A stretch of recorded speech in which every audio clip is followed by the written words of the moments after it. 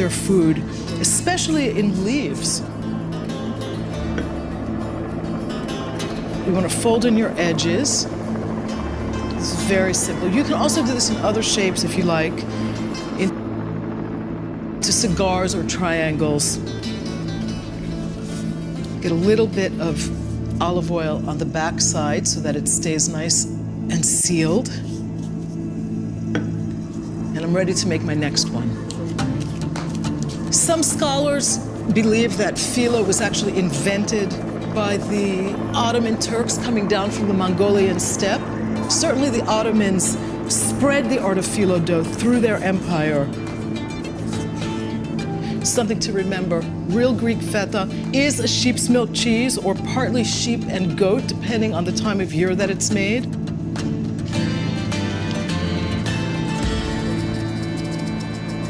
My phyllo feta packets are done. If you have leftover phyllo, just wrap it really well and store it in the fridge. I usually wrap it both in its original wax paper and then with a little bit of plastic wrap. It'll last in the fridge like 2 or 3 days. You want to use it fairly quickly after you've opened it.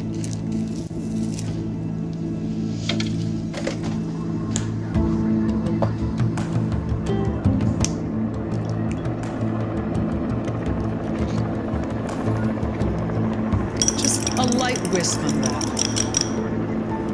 I have my poppy seeds already laid out. I love poppy seeds, one of the most ancient Greek ingredients. Just want to press that in a little bit. Now that is beautiful. The egg wash gives the phyllo a nice sheen, but it also acts as an adherent so the poppy seeds will actually stick to the surface.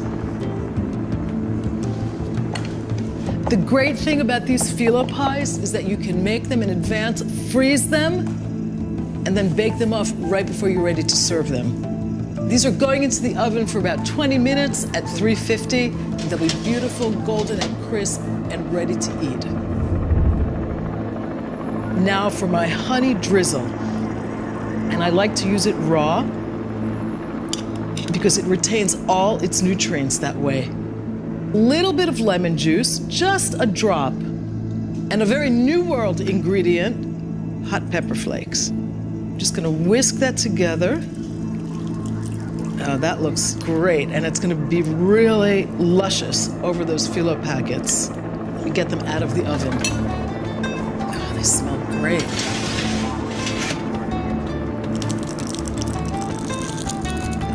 Crackle. Beautiful, look at that.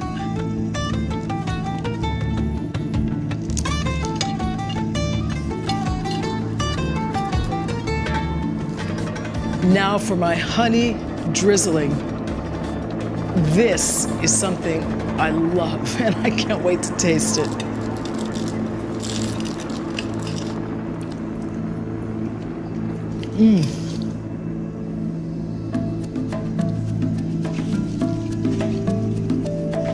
There's a lot going on here.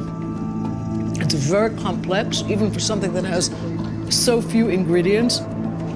I get that beautiful brininess, the saltiness of the feta. It's kind of tempered by the mildness of the phyllo and the crunch. The poppy seed adds this earthiness almost to it. The honey brings everything together, and those hot pepper flakes just spike it up with a little modern touch. I like to drink a Greek classic dessert wine with this, the Vinsanto from the island of Santorini. It's sweet, it's complex, it stands up to everything that's going on in this dish. Isi Hyan. This building here is a reconstruction of a building that originally stood in 150 BC. It's a stoa, it's another colonnaded building with a double row of columns, but behind you have a series of rooms, and those were probably shops. So what you have with the whole thing repeated on the second story is 42 shops on 2 levels under a single roof, so that makes it kind of a mall. And this is the main shopping center of Athens until it was destroyed by northern invaders in 267 AD. I would assume that one needs a fair amount of imagination to piece all these finds together and create a broad sense of what life was like here. What was daily life like? I think it's probably pretty much the way it is today, minus the technology. Acquiring food, shopping, socializing. And all of those commodities and those food products would converge here in this Here area. and in later times in the city of Rome, because there was tremendous competition among the Romans for those quality commodities. goods. Okay. Yeah. I am making a delicious stuffed chicken recipe, one that I like to think has direct lineage to ancient Greece. Bread cubes and olives are the first things that go into my stuffing. Bread was almost always used in stuffings like this, anything starchy basically, to help absorb all the great juices, to stretch the dish a little bit, to make it go a little further, and also to make it look more impressive. Next, I'm adding onions and shallots, raw. Chestnuts also go into this, something that has been around in Greece also for a really long time. The chicken itself has probably been around since around the 6th century BC. And a really famous chef named Apicius actually recorded a recipe for chicken stuffed with olives. Not that much different from what I'm doing here. I love to use figs in savory dishes, one of the most ancient Greek luxury foods. Figs are one of the most ancient sweeteners, along with honey, of course, and raisins. These are going right into my stuffing. And I'm going to add a little bit of parsley to this. The parsley adds a nice herbaceous quality, but it also adds moisture. Now this needs a little bit of liquid. I like to put fresh orange juice in my fig and olive stuffing.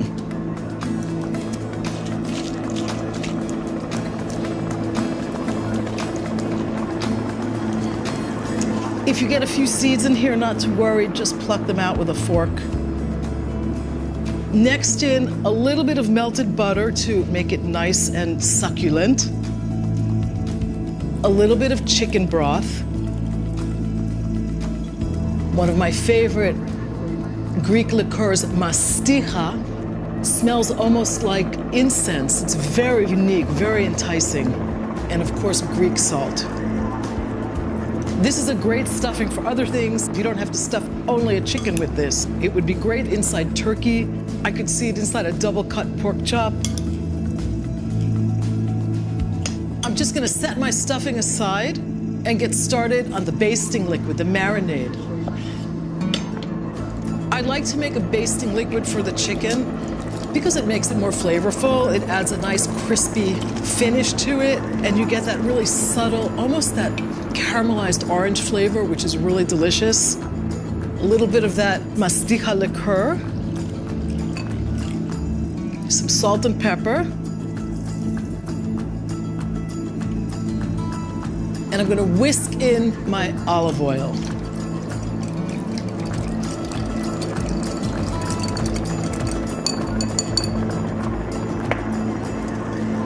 Try to squish some of this stuffing together. It's really nice and moist.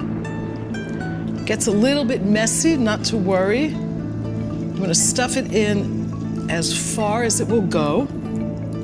If you have a little bit left over, you can bake it off separately. I often do that, maybe add a little bit of liquid to it, like some more chicken broth or some more liqueur. My little bird's ready here. I'm just gonna tie the legs together to hold the stuffing in.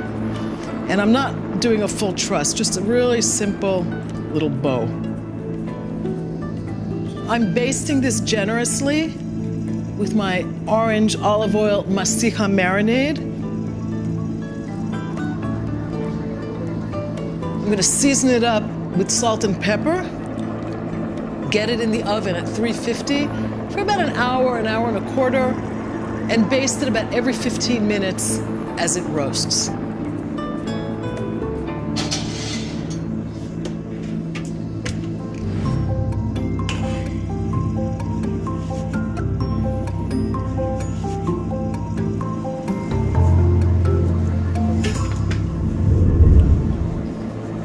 I let my chicken rest for about 15 or 20 minutes. It's really important to do that so that all those delicious juices get reabsorbed. We just cut off the twine here. I'm gonna cut into this. It looks really amazing. Just coming right off the bone there. It's a little bit of the stuffing coming right out as well. I can really smell the orange. I even get a little briny smell from the olives. A little bit of wine.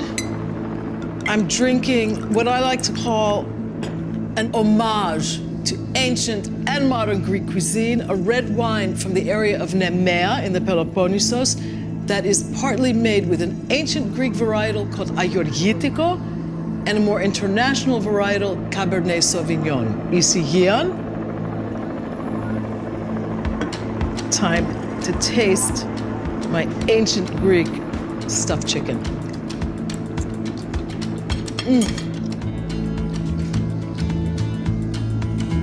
I have just been transported to an ancient Athenian symposium. Those figs were giving this amazing sweetness.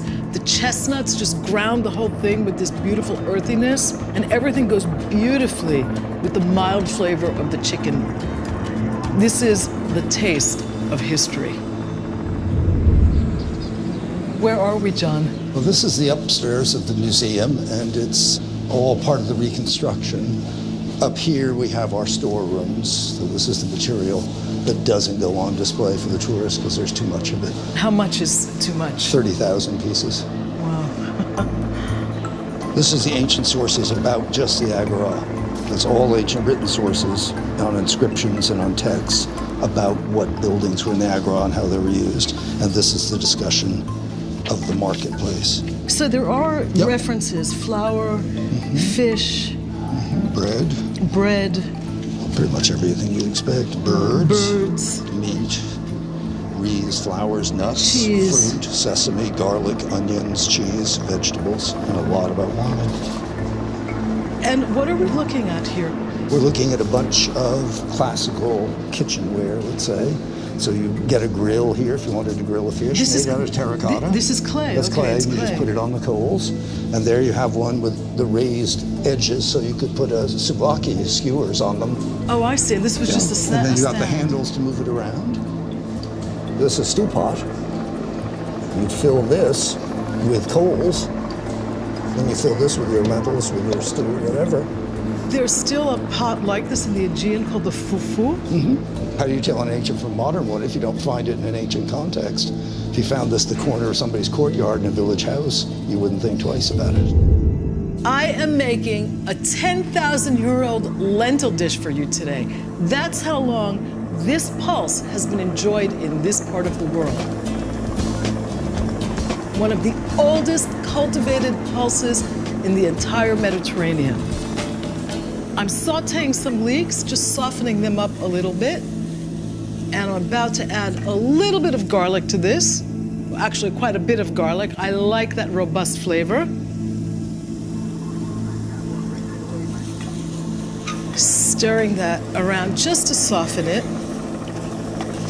I'm cooking this almost the same way an ancestor from, say, 6,000 BC or so might have done it, because that's right around the time that clay pots became the new hot thing in kitchenware in the ancient world. I'm going to add my lentils now to my clay pot. I like to toss them a little bit in the olive oil to coat them right before I add the liquid. That brings out a little bit more of the flavor of the lentils. I like to add a little bit of vegetable stock to this. Just adds an extra flavor dimension. I'll top it off with a little bit of water. You basically want to cover the lentils. Just bring the water right up to the surface, right around there.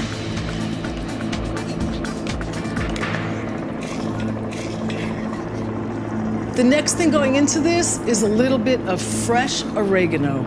I like to use it whole. This is really just going in for flavor. I'm going to take it out when the lentils are cooked. And 2 bay leaves. a little bit of extra virgin olive oil, because it's always good with any kind of pulse, a touch of red wine vinegar,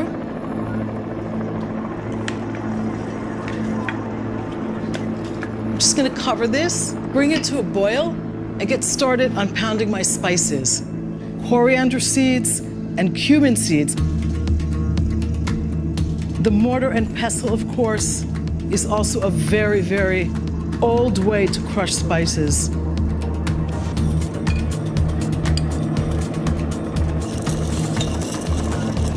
This might not be as efficient as using a spice grinder, but it's much more effective because the slowness of the action really helps release all those wonderful aromas and the essential oils in the seeds.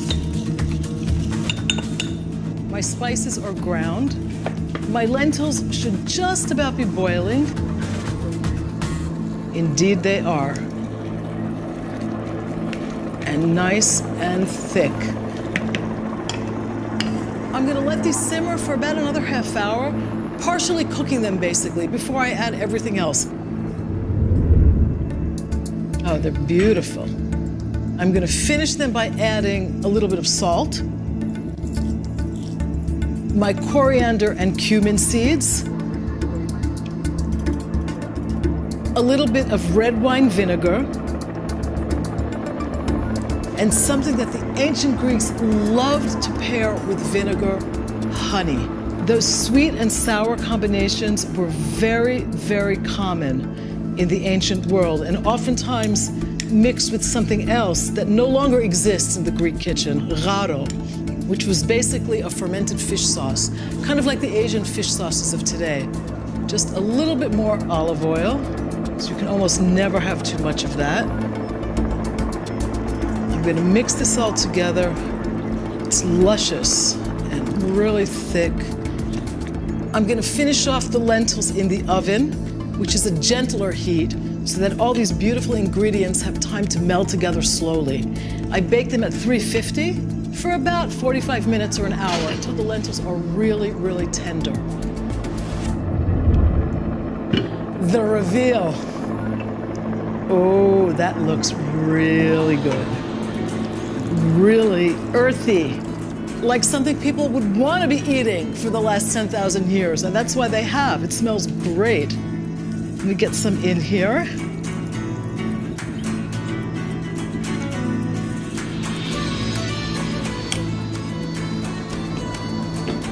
One more thing. This is how we eat lentils today. Just a little bit of raw olive oil right over the top. Whole grain pita bread to go with my ancient lentils.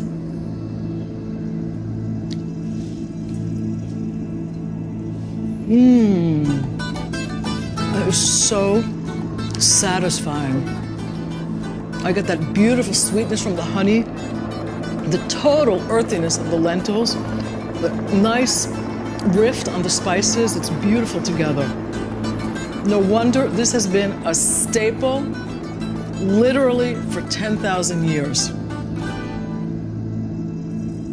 This is the other stoa that we want to see, and this is an office building. The second in command of the Athenian government was known as the King Archon, and he was responsible for all religious matters and the laws, which means he is the official responsible for indicting Socrates for impiety. So that would have happened somewhere Somewhere here. in this building, because this is the King Archon's office building. Do we know his name? The specific individual we don't, because they don't. change every single year. I see. Yeah, Oh, so I just we don't know. got goosebumps.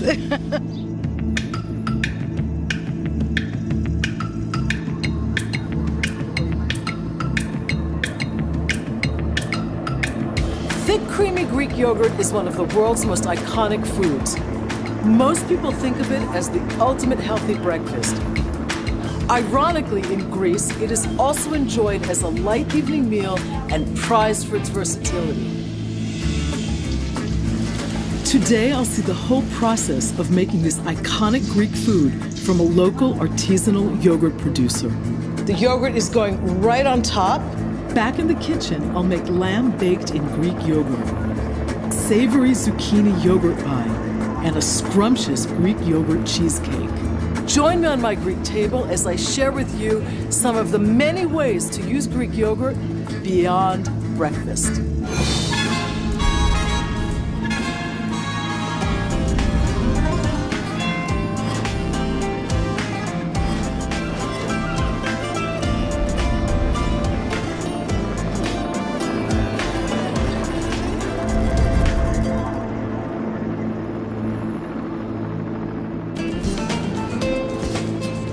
We've all seen the evolution. Greek yogurt has taken over the world. Who could have guessed a dozen years ago that one of the most ancient foods on earth and one of its healthiest would become one of the most iconic products on the planet? Greek yogurt in Greece is quite different from what we know in the US. For one, there are several types, including, of course, the thick and delicious sour-strained Greek yogurt that has conquered American supermarkets. Some varieties of yogurt in Greece are made with sheep's milk, others with goat's milk, or a combination of the two, and still others are made with cow's milk. The story of Greek yogurt goes back to the farthest reaches of antiquity. Fermented milk products, the precursors to modern-day yogurt, existed in many parts of the Eastern Mediterranean and down into the Fertile Crescent. Today, this deliciously sour, thick elixir is not only popular, it's one of the most versatile foods in the world. Today, I'm making one of my favorite Greek savory pies with zucchini, different cheeses, and a little Greek yogurt. I've already shredded the zucchini, I've salted it and let it sit to drain for 2 hours, and then I squeezed out all the excess moisture. I'm adding Greek yogurt. Gives the zucchini filling a nice tang and a beautiful creaminess. A little kefalotiri cheese. That's a sharp Greek sheep's milk or sheep and goat's milk cheese. Greek feta. The eggs act as a binder. A little sea salt and some nice pepper for a little bit of a bite. One of the best herbs to pair and season zucchini with is fresh mint. It smells like a Greek garden in the summertime. A little bit of bulgur to start with. This will soak up any excess liquid that is exuded by the zucchini when it bakes. The final touch, a little extra virgin Greek olive oil. This is ready, and I'm just gonna get my phyllo out. Most Greek cooking is comfort food, but to my mind, the most comforting of all are these beautiful savory pies. If a piece tears off, not to worry. No one's gonna know when it's baked and out of the oven. In the round pan pies, when I use commercial phyllo, I like to layer it concentrically so that there's even overhang. And I'm going to be placing 8 layers on the bottom. Remember, it's a wet filling. And my last sheet, I'm ready for this beautiful filling. Pat it down so that it's evenly distributed. This is obviously pretty hearty fare, right? This is a main course in a Greek family. This pie calls for 6 layers on top. Keep brushing it with this delicious Greek olive oil because the olive oil not only lubricates the phyllo, it also adds a whole other flavor dimension. And I'm just going to trim the excess. So I want to leave about 1.5 inches or so that there's plenty to roll in. You don't want the rim to be too thick because you want it to be able to bake off in the same amount of time. You don't want it to be raw. Basically, what I'm doing is taking the entire overhang and just folding it in to make a really nice ring, basically. It looks so pretty. And I want to brush that rim with extra virgin Greek olive oil, just so that it's got exactly the same texture and softness as the surface of the pie. Now I'm going to show you a technique that really is a Greek village technique for cutting the wedges. You put a small round glass in the center, cut around the glass, using it as my guide. I'm going to cut the pie in half, and then in quarters, and then cut each of those quarters in half to get 8 pieces. I like to cut it this way because it's beautiful. When it comes out, it looks really pretty, but it also makes it easier to cut. This is going into the oven at 350 for about 50 minutes to an hour. Keep an eye on it. You want the filo to be nice and golden and the filling set. My pie has been cooling down for about an hour. You have to let it sit and cool before you cut it. Oh, it smells really, really good.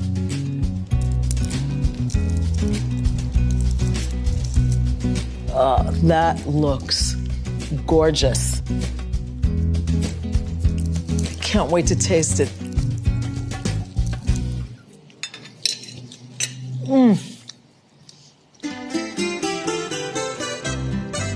Perfect pie. It is so mild and creamy. I'm getting that nice tanginess from the yogurt and the feta and the sharpness from the kefalotiri. The zucchini, it's so fresh, it feels like I just picked a bunch from my own garden.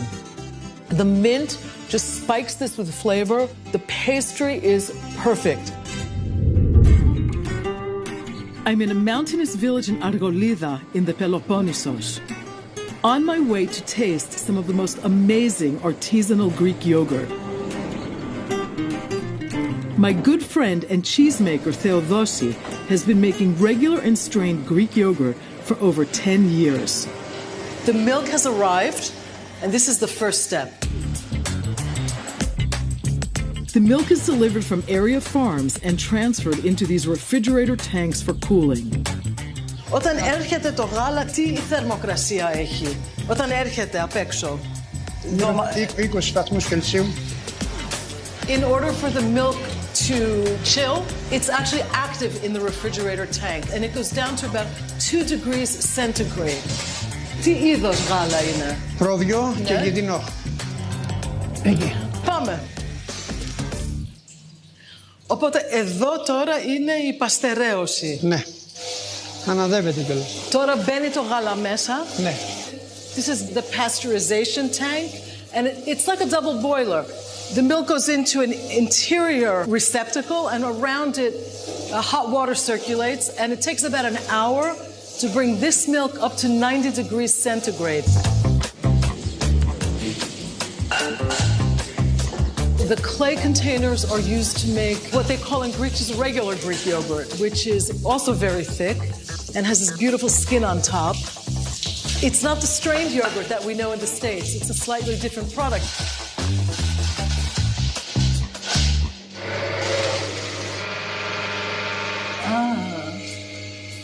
Α, το γεμίσεις. Ένα, όλα. Αυτό τι είναι, 1 κιλό είναι? Ναι. These containers hold a kilo of milk each, which is roughly a quart. Εντάξει, φτάνει. Θα με προσλάβεις? Πολύ ωραία. As soon as the milk reaches 50 degrees centigrade in these containers, he adds the starter.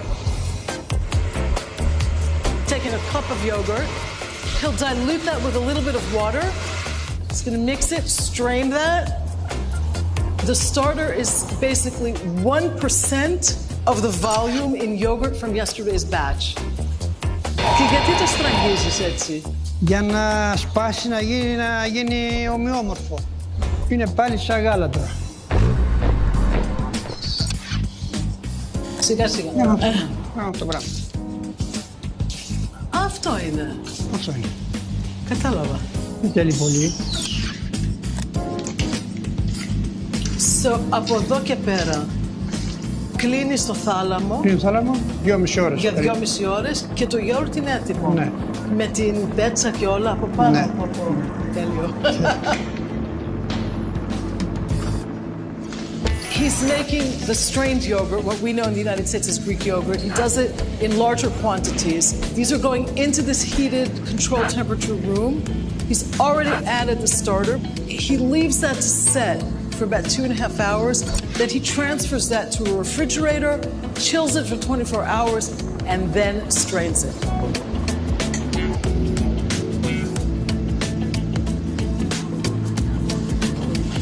The result is the creamy, delicious, popular Greek yogurt we find in the States and around the world.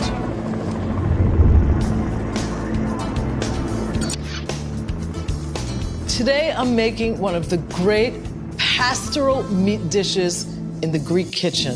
It's called yaourtava. It's lamb baked in yaourti. That's the Greek word for yogurt. The first thing I'm doing is just getting a little butter melted, a little bit of olive oil. I'm gonna just get it seasoned up with a little bit of Greek sea salt and a little pepper. Just want to brown my lamb. Man most likely discovered the amazing taste of fermented milk in the land of milk and honey, Mesopotamia, probably as far back as 5000 BC.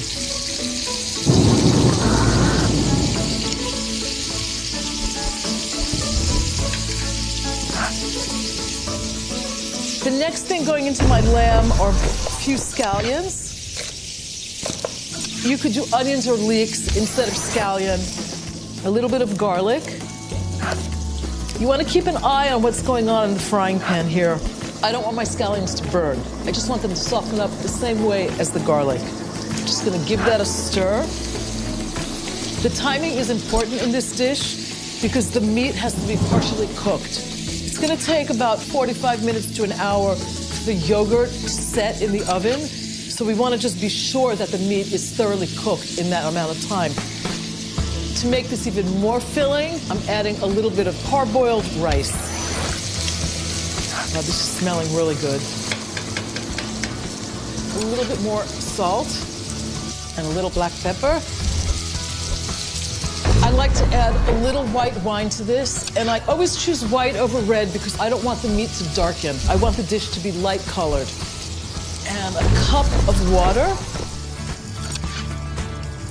I'm gonna let this simmer for a few minutes until the rice absorbs most of the liquid. And while that's happening, I'm gonna get my yogurt topping ready. I always add eggs to the yogurt topping because they help set it. Just gonna get my eggs lightly beaten. I'm going to use what we call in Greek stragisto yaourti, or strained yogurt, but what we know in the United States simply as Greek yogurt. I'm adding 2 cups. I'm gonna whisk this together with my egg and a little bit of flour as a bit of an insurance policy. We don't want the yogurt to break apart when it bakes. Just whisking that gently together. What you're aiming for here is to smooth out any lumps in the yogurt and to get it perfectly incorporated into the eggs. Just a little bit of flour.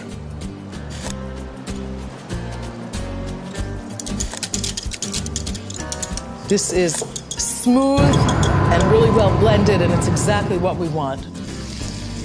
The rice has absorbed almost all the liquid. One last ingredient, a bunch of fresh mint. Dried mint also works just as well in here, but I love that really potent aroma that you get from fresh Greek mint. Just get that mixed all together. Try to spread the pieces out evenly in the pan so that when you cut through it, everyone gets a little bit of meat. The yogurt is going right on top.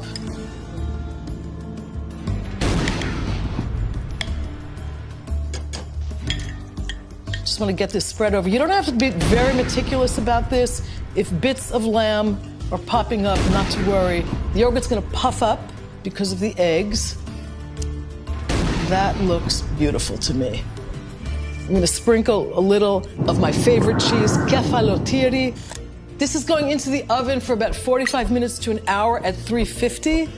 And when it comes out, I promise you it's going to be a very inviting Greek shepherd's meal.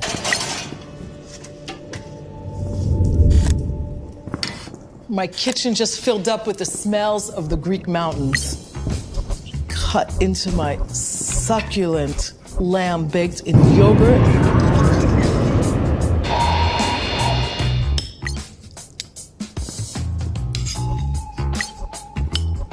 Wow. The lamb is nice and tender.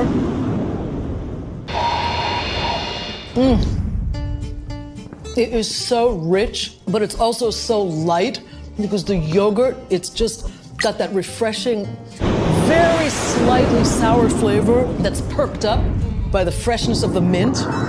The lamb is just grease. This is a Greek shepherd's pie.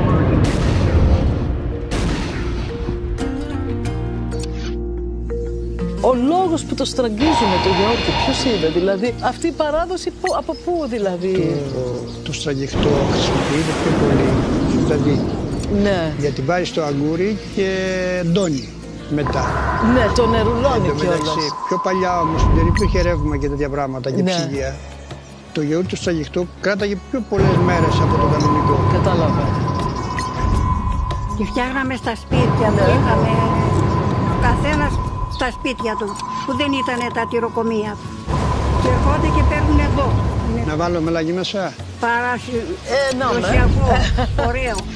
Και είναι γνήσιο, με τα χεράκια του φτιαγμένο. Όσοι έχουν φάει δεν το ξεχνάνε. Αυτό είναι αλήθεια.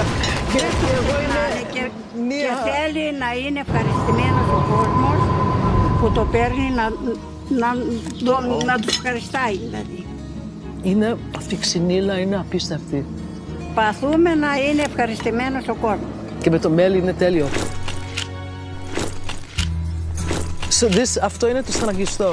Αυτό είναι καλύτερα με το στραγγιστό. Το κάνουμε τζατζίκι, δηλαδή. Το τρώνε αυτό είναι ορεξικό. Δεν είναι πολύ ξινό σαν το άλλο. Έχει λιγότερο ξινό το ψαγιχτό. Ναι, είναι λιγότερο ξινό. Και καθημερινά πώς τρώτε το γιαούρτι? Όπως είναι αυτό. Επιτοπλίσουν το βράδυ. Το βράδυ. Το βράδυ. Δεν τρώτε βραδινό. Εντάξει. Τρώνε και βραδινό, αλλά επιτοπλίσουν το βράδυ. Ένα γιαουρτάκι. Ένα γιαουρτάκι.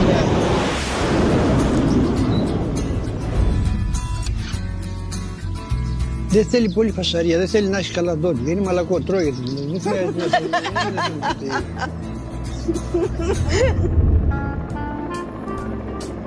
Greek yogurt is delicious for breakfast, lunch, dinner, and of course dessert. And I'm making a lovely Greek yogurt cheesecake for you today.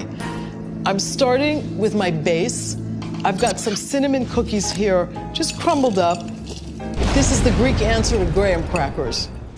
And I'm gonna mix some Greek honey into that.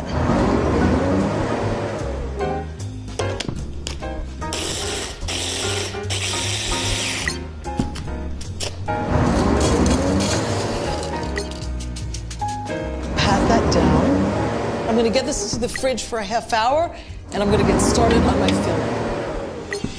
It's hard to convince a New Yorker like me that there is anything else but New York cheesecake, but this recipe is special. It's a Greek-American cheesecake, and I'm using some very unique Greek ingredients.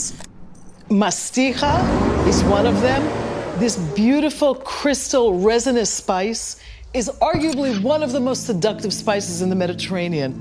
These crystals are produced on the island of Chios in the northeastern Aegean. When you use it in sweets, you want to add a little bit of sugar to it, and you always want to pound this by hand in a mortar with a pestle. Do not put it in a spice grinder, because this is a natural gum, and you'll ruin your spice grinder.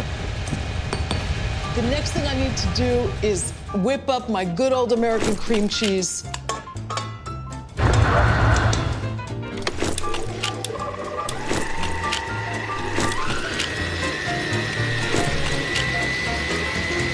As the cream cheese whips up, I'm going to add a little bit of sugar to it in increments, get it really well blended.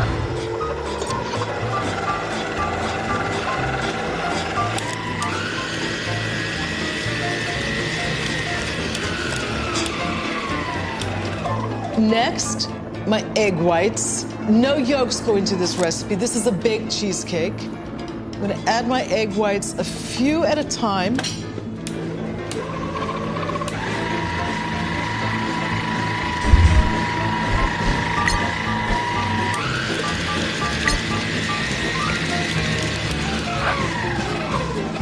One of the ingredients that gives this cheesecake its lovely Greek personality is Greek yogurt. I like to use a vanilla-flavored Greek yogurt in my cheesecake. I have found over the years, as I've developed this recipe, that the Greek yogurt gives it a really nice silky texture. It also is much lighter in calories than most American cheesecakes. Last but not least, this ancient Greek super seductive spice, mastika, going right into my mixing bowl.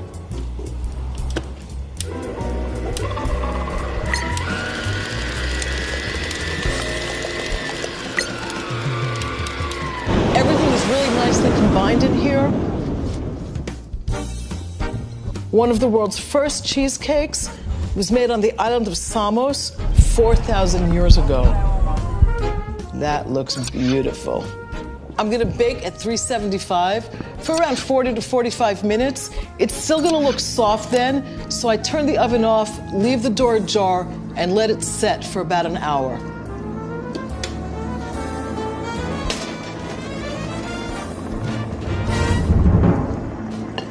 This came out of the oven a few hours ago. I let it chill in the fridge for a couple of hours to set even more.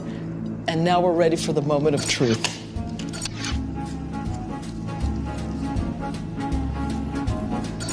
It's so velvety. And that cinnamon cookie honey base held up really well. This is great as it is, but a little topping is going to make it even better.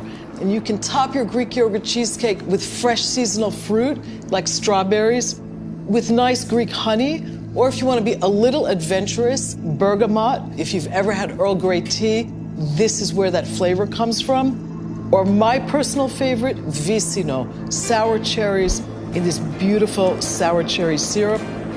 This is a natural partner in crime when it comes to Greek yogurt cheesecakes. I want to get a little bit of that syrup on here and just drizzle it over my slice. This is one of my all-time favorite Greek-inspired desserts.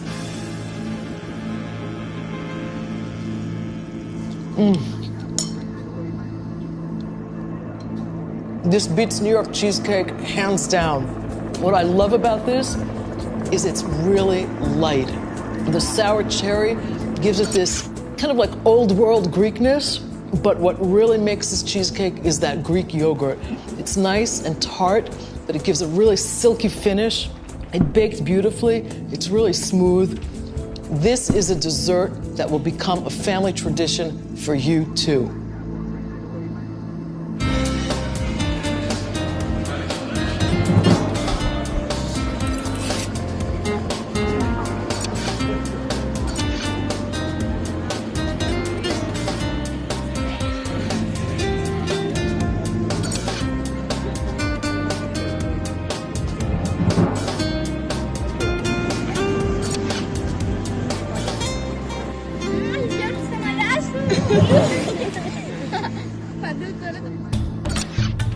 One of the most compelling yet unknown aspects of Greek cuisine is the influence of the Asia Minor Greeks. These were Greeks who were living in what we know as present-day Turkey for more than 3,000 years. When they arrived in mainland Greece almost a century ago, they brought with them their two main loves, music and food. With dishes like pita quesadillas, they're oozing that delicious flavor. I love it. This was Sundays as a kid. Soudoukakia smirneica. This is so rich. I'm in vegetable heaven. And luscious stuffed eggplants, the Asia Minor Greeks have left an indelible mark on Greek culture. Join me on My Greek Table as I explore the sounds and aromas of this fascinating chapter in Greek history.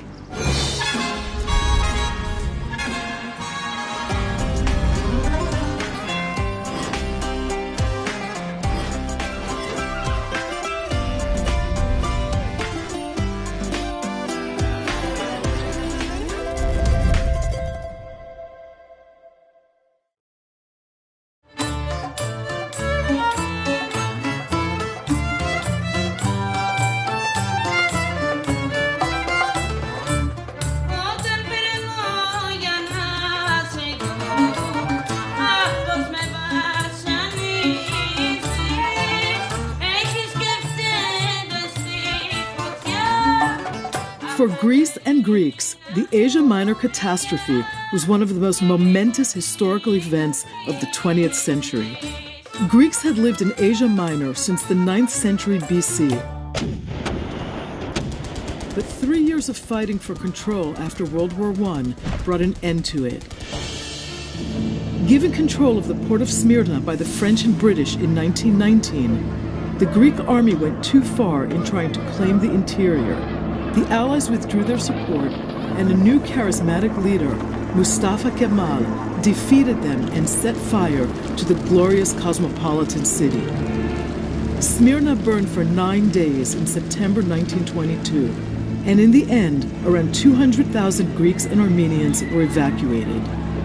The disaster resulted in the Treaty of Lausanne in 1923, which, among other things, decreed that all Christians living in Turkey and all Muslims in Greece would have to return to the land of their origin.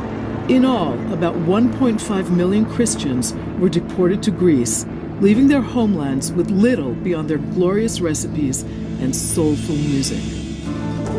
The Asia Minor refugees changed Greece forever. Their cuisine, born in the towns along the silk and spice routes, was sophisticated and fragrant. They used spices like cumin, cinnamon, cloves, and nutmeg. The Asia Minor Greeks gave us dolmadakia, peinirli, melted cheese boats that can be topped with anything, but particularly sliced sausage and pasturma, saganaki, and dozens of eggplant dishes, and much more. Together with their seductive cuisine, the Asia Minor Greeks carried a beautiful musical tradition in their hearts. It is difficult to trace the exact roots of rembetika, as this urban music is called, something akin to the Greek blues, because it existed in different styles in both Asia Minor and Greece proper. Over the next decade, in the poorer neighborhoods of Piraeus and Athens, two distinct musical traditions intermingled: the native Pireotica or Piraeus style rembetika of Greece, and the Café Aman style Smyrnaica of the refugees. Like the touch of spice that perfumed all their delicious recipes, so too did their lyrical traditions change the face of Greek music forever. I am making a quick version of one of the most aromatic pies in all of Anatolia, something that the Greeks call pita kesarias. It's a combination of this beautiful pasturma, which is basically a cured beef with a spice rub that includes cumin, paprika, garlic, and fenugreek, which is what makes it sticky. I want to get my thick spice rub off the meat before I chop it because it's already done its job. It's already lent its incredible fragrance to the cured beef. Different cuts of meat go into making pasturma, and it's air-dried for at least a month. I want to get my tomatoes diced. I like to get the seeds and most of the juicy pulp out of my tomatoes because it'll make those little phyllocups soggy.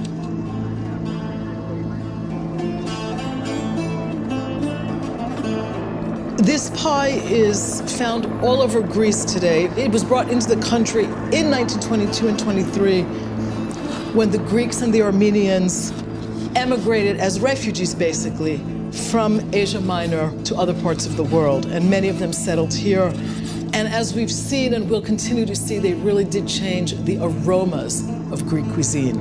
And this is one of them, all these wonderful spices. Remember, these people were living along the silk routes and along the spice routes, and they brought the whole palette of spices and aromas from all over the East. My Kasseri cheese goes in next. This is one of the most popular table cheeses in all of Greece. It's a very mild sheep or sheep and goat's milk cheese, and it's one of the great cheeses to cook with because it melts really beautifully. I don't need to add any spices to this because the pasturma is so flavorful, but I will add an egg whisked with a little bit of milk to help hold the filling together.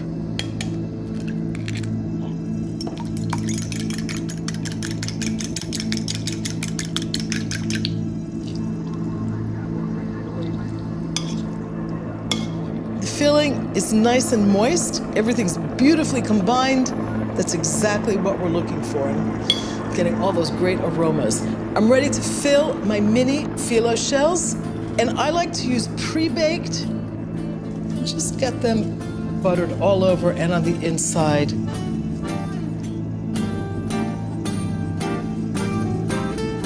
Time to fill them.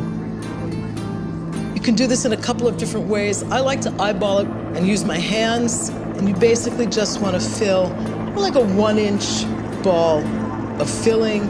Press it just a little bit so that when it bakes, the cheese doesn't melt on the outside of the phyllo cup. Whenever you go to a Greek home, you're always offered something to eat. This is a great choice. There is always some kind of mezet to offer a guest. I'm going to finish filling my phyllo cups, and then I'm going to bake them off for about 10 to 12 minutes in a 350-degree oven until they're nice and golden and the filling is set and just oozing that delicious flavor.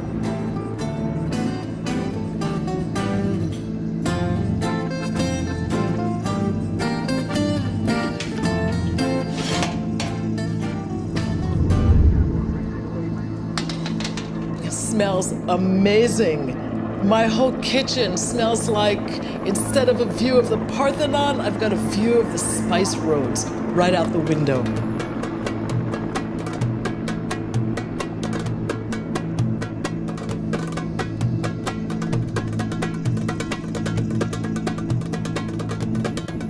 I like to sprinkle a little fresh chive right over the top for some color, to brighten them up a little bit. I have to taste at least one.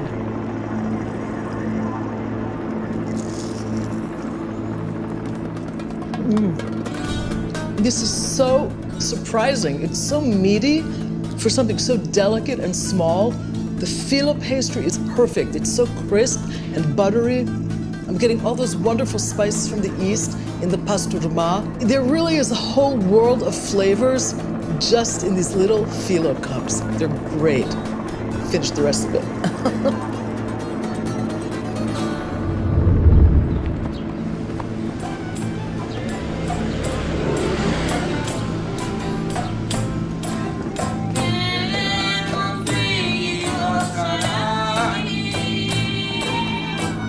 I would really like to hear more about how you got into the music. What attracted you to the music? The first thing that I love in this music was all the memories of my family. The pictures, the smells, the foods. Πώς σε αυτά τα κομμάτια είναι ότι είναι πριν το 40 και υπάρχει ένα πολύ εκλεπτισμένο λεξιλόγιο που δεν το συναντάς σήμερα στα τραγούδια και τα συναισθήματά μου εκφράζονται πιο άμεσα με αυτά τα τραγούδια από ότι με τα πιο καινούργια. Sometimes we call Rebettika the Greek blues. No. So I want to ask you a little bit about the emotional content. You know, what are the songs about? Μιλάνε βασικά για τον έρωτα, μιλάνε για το θάνατο, μιλάνε για το φαγητό. Πολλά τραγούδια και παρομοιάζουν μια ωραία γυναίκα με ένα ωραίο φαΐ. I like that. Μιλάνε για την εξορία, μιλάνε για την προσφυγιά, για την ξενιτιά, μιλάνε για δολοφονίες, μιλάνε για πράγματα που γίνονται στην καθημερινή ζωή. Πώς, δηλαδή, γιατί τόσα τραγούδια μιλάνε για το φαγητό, για την ομορφιά του φαγητού, για την νοστιμιά, για τη γυναίκα που την παρομοιάζουν.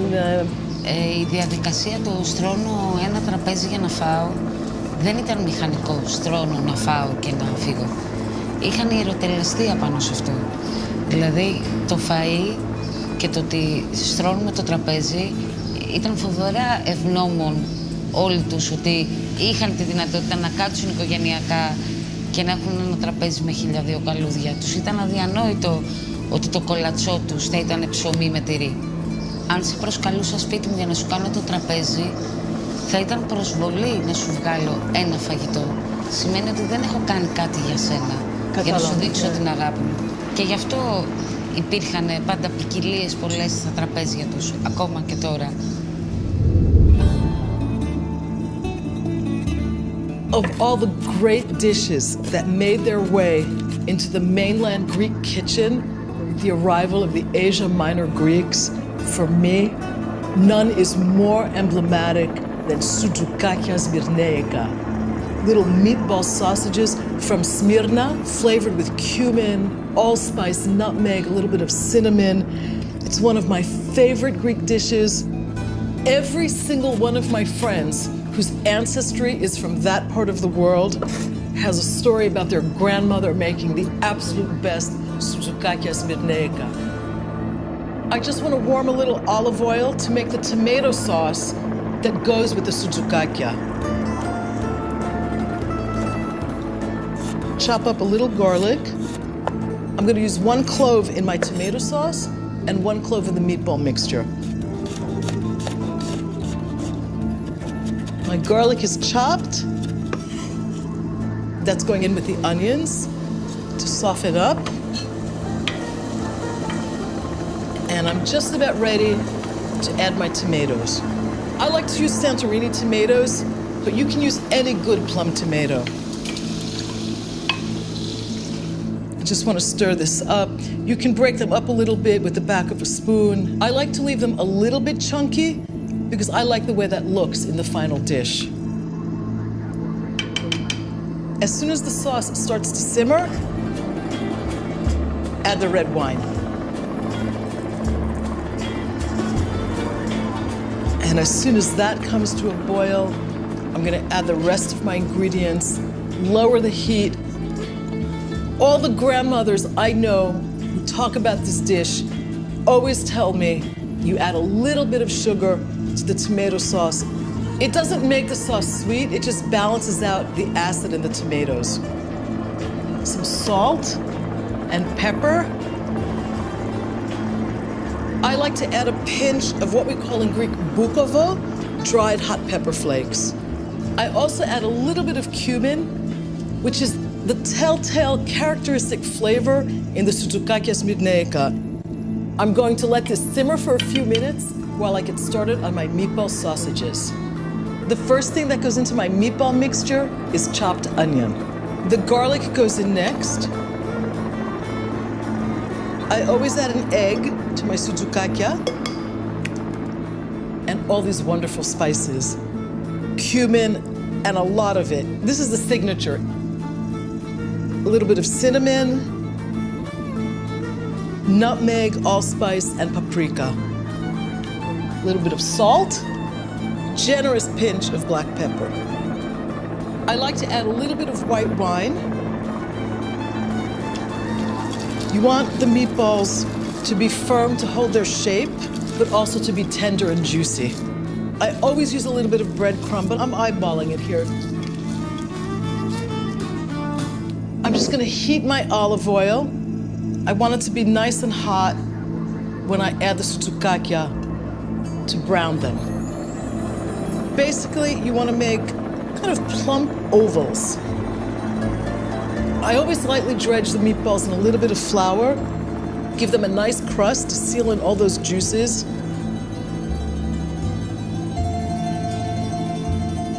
Shake off the excess flour and place them carefully in the hot oil. We're just looking to brown them, not cook them through. These are looking nice and browned. I'm just going to drain them on paper towels before adding all my meatballs to this lovely sauce. I'm going to add a little bit of butter to my tomato sauce, just to help thicken it up and give it a little bit of creaminess. And now I'm going to add the meatballs to my sauce. I'm going to let the soutoukakia simmer covered in this lovely tomato sauce for about a half hour, 40 minutes, until all the flavor is beautifully blended. And then I'm going to serve it with a little rice in my grandmother's plate.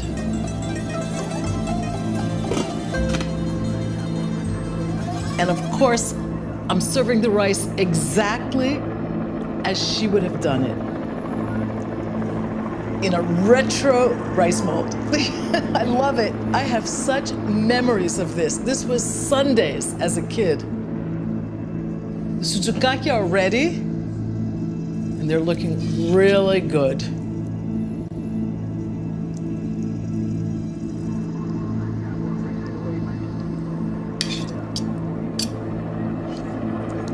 I can't wait. I love sucukaki spineka.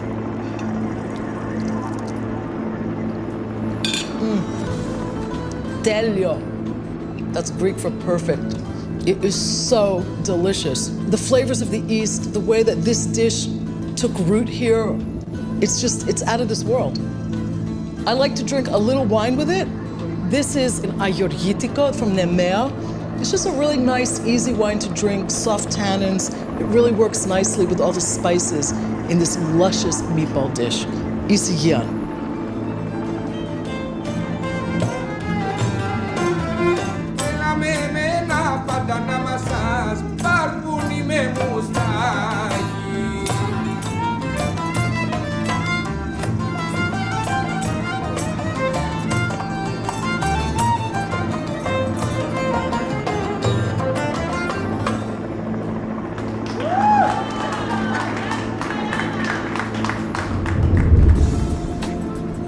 I'm cooking one of my favorite eggplant dishes, imam baldi. It's a classic in the cuisine of the Asia Minor Greeks, and it's one of the best vegetarian dishes in all of Greek cuisine. I start by slicing my eggplants in half lengthwise. I score my eggplant and broil it in order to soften the flesh, which will in turn become part of the filling. A little olive oil into the pan. A generous amount of olive oil goes over the flesh of the eggplant. Eggplant absorbs a lot of olive oil. I want to turn this over, and I'm just going to get this under the broiler for about 5 to 8 minutes until they start to char, and then I'm going to turn them over and finish softening them up. While my eggplants are under the broiler, I'm going to start on my filling. Fair amount of olive oil. There's a story about this dish. It's called Imam Baldi. The Imam fainted. And they say that he either fainted because the dish was so delicious, he passed out, or because he realized how much olive oil his wife used to prepare it. My onions are going in. I want to add a little bit of salt. I'm ready to add my garlic. I like to use fresh tomatoes in this dish. You can also do it with good quality canned tomatoes. I'm gonna let this cook down a little bit, but I wanna check on my eggplants. My eggplant pulp is almost there. It needs a little more cooking to soften up. Back to this beautiful, fresh tomato and onion filling. I wanna season it with a little salt and pepper. I want to get a little balsamic vinegar in there. My petimesi, this is grape molasses. It's one of the world's oldest sweeteners. I want to get my raisins in next. Everything's got that gorgeous, almost caramelized color. I'm turning this off. The eggplants are tender but still al dente, and that's exactly what we want. I just want to scoop out the pulp. The one thing you definitely want to be careful of is keeping enough of a rim around the eggplant so that it stays whole and it will contain the stuffing. My fresh herbs, and I've got beautiful parsley here. That adds a really nice color, and mint adds such intense flavor. There's a whole garden of ingredients going on in this frying pan. Set my eggplant halves inside and fill them with this gorgeous filling. You want the filling to kind of spill over the top of the eggplants, and that's how you always see it in Greek restaurants, at least in Greece. You get every inch of the surface covered. Now that my eggplants are filled, I'm going to turn the oven down to 350. Let these bake for about a half hour until the vegetables are really tender and the filling has all melded together into something so delicious that when you eat it, you practically faint.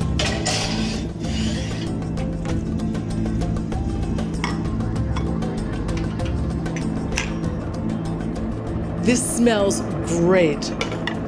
It looks great. I cannot wait to taste a whole piece of imam baldi.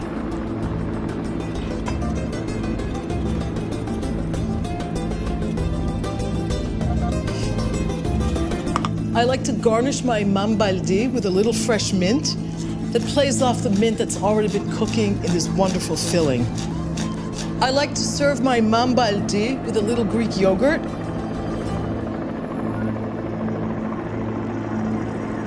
The tang of the yogurt goes really great with all the wonderful sweetness and those caramelized aromas and the onions and the tomatoes in this beautiful dish.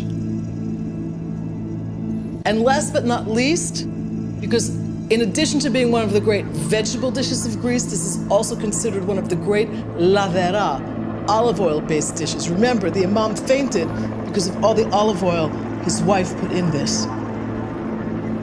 I love this dish, and I can't wait to taste some. I'm in vegetable heaven. This is so rich, and it's surprisingly rich for being a purely vegetarian dish. The tartness in the yogurt works beautifully with all the sweetness, the natural sweetness in all these vegetables that have been cooking and melding together. It's no wonder we've embraced this dish from the shores of Asia Minor, and we've made it our own.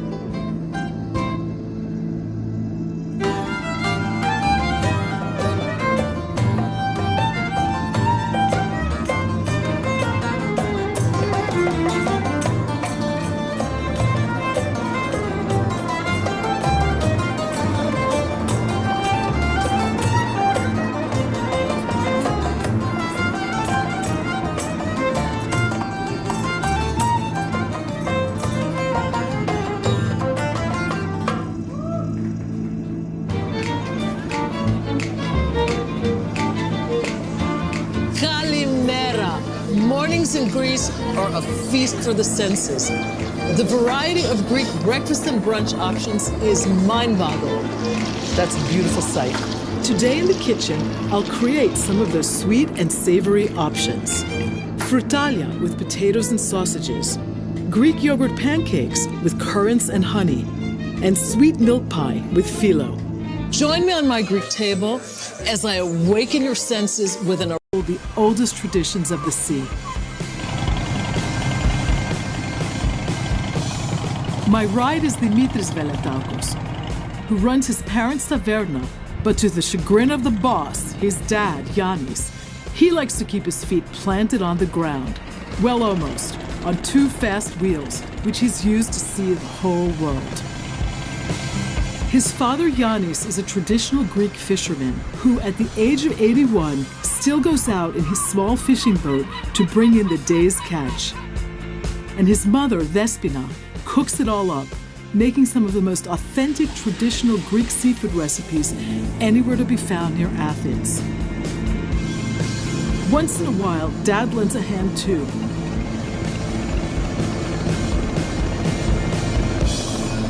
Ευχαριστώ πολύ, Dimitri. That was fun. So now, Dimitri, we're going to find your dad, right? Who's going to make us the kakavia.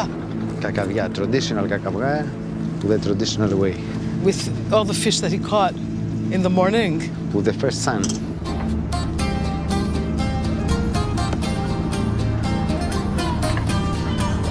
Αυτά είναι τα ψάρια, τα πρωινά. Λοιπόν, αυτά είναι ψάρια πρωινά, τα οποία είναι κατάλληλα για την ψαράδικη κακαβιά. Κοιτάτε να δείτε. Καταρχήν βάζουμε το σέλινο.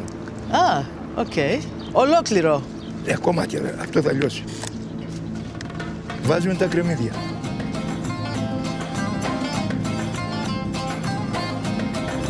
Κόβουμε τις πατάτες τώρα.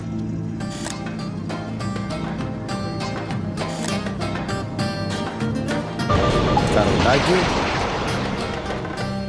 Εδώ βάζουμε το αλάτι της γης. Μετά βάζουμε πιπεράκι.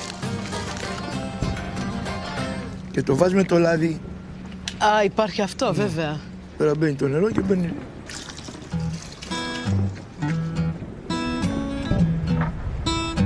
Είναι πολλοί τρόποι να ψαρεύει κανείς. Ναι. Εσείς πώς ψαρεύετε, δηλαδή... Εγώ ψάρευα πάντοτε με δίχτυα και με παραγάδια. Το ψάρεμα με το παραγάδι είναι καλός τρόπος. Το παραγάδι είναι το πιο αγνό επάγγελμα μες στη θάλασσα.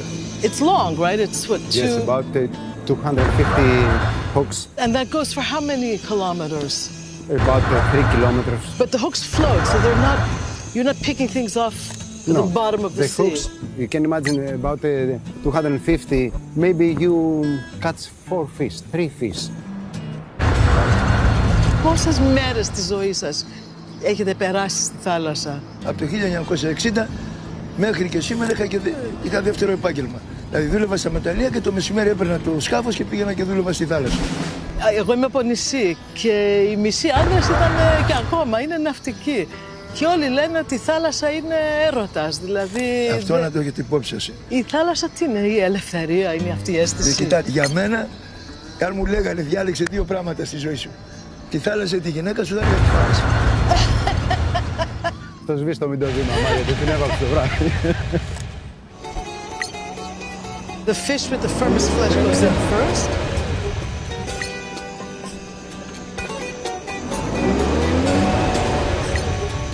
Να μυρίσει πιο όμορφα η κακαβιά πριν το κάβλο. So fresh cod. So he's putting the fish with what he calls the more sensitive flesh, the softer flesh. Να βάλουμε λίγο νεράκι ακόμα. That goes on top. The vegetables and the firmer flesh fish boiled for about 20 minutes. A little more water. And how long does this take now? 15 minutes more. So another 10-15 minutes.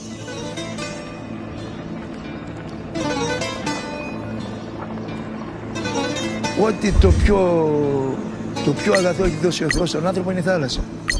Καταρχήν είναι αυτή η άβρα της θάλασσας, το οξυγόνο το οποίο σου δίνει, το ιώδιο αυτό που έχει και αναπνέει, σε κάνει άλλον άνθρωπο. Αυτό το καταλαβαίνω, το νιώθω κι εγώ.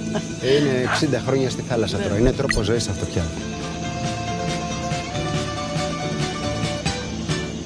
Αυτό το φτερό από το πλάι του ψαριού, να το. Έφυγε αμέσως. Όταν ξεκολλάει αμέσως είναι έτοιμο. Είναι έτοιμο, okay. I'm making one of my all-time favorite Greek seafood recipes. It's called kritharoto. Think of a seafood risotto, but instead of rice, I'm using what we call in Greek kritharaki, orzo. I've got my onion sautéing. I'm just going to add a little bit of garlic to that. In this recipe, the seafood that I like to use most are mussels and squid. The next thing I'm going to do is steam my mussels. I do that by cooking them with a glass of white wine and a clove of garlic for flavor over fairly high heat. The next thing that goes in here, kritharaki, orzo. This might seem a bit unusual to be adding pasta to a pot that has no water in it. It will in a bit, it'll have some liquid. But I like to stir my orzo around. I like it to get a little bit golden. And doing this brings out this incredible nuttiness in the pasta. It makes it really flavorful. You can add plain water to this, but you could also add either fish or vegetable broth. Get a good stir on that. Now this is going to cook down. It'll become really creamy. In addition to my broth, the real flavor in here comes from something you may not even know Greece produces. Krokos, kozanis, also known as saffron. I like to soak my saffron, my krokos, in a little bit of water. That helps release all the beautiful aroma and the color, of course. What is happening with these mussels? They look great, and it looks like almost all of them have opened. The ones that don't open, you want to discard. I'm going to get this juice strained right here, and what I've done here is line a medium-sized colander with a coffee filter. The mussels often have some debris, and you just want to filter all of that out. Now, you know this gorgeous mussel juice is going right into my critharoto. While that continues to cook, I'm just going to get my zucchini and my squid ready. The calamari is clean, the quill is out, and all I'm going to do is basically cut this into pretty thick rings. This will shrink a lot once it hits the frying pan.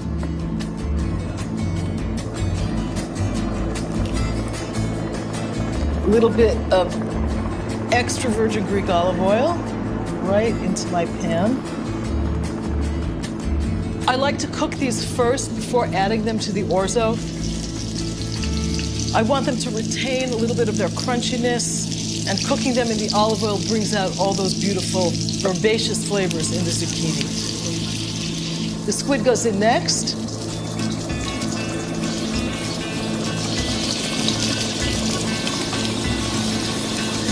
This is ready to go into my orzo. All those great pan juices. The mussels go in next. Mussels have been cultivated in Greece since antiquity, something that the Greeks perfected as a technique and as a way to always have a consistent supply of one of the world's most favorite seafood. A little bit of black pepper, a dab of butter. Okay, this is beautiful. This will also absorb even more of the juices as it cools down a little bit. Adding my favorite cheese, kefalotiri, ready and willing to try this. It smells really good. I want to get a little bit of everything on my plate. Look at that, it looks so luscious. It looks really good.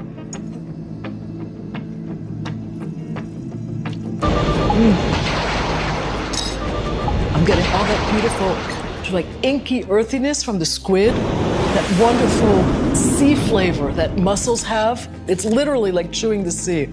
Zucchini adds this nice fresh note to it, and I can't think of anything better to drink with this than a glass of classic Greek white wine. Moschofilero comes from the Mandinia region in the Peloponnesos, and it's really nice and aromatic, and it goes beautifully with this rich, krokos-infused critharoto, isigian.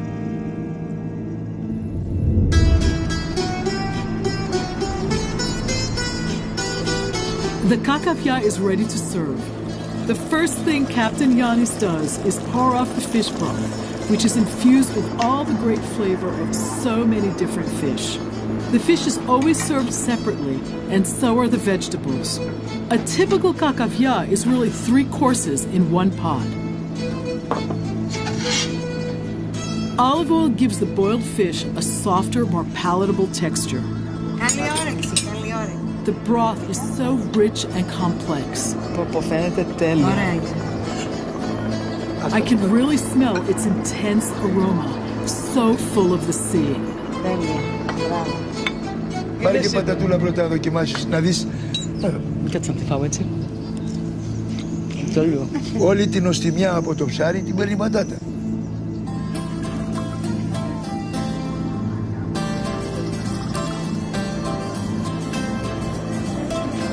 Just out of this world. Πραγματικά πολύ ωραία. Αυτό το ζουμί λέγανε οι παλιοί, είναι τόσο αυτό που λέει αυτό το ζουμί και νεκρούς αναστέλνει.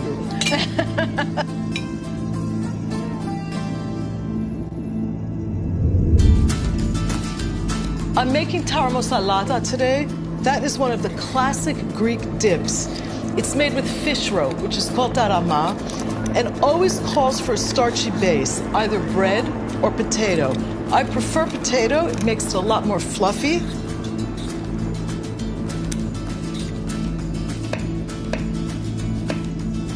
You just want to cube the potatoes. I cut them into like 1.5 inch cubes. I want them to cook as fast as possible, basically. These are going right into the cold water. adding a little bit of salt to get some good flavor on the potatoes. And as soon as this comes to a boil, I'm going to let them simmer for about 15 minutes or so until they're nice and soft.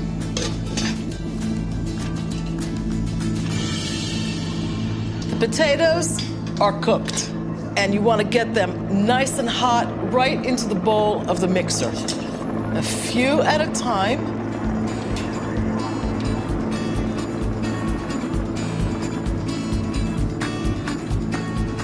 This is tarama, fish roe, from either cod or carp or sometimes mullet.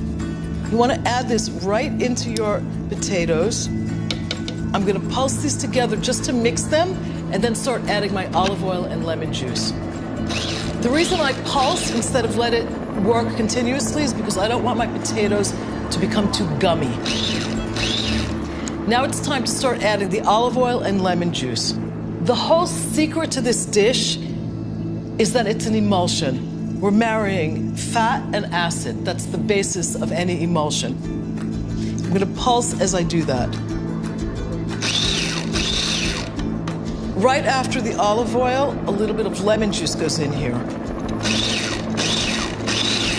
Lemon juice is always added when you make taramo salata because it cuts through the richness of the fish roe. It brings nice balance to the whole plate. A little bit more olive oil.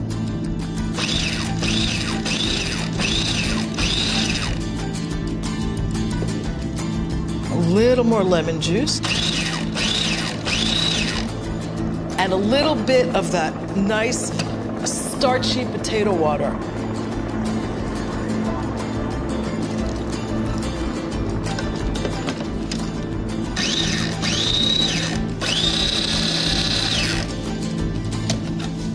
Oh yeah, that's what you want. This looks excellent. That's exactly the consistency we're looking for. This is more or less the classic, basic recipe. I'm adding a little bit of my own twist to it. Some chopped dill, which goes really nicely with lemon. It goes really nicely with anything even remotely fish-related. So just a little bit of chopped dill in here. And another little twist, some pink peppercorns.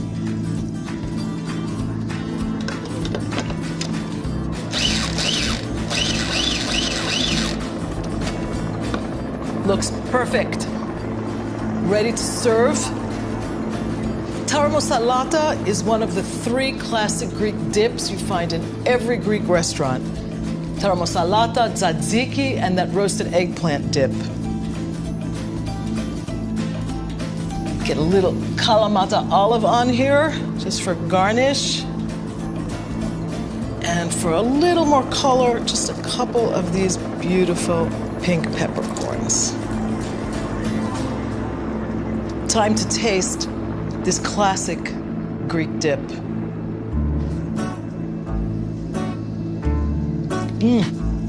It's a good thing when you like your own food. This is so lemony, it is so rich, it's perfectly balanced, and on top of that, it's one of the healthiest things you can eat. It's really a Greek superfood, packed with vitamins, packed with omega fatty acid, and delicious to boot. Wow, I want more.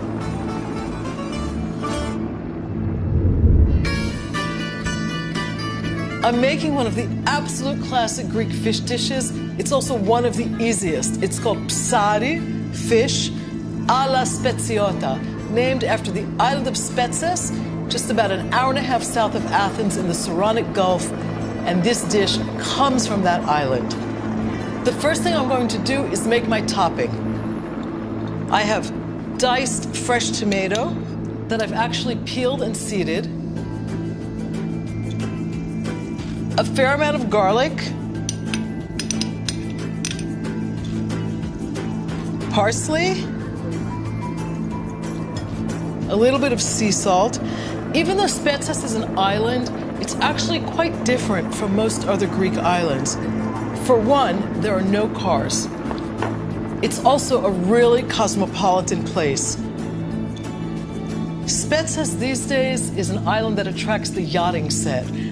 This dish, although it's very simple, it does have a certain elegance and a certain sophistication to it. I'm now going to add a little white wine. I want to oil up my pan a little bit, just a little bit of olive oil. I'm using really easy to cook filet of sole today. You can make this with almost any nice flaky fish, cod, haddock. Just a little bit of salt to flavor up my very, very mild filet of sole. A little bit of pepper. I'm spooning my tomato topping right over the filet of sole. I'm basically going to fill my pan with this. You can see how fresh and simple, but also how elegant it is. Get some of that beautiful juice in here. And breadcrumbs all over the top, which both help absorb the juices, but also give the dish a beautiful crunchy finish when it comes out of the oven.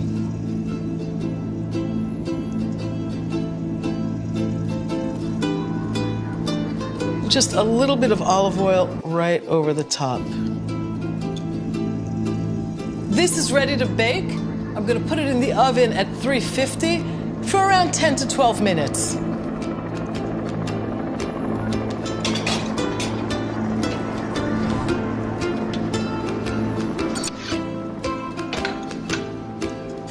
Just going to garnish this a little bit.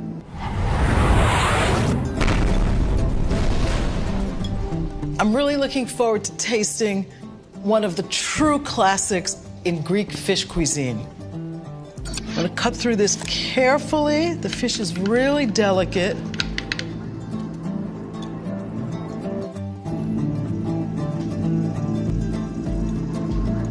Just a little bit more olive oil right over the top, a little bit on the plate. Nothing goes better with an island fish dish than an island wine. And I like to serve Santorini Assyrtiko with my fish alla speziota.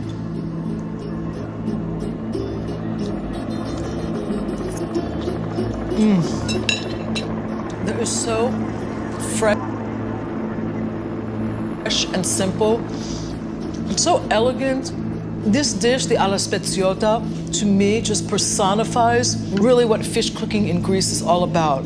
It's about maintaining the integrity of the fish, respecting the sea, respecting what you're eating, choosing fish that's in season and that's sustainable, and preparing it simply because it's always really fresh.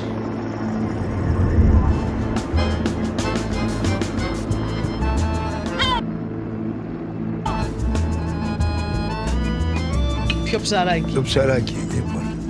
Αυτό είναι μπακαλιαράκι. Αυτός είναι μπακαλιάρος. Πολύ είναι. Δεν πειράζει, είναι φρούτο. Να πάρεις το μισό. Ωραίο, παπά.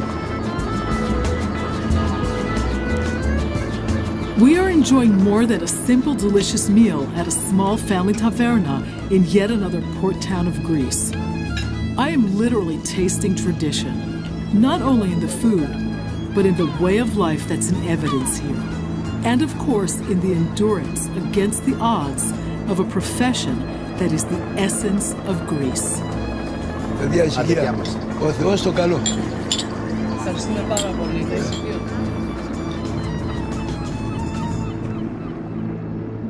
Πάρεις μετά με το χέρι το κεφάλι και θα το φας, θα τρως λίγο τι ψαχνό βρίσκεις. Το κόκαλο το βγάζεις, γιατί όλη η αξία του ψαριού είναι εδώ. There's a kind of a rule of thumb that fish and the ladies both need hands to enjoy. Και βάζει χέρι μόνο στο ψάρι. But nowadays, he only uses his hands for fish. Σ' άκουσε ένα τραγούδι που λέει «Με βρήκε άσχημη στιγμή». The sizzle, the char, the evocative, simple flavors. These are some of the defining hallmarks of Greek cuisine. Today, I visit one of my favorite grill houses, where they serve up delicious Greek-style lamb chops and more. And in the kitchen, an arugula salad with grilled pears and halloumi cheese. Who doesn't like melting cheese? Ooh, that looks like barbecue chicken. Grilled chicken legs with a Greek-inspired barbecue sauce. This is ready for the heat. And grilled lamb burgers. Join me on my Greek table as I explore the wonderful world of the Greek grill.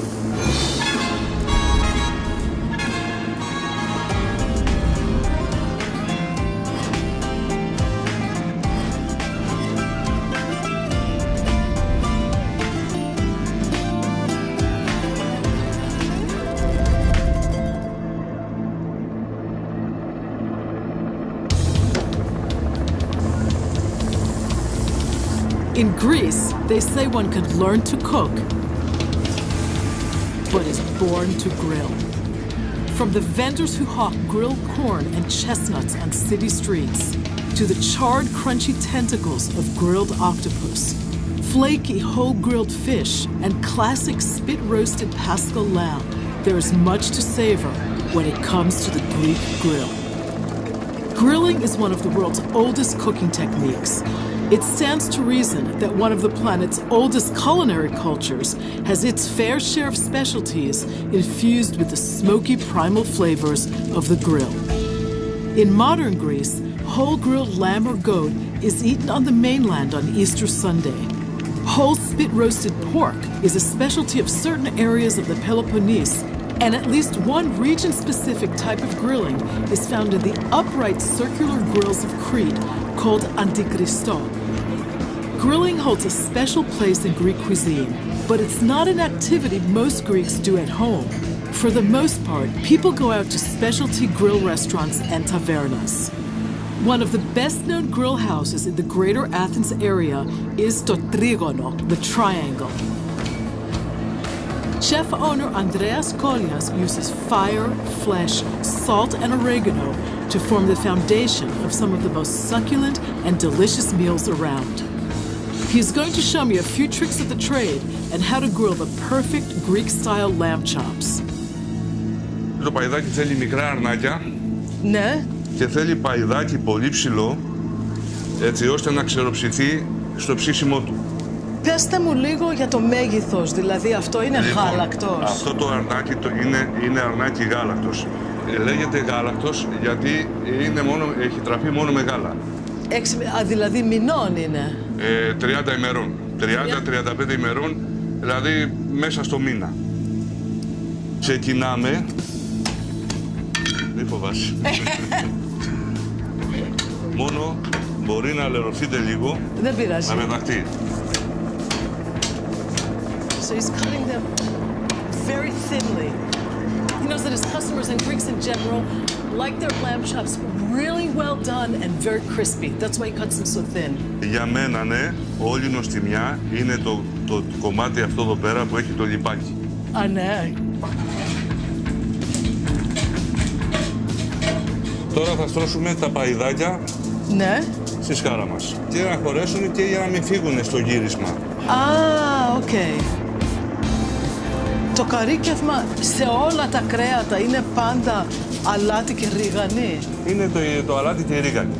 Για μας. Δεν νομίζω να θέλει κάτι άλλο. Κάνουμε τον αλατισμό αναλόγως πόσο θέλει ο καθένας. Εγώ το τρώω με πολύ αλάτι. Και εμένα μου αρέσει με αλάτι. Το γυρίζουμε. Έβα και λίγο παραπάνω. Πιπέρι δεν βάζετε. Όχι. Πιπέρι όχι. Εντάξει, I can do this. Έλατε. Να το δοκιμάσω. Μόνο μπορεί να μην καείτε. Όχι. Η διαδικασία είναι αυτή, τέλος. Αυτό ήτανε. Αυτό. Ανά 2-3 λεπτά θέλει κάποιο γύρισμα. The grill grates rest about 4 to 6 inches above the coals. These lamb chops cook for about 15 minutes, and Andres will flip them every 2 or 3 until they're well done, crispy, and delicious. I'm making an arugula salad today with grilled pears and grilled halloumi cheese. I'm just cleaning some of my beautiful, delicate oregano, which is one of the ingredients in the dressing. I'm getting my dressing going first, and I want a little bit of fresh orange juice in that.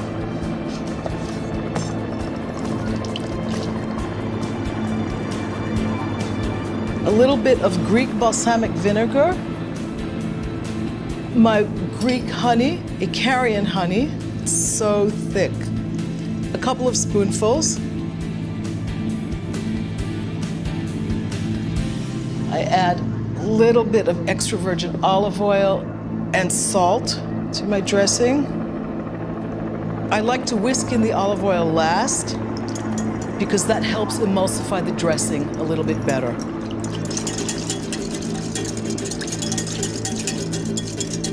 That's looking perfect. Just gonna sprinkle in my fresh oregano. And an ingredient I like to use because it's beautiful and it's very fragrant, crushed pink peppercorns. You can just crush them with your fingers. It looks really pretty. One of my favorite things to put on a grill or in a grill pan is actually fruit. It's a great way to bring out all those wonderful flavors, especially in fruit that's firm. I want to get the skin off. I oftentimes in the summer, when I have people over, I'll just grill up some fruit and serve it with a scoop of vanilla ice cream. It's kind of a very easy instant dessert.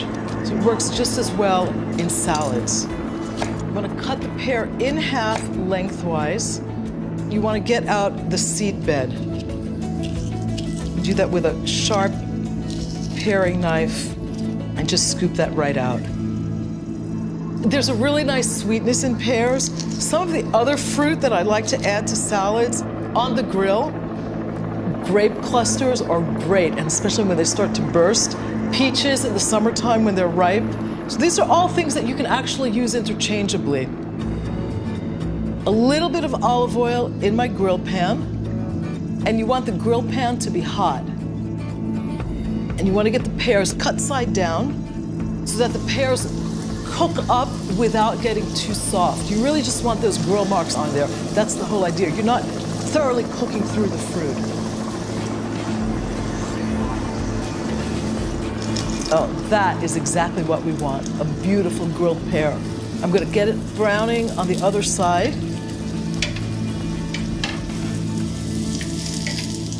I can get my cheese sliced, and I'll tell you a little bit about halloumi, one of the most popular cheeses in the Eastern Mediterranean. It comes from the island of Cyprus, and it's a semi-hard cheese. It's got this wonderful, almost squeaky texture to it. It's in the same family of cheeses as mozzarella, and it's actually a cheese that is usually eaten grilled. Beautiful. These are ready to come off. The grilling completely changes the nature of the pear. It's sweeter, it's a little bit caramelized, it's got this beautiful smokiness, and yet it's still firm and juicy. I'm putting my halloumi in the grill pan next. There's still plenty of olive oil in here.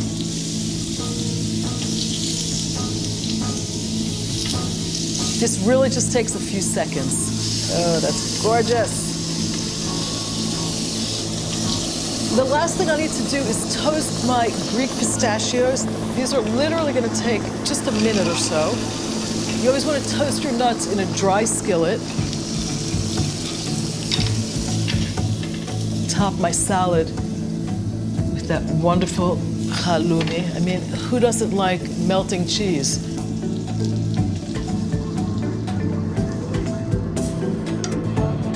My pistachios are pretty much done.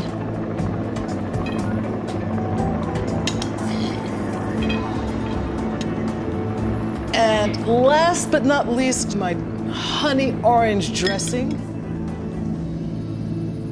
Now this is a beautiful salad. A little bit of that beautiful grilled pear, some arugula and pistachios, and of course that luscious grilled halloumi right on top.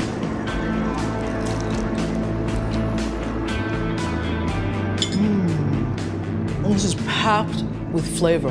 There's obviously an underlying sweetness because of the honey, but that's also enhanced with the pears and the grilling of them that brought out all that beautiful fruitiness. And those pistachios, they just add what we call in Greek tsakpinia, a little spunkiness to the whole salad. The arugula is really peppery. The halloumi, it's that umami grilled cheese flavor that, I don't know about you, but I love. This salad is the perfect example of the wonderful variety of Greek food inspired by the grill.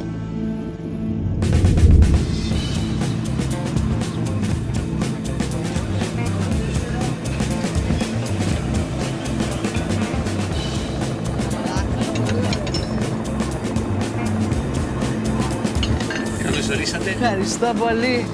Θα γευτείτε τις ωραίες γεύσεις. Moment of truth.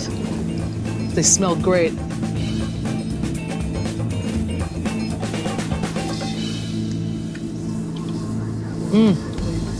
That is so tender and succulent. That delicious, almost pepperiness from the oregano, the salt, and that lemon juice that cuts through the richness of the fat, but the fat's really tasty. This is so basic. It's so simple. I totally understand why people have loved grilled foods literally for thousands of years. It is really delicious.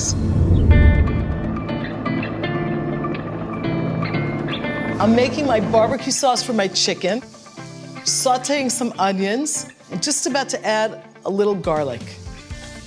Even though grilling is a really ancient Greek cooking technique, goes back to the time of Homer. In my family, it's a relatively new phenomenon. I grew up in a very traditional Greek home in Jackson Heights, Queens, and the barbecue was something that Americans did. It took my sister Connie, Kostia in Greek, to move to the suburbs in New Jersey, where she suddenly discovered the beauty of chicken and burgers and hot dogs on a grill in the backyard. This sauce is dedicated to her because I wanted to come up with a barbecue sauce using traditional Greek ingredients. I'm adding tomato puree, Santorini sun-dried tomato paste. It's really thick. A little Kalamata olive paste, very Greek. Icarian honey. This is pine honey. Steak sauce. A little Worcestershire, or as the Greeks say, Worcester sauce. Red wine vinegar. A bit of Greek balsamic. And a little bit of ouzo, with that really nice anise flavor. A little salt and pepper. I'm just gonna let this cook down for about 12 to 15 minutes until it's about as thick as ketchup. The sauce is ready. It's nice and thick. I can smell all those great flavors all melded together, that little whiff of anise. I just want to spoon some of this into a little bowl because I want to use it to dip my bread in later. I'm just going to season up my chicken a little bit. Some salt and pepper. I'm just going to brush this with my barbecue sauce. Slather it. It's really good. This is where the chicken's going to get its flavor. I'm reserving the rest of the sauce for when the chicken comes out of the oven. This is a little bit of a cheat for anyone who doesn't have an outdoor grill. I'm gonna bake this in the oven at 375 for about 25 minutes, and then finish it off in a grill pan to get those lines and that beautiful crispy finish.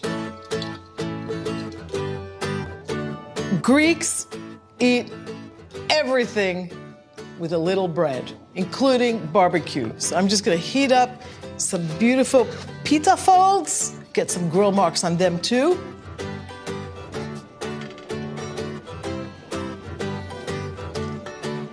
There's nothing like the smell of bread warming with a little olive oil. It's been about 25 minutes. The chicken's coming out of the oven. Smells like barbecue.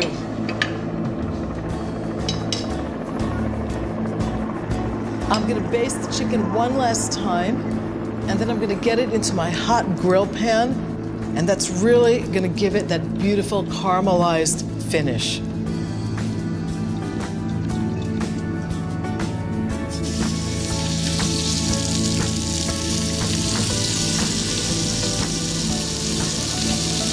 I'm gonna finish them in the grill pan for about 5 minutes.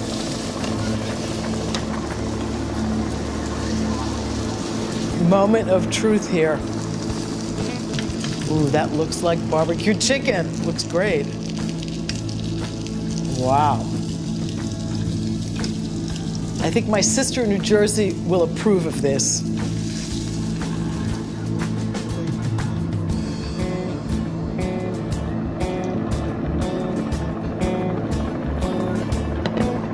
Time to taste my indoor barbecue. Wow. The barbecue sauce is surprising. It's got a little bit of everything in it. I can taste that anise. It's really sort of bright in my mouth. I can taste the wonderful sweet but also acidic quality of the tomato and the olive paste. And the olive oil gives it that, you know, comfort level, that soothing thing that Greeks love, and it calls for bread. Just something really good to dip into the sauce. I should bottle that. What would you drink with Greek-inspired barbecue chicken? Greek beer. Isigian. Greeks love meats on the rotisserie, called a souvlaki. One beloved specialty is kokoretsi, an innard sausage savored both at Easter and year-round. Rotisserie grilled pork, chicken, and lamb are a few other succulent favorites. I'm making one of the world's most popular grilled meat dishes today, burgers. Not just any burgers, I'm making Greek burgers today with ground lamb. Little bit of fresh chopped oregano. I always like to add a little fresh mint. Mint is one of the most popular herbs in the Greek kitchen. It goes naturally well with lamb. It smells really pungent, really refreshing. Using fresh herbs is a really easy way to make something as simple as a burger really impressive. There's always a little garlic in my lamb burgers. 2 cloves go a long way. You want to chop this quite finely. You could use a garlic press for this too. Burgers are something that Greeks make pretty often. It's a really easy midweek meal. Kids love them. There are 2 names for them in the Greek kitchen. One is bifteki, and the other one, can you guess it? Burger.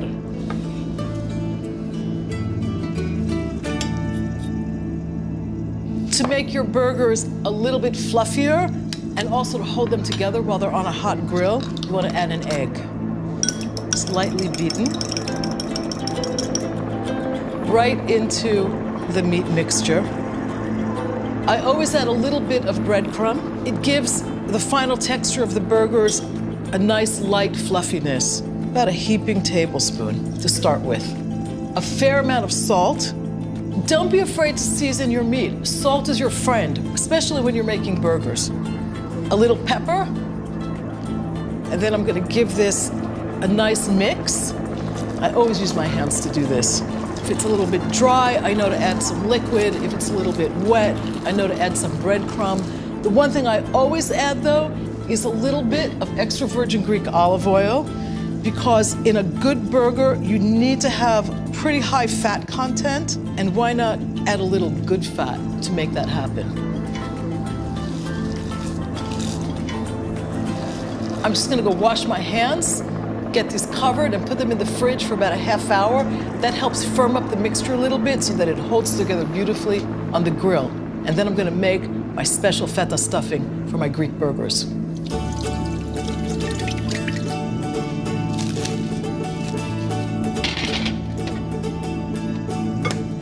I want to get my feta mixture ready. It's not plain feta that's going in here. I like to make a little special mixture. Lemon and this very traditional Greek ingredient, cayenne pepper. Goes great with feta. I just want to crumble this up and get it ready.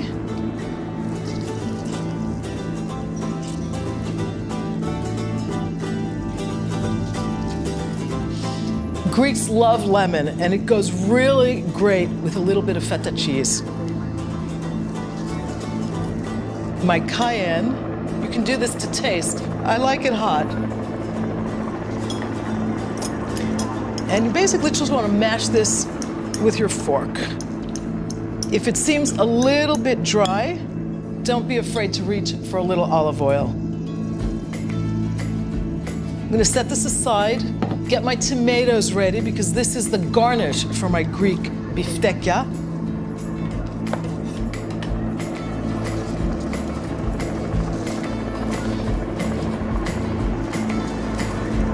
The only thing I add to the tomatoes is a little bit of salt. Brings out their lovely juices. I'm ready to shape my burgers. I have to get the mixture out of the fridge. Beefsteaky time. The first thing I'm gonna do is heat up my grill pan. It has to be nice and hot when those burgers go in there. You guessed it, a little bit of olive oil. And here is the fun part, making them rather compact.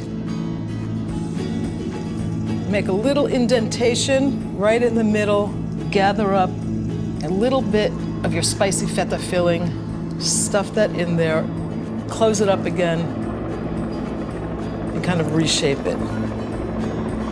This is ready for the heat. The burgers will take around 4 or 5 minutes aside.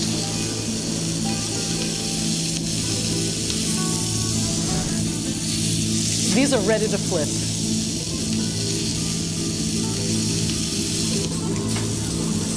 This smells like you want to eat it right now, which is exactly what I want to do. They're ready to come off.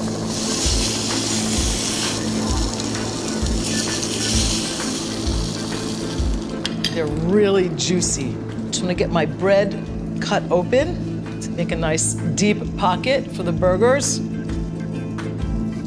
Oh, that looks great. You see all that great melting feta cheese in there, a little spice.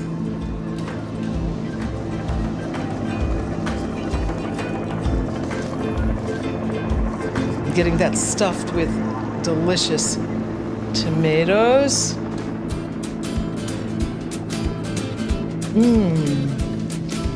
This is primordial. It's so good. The meat is so juicy. That mint is like just screaming out at me. The feta cheese has just a little bite, and the whole thing works really well and is kind of tamed by the nice subtle flavor of the pita pocket. It's okay to be messy when you're eating a Greek bifteki. It's really good.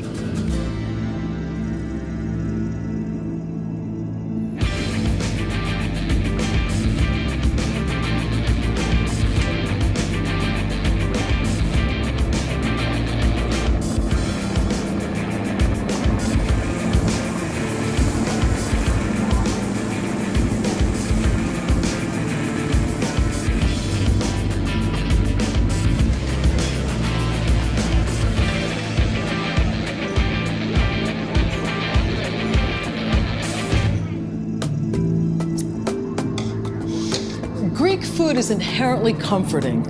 The ingredients are simple, the preparations are rustic. Whether you're preparing something traditional or something modern, the main ingredient is always conviviality. I'm gonna make you something special. Today in the kitchen, I'm making spanakopita grilled cheese, feta mashed potatoes, zakynthos chicken sartsa, and artichoke moussaka. Join me on my Greek table as I prepare some of my favorite Greek comfort recipes for you.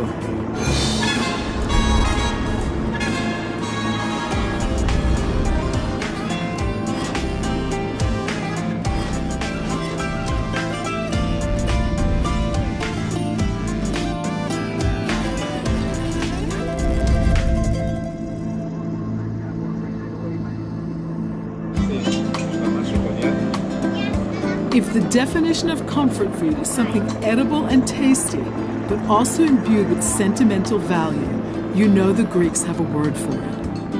Nostos, which means homecoming in ancient Greek, is also the root of the word nostalgia and the Greek word nostimo, which means delicious. Tamaladas. Come in here. Tamales are part of a country and a people. They are pure Mexico, and they have inspired so much more than just fun words. The number of delicious tamal recipes is endless. I love tamales. Love tamales. And today, they've inspired me to throw a tamaliza.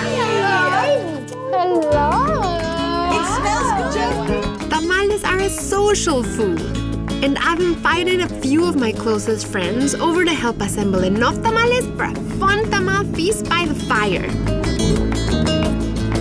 Chicken and green salsa tamales. Sweet corn tamales, also called uchepos. Chocolate atole. Plus, my friend Tamara shows me her fabulous recipe for green rice. Look where I bring you. The best tamales in town. In Mexico, my dad takes me on a tour of his friend's tamal factory. And of course, no tour is complete without a tasting. I think I now like this one more. I'm going to show you everything you need to know to make tamales right in your very own kitchen. Maybe you'll be inspired to throw a tamaliza too.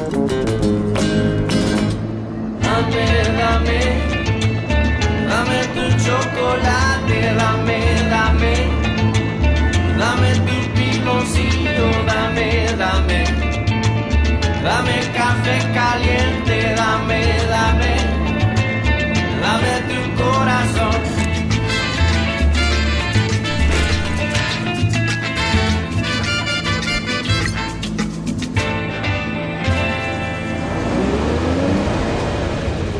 Behold the tamal. How can something be so humble, yet so breathtaking at the same time?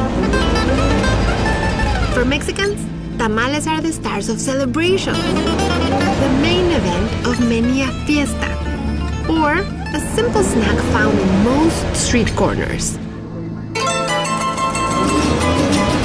Let's admire the magical tamal as we prepare to wrap our own. In pre-Hispanic times, tamales were considered gifts from the gods. Today, we think of tamales as gifts to each other, a perfectly packaged little present of deliciousness.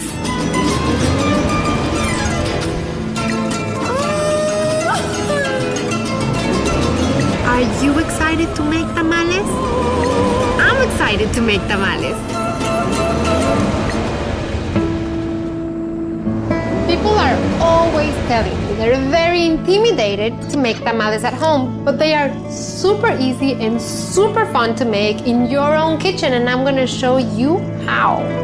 Now, my favorite tamal of all time is the chicken in green salsa tamal, and that is what I'm going to start with today.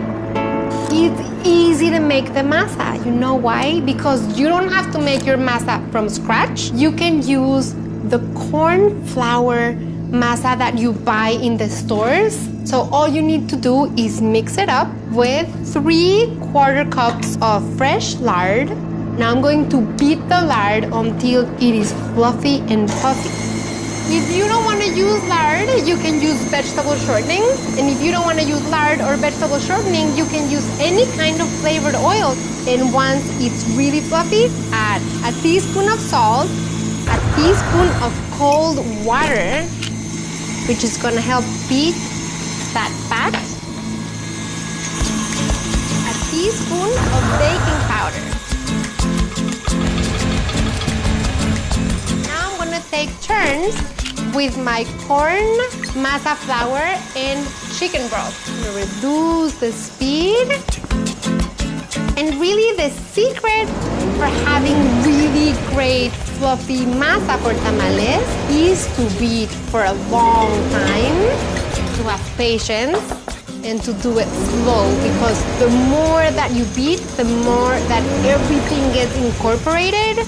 I have about 3.5 cups of chicken broth and 3 1/4 cups or 1 pound of corn flour masa. And keep alternating with moderate amounts of the dough until they're finished.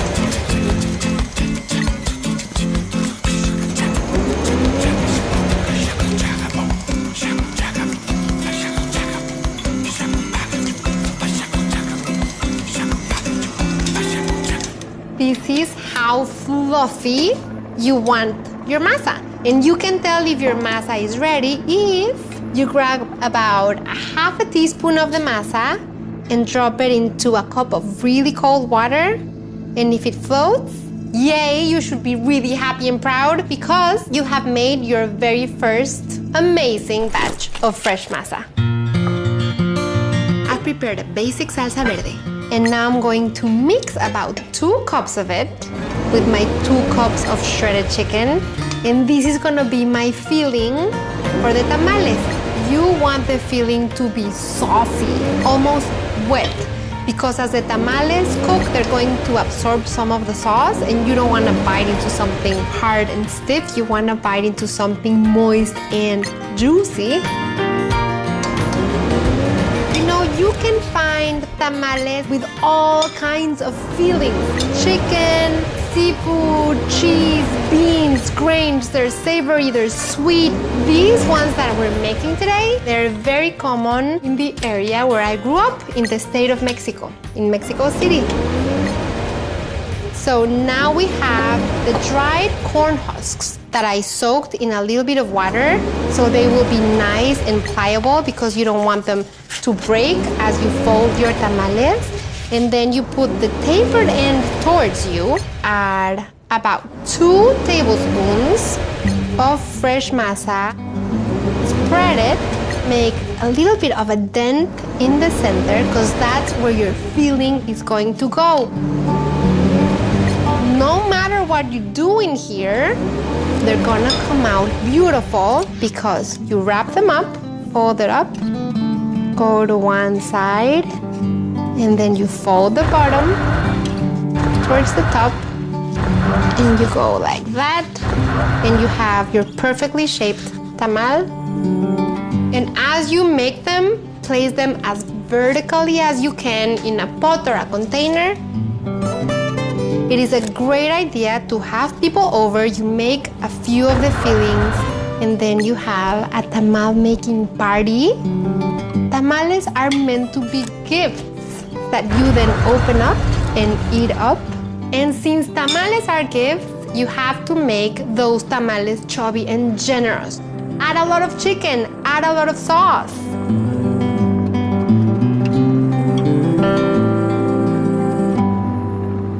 Enough tamales here. Now I'm gonna show you how to assemble your tamalera, which is nothing but a pot with a steamer in the bottom. You have a big pot, and then you add enough water to have just under the steamer, and then you add a coin for 2 reasons. If you happen to run out of water, the coin will start jumping up and down if there's no more water, so you know that you need to add a little bit more. And also because people say that you need to have some money in there to keep the tamales happy, but you also want to add some husks in the bottom of the strainer that will create sort of a protective layer, and then you add your tamales as vertically as you can. And I think it's just you have to be in the zone. Oh, add some more husks to the top, whatever remaining husks you have. It's a nice steam bath for the tamales. You are going to steam these tamales for about an hour. If you think that that whole business of tamal making is too complicated for you, you don't want to get the husks, you don't want to make them one by one, you can make a tamal casserole. You have similar ingredients. You make your batch of dough, place half of the dough in the bottom of a pan, add the filling, then add half of the dough on top, bake it, add some more salsa verde, cream and cheese, put it back in the oven for 10 minutes, and you have a tamal casserole. And it looks so pretty.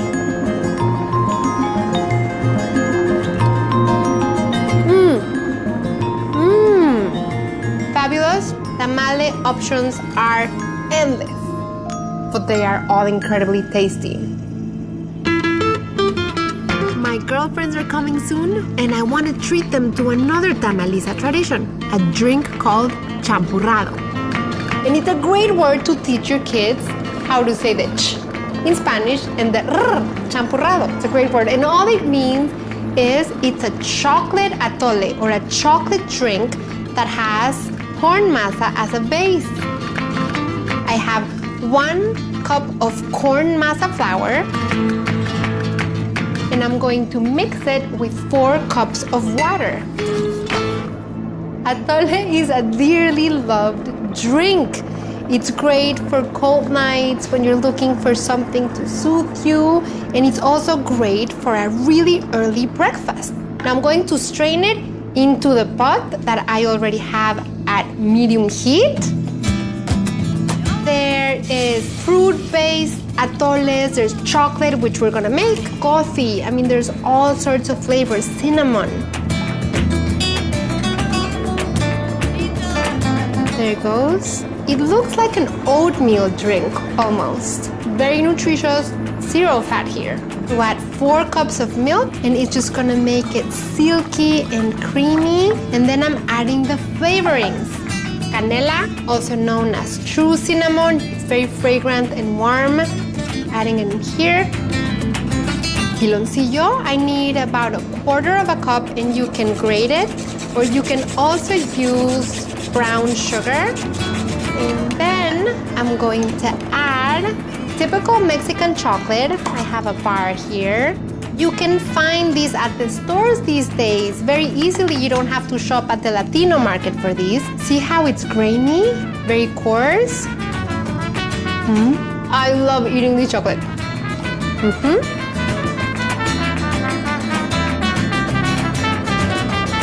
And then I'm gonna use my molinillo. You can stir it with a wooden spoon, or you can use a whisk.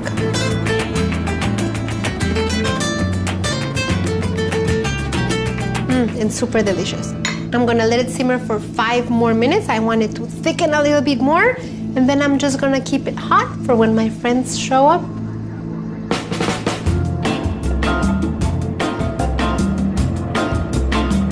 Finalmente. Qué abrazarte.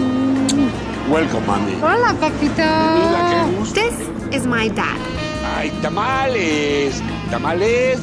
This is a tamal, and they have everything to do with each other. Remember when I went to Washington? You brought 60 tamales in 2 bags, and we ate them in 36 hours. Yeah. You brought them from here? Absolutely. You forced us to eat it in 36 hours. Like anything else. It's not enough for him just to eat tamales. The best tamales in town. He has to practically get inside the tamal, or in this case, the tamal factory. Te quiero presentar a mi amigo. ¿Sí? Yo te diría que es Mr. Tamales. This is Ruben, and he's like the Willy Wonka of tamales. I know the traditional way is to make them by hand, and I see those really fancy machines. Nosotros las inventamos, nosotros hemos hecho todos los procesos. Pues yo soy ingeniero en electrónica. So you combine your love for tamales with your engineering. Yeah. And I can't think of a better way to use that knowledge. The masa and the salsa are at the same time. He's brilliant. Con las máquinas que tenemos capacidad de hacer 12,000 tamales. 12,000 in one day. Sí. There's steam oven. Sí, así que es. tú diseñaste. Así es. Einstein. Ruben Einstein. This guy is Ruben Einstein González. González. I like that. Oh, I can smell it. That smell signals the end of the factory tour and the start of the tasting tour. ¿Vamos a comer? Claro. ¿Sí? Hoy te voy a preparar unos tamales que no lo vas a creer. Sí, que I haven't had breakfast. Wow. Okay, we're doing a tamal tour. Probar este. ¿Ese qué es? There are typical tamales. This is unreal. Tamales in banana leaf. El mismo verde en hoja de plátano. Oh. Ve eso. Sauce tamales. Esto va en la foto. Sweet tamales. Mi papá y yo, we've always mixed salty and sweet. When we eat tamales, we have on the table at the same time lo saladito y lo dulce. The next one, always better than the last. I don't know which one I like more. So you eat more. And my dad is always ready to share his wisdom. ¿Cómo te comes un tamal? No, con un tenedor, mi vida. Now I know why my dad packs 60 of these tamales before he comes to visit me. Because he knows what's best and he's always trying to bring it to us.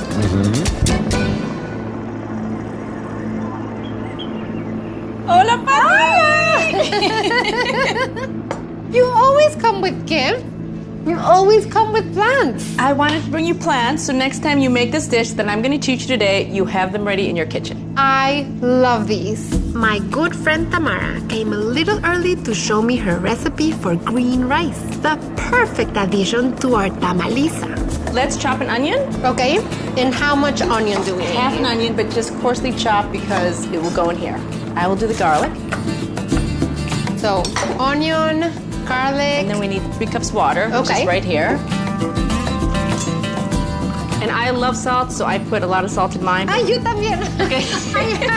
Too much salt too, everything. There we go.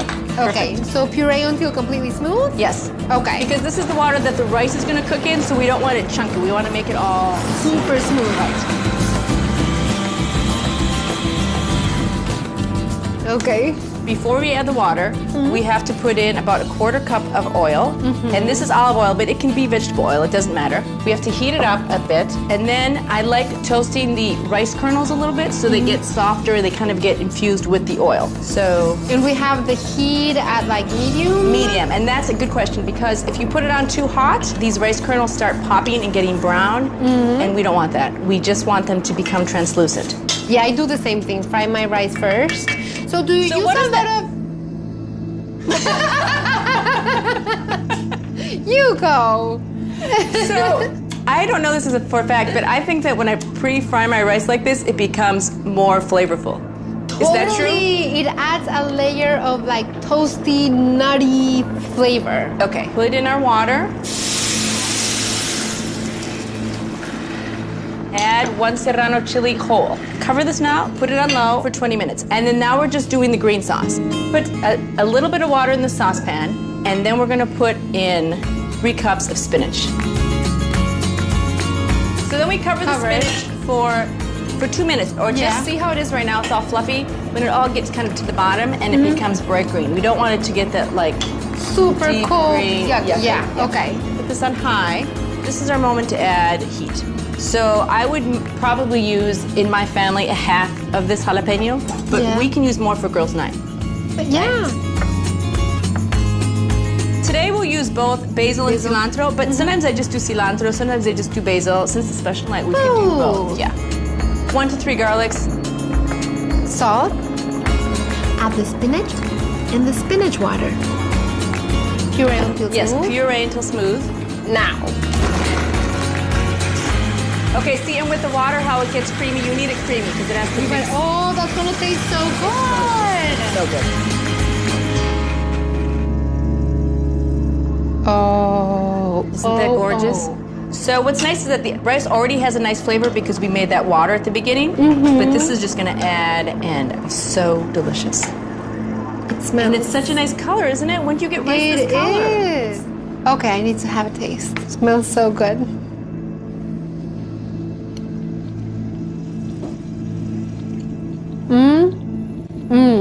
So moist and creamy. It's like a risotto kind of thing. Exactly. This is gonna be so good with the tamales. Next, Tamara's going to help me make the last recipe we need for our girls' night tamalisa. Okay, so we're gonna make uchepos. ¡Qué rico! You know what they are? No. Okay. But this just looks so good. So you have to love an enthusiastic friend, right? 3/4 cups of sweetened condensed milk. Because what goes in this tamal base is nothing but a little bit of sugar and milk or sweetened condensed milk and the most tender corn. This is from 10 ears of corn. Just add like half of that in there, a little bit of cinnamon, and then I'm adding some salt, and then you're gonna help me puree these. Go. Okay, that's great. Now let's stop and let's add the rest. So we're gonna add all of the sweetened condensed milk.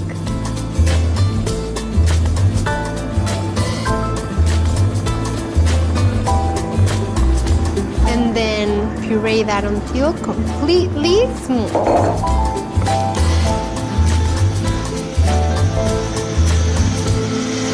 Okay, perfect. And then, if you can just pour it all in here. To thicken it out, I have some cornmeal. Add a half a cup at a time to give the cornmeal time to absorb the moisture. And then I'm adding a little bit more. You want it to be thick enough that you can make a tamal. Okay, if you want to help me add a little more, here I have my tamalera. This is my little one that I've had forever and ever. I'm adding some fresh leaves of corn in here. Now, did these come from these same ears? Yeah. Okay. What do you think about this? I think it looks good. Okay. Hola! Hola! Hola, Pati! Hello! Just in time! Looks good! We are making tamales, because at tamal party we all have to make tamales. We love tamales. Do you guys want a little bit of champurrado or chocolate atole? Yes. ¿La has probado? No. No? Diana, you're Mexican. I know, but Patti, you introduced me to the good stuff. Cheers for our beginning of the tamalista. Cheers. Is it good? So yummy. Okay, guys, but now we have to work. This is the mix to make uchepos, which is the corn tamales. I'm cutting the bottom. And since they're so thin, you need to layer 2 or 3 on top of each other. You add a little bit of the masa. So you close it up like this. Like a taco. Yeah. And then you fold them like this. And then you have your adorable little sweet tamal. Voila, like that. I always thought tamales were very hard to make. They're actually very easy.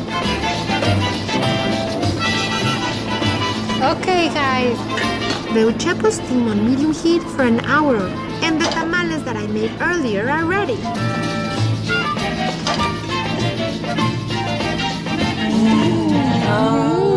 Good. You know if the tamal is ready when you open up the husk, it doesn't stick. Good. So good. You can have a whole meal like this. So good. I love it. It's so fresh, Very fulfilling too. I love the amount of chicken with the tamal. It also feels like a little present that you open. So nice. I like it. Let's go outside. Let's go outside. Oh, it's so pretty out here. Nice. Oh, it's perfect. Wow, the tamales are here. El arroz verde. That looks so good. This is the tamal casserole. That looks great. So let me give you a little. You want a little? That's a lot. That's a lot. That's a lot. This one's for me. Yeah. This is delicious. This is so good. Yeah? Tamara, I love the rice. It's very fresh. I'm gonna go get the sweet tamales, okay? Okay. Because I think they're ready. Thank you. Okay, guys, cute or what? Oh! Uchecos. Are these the ones we need? Ay, mira, sí, of course. So nice, guys. Look at it. Patti. They're so good. More earthy. They're my favorite. I love them. And we're having a tamal. Oh, tamalata. Do you want to do again a tamaliza? I say yes. No, whatever. Yes. Cheers. Cheers, tamalita. Thank you, Patti. Thank you, guys.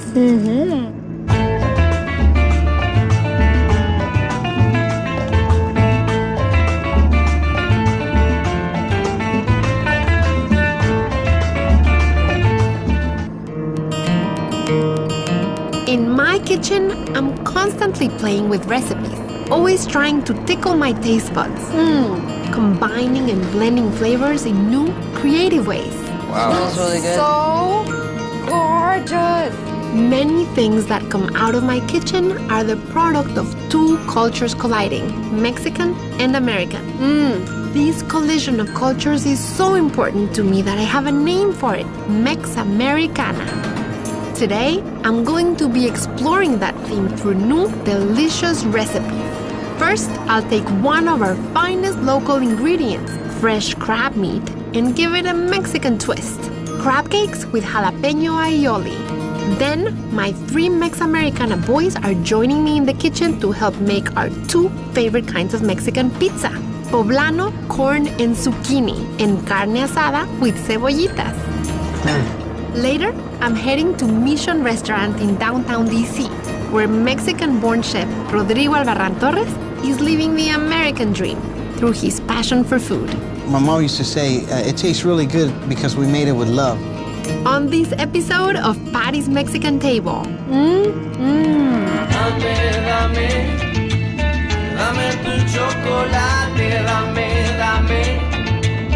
dame tu piloncillo, dame café caliente, dame tu corazón.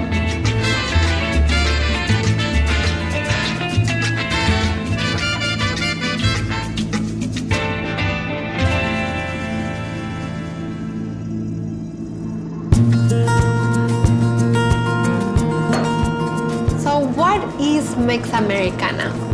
I guess that Mex-Americana is that dimension, that place where 2 worlds, Mexico and America, collide. The cultures, the people, the history, the food.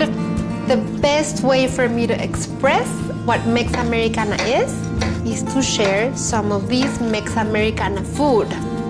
So the first thing that I'm going to do is some Mexican-style crab cakes. There's so many Mex-Americana stories out there, one better than the other one. And this recipe for these crab cakes actually comes from one of them. Chef Alfredo Solis, who used to be the executive chef at a restaurant here in DC, started out mopping the floors and washing dishes, and he worked his way up until he became an executive chef. One time he invited me to develop a menu for their Cinco de Mayo week.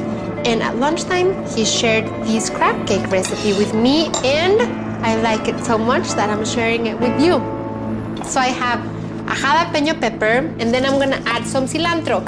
Stems are packed with flavor. They have such a nice crunch. This is gonna be the base for the crab cakes. Then we're going to add some mayo, like 2 teaspoons. Then I'm going to add breadcrumbs, like 3 tablespoons. And salt, black pepper. Then I'm gonna crack an egg in here.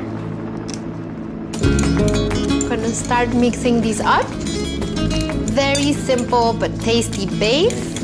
In goes a pound of jumbo lump crab meat.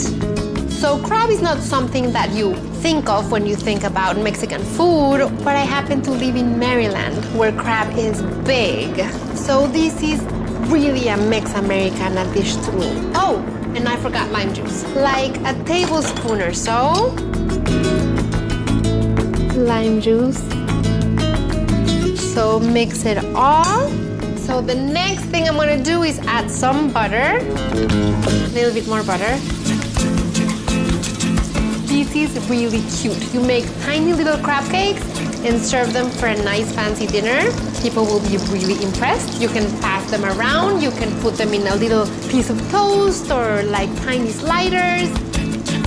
Now that it is all melted and bubbly, I'm gonna use an ice cream scoop to shape the crab cakes, and you're gonna see how pretty it looks.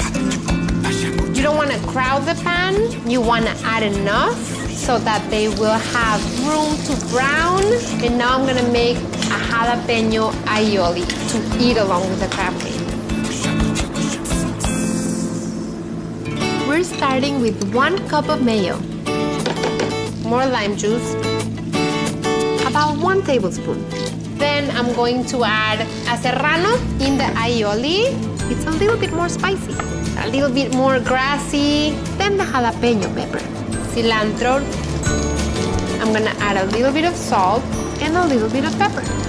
These are ready to flip, and you want them fat and puffy, and they will be moist in the middle. Okay, so now I'm gonna let the other side brown, and then we're just gonna puree these until it's completely smooth.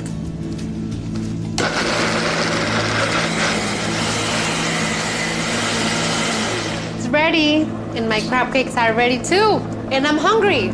The aioli goes in here.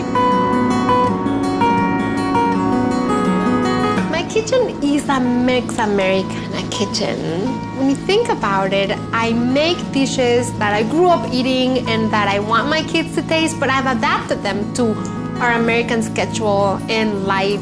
And I've also started making new things because of ingredients that I've gotten to try. So it is that intersection of worlds with the English and the Spanish.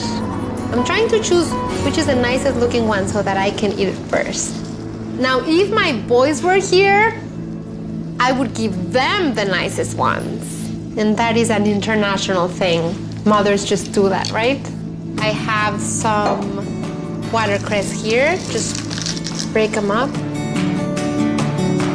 So I'm adding lime juice and some olive oil, some salt.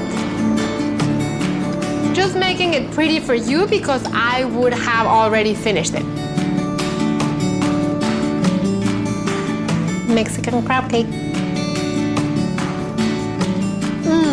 It is the perfect amount of heat. It's nice and crusty on the outside. It is so moist on the inside. I wish you could taste it. I mean, the chunks of crab.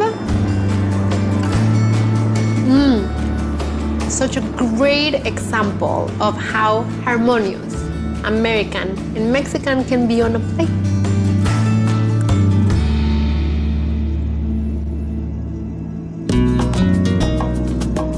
I know what Mex-Americana means in my kitchen, but there are Mex-Americana stories all over the US where these two cultures and cuisines come together every day. Each story is unique, interesting, and usually delicious.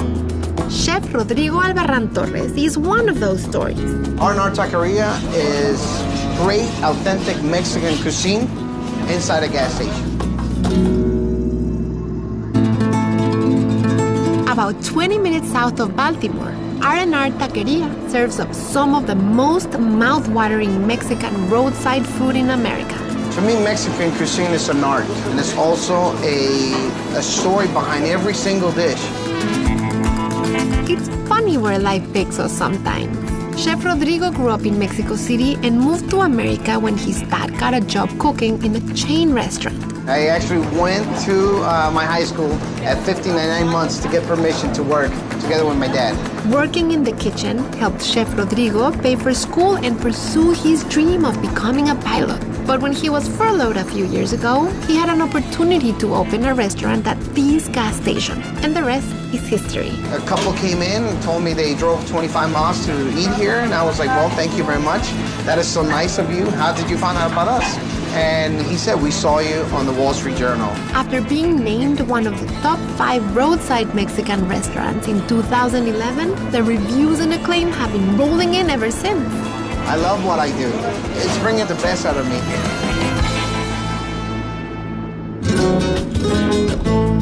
R&R is such a success that Chef Rodrigo was asked to open a new restaurant in Washington, D.C., Mission. And that's where I went to meet him. Chef Rodrigo! Hola, ¿cómo está? ¿Qué tal? Mucho gusto. Mucho gusto. One of the most popular dishes at Mission is the tacos al pastor. One word used to describe them? Phenomenal. But the real reason I'm here is to try the most Mex-Americana thing on the menu, Chef Rodrigo's chorizo burger. First, he uses a quintessential Mexican ingredient, chorizo. Then Americanizes it by combining it into a beef burger with his own special seasonings. So water, you tell me when to stop. So you want to stop right there. That's good. Let's do about half an onion. Okay. 1 teaspoon of cumin. 2 de sal. All right, then we're gonna use a little black pepper. ¿Cuánta? It's one. And the garlic onion. This garlic powder? Garlic powder. Uno? Okay, so uno. We're gonna go ahead and blend it. Okay. How did you start making the chorizo burger? I like burgers and I like chorizo. Right. And one day I was sitting in my house and I was like, let's mix it up and let's do the burger. And I just So you started playing tested with it at home with your family first? Yes, they're always my pig. Your pig. Yes. Okay, I'm gonna go completely puree. I'll do it at low. There we go. There we go. Ahí está bien. Okay, so you have 4 kids? I have 4 kids. My middle son likes chorizo. Yeah? So that's also the thing why we use a lot of chorizo. What you do is you want to use about 30% of chorizo to the ground beef. So I see the combination of Mexican in the U.S., in this kitchen, in this dish. How did it come about for you? You got to adapt to your customers. People here like burgers. And, so we want to go ahead and introduce Mexican items into the burgers. Along with the burger, Chef Rodrigo grills up some applewood smoked bacon, some serrano peppers, and adds a slice of pepper jack cheese that packs a real punch. El ghost pepper. But actually, it's not that bad. Yeah, there we go. It has a little kick to it, but it's not going to overwhelm. I don't think. It doesn't have a little kick. That's a big kick. This is like a gigantic stomp on the head. All right. Chef Rodrigo then dresses his burger up with lettuce, tomato, onions, avocado, and homemade chipotle mayo. The best way to share, I think, how Mexico and America combine it is on a plate, no conflict, just taste. Enjoy the food.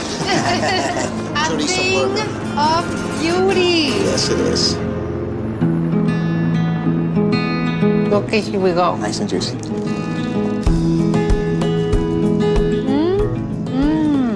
It is phenomenal.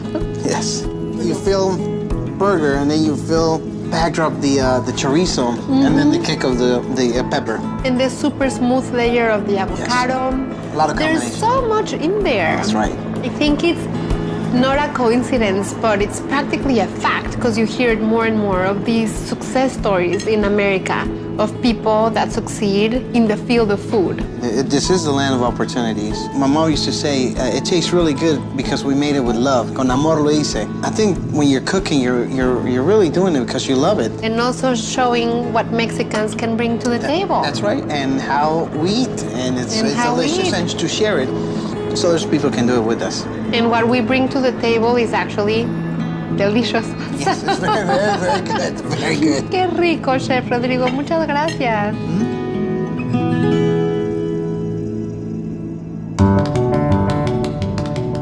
Being Mexican, I know I have a strong accent, and I do have a little bit of a problem with a few words. So last year, I was here with you guys, and I was using Worcestershire sauce, and I was having a little bit of a problem pronouncing it. You guys were so kind. I received so many emails with you telling me how to pronounce the word. I have a few here. One's from Christine. Patty, I want to demystify the pronunciation of that sauce. From now on, I want to hear you say Worcester sauce. Like rooster, only with a W. Christine, thank you. But then Barbara said, hi Patty, hi Barbara. The correct way to say Worcestershire sauce is just 3 syllables. Worcester, so the sauce is Worcestershire or Worcestershire or Worcestershire. Rhymes with tire like on a car. Hope this helps you. Thank you, Barbara. The boys are going to help me make 2 Mexican-style pizzas later. And we are going to need that W sauce for the first one. Carne asada with cebollitas. So the first thing we're gonna do is the marinade for my carne asada, and I'm gonna use just 1 chile de árbol. I have a skillet here that I've been heating, and I'm just going to toast it lightly, just a few seconds per side. The chile de árbol, they're these cuties. I mean, they're adorable. They're very, very spicy. They're smoky and they're rustic, and you only need 1. So I'm just letting it toast. So you don't want to burn it, you just want to toast it. So I can start smelling it a little. It starts getting fragrant, but not burnt. You can see how it changes color, and I can feel it. So I remove the stem, and I'm just going to break it in my blender. And I'm going to add my usual carne asada marinade ingredients, which is Maggi sauce, a half a cup. You can use Maggi sauce or soy sauce. And then I have a half a cup of fresh squeezed lime juice. And then I'm adding 2 garlic cloves. And finally, 2 tablespoons of that W sauce. And then I'm just going to puree until completely smooth, and that's gonna be my marinade.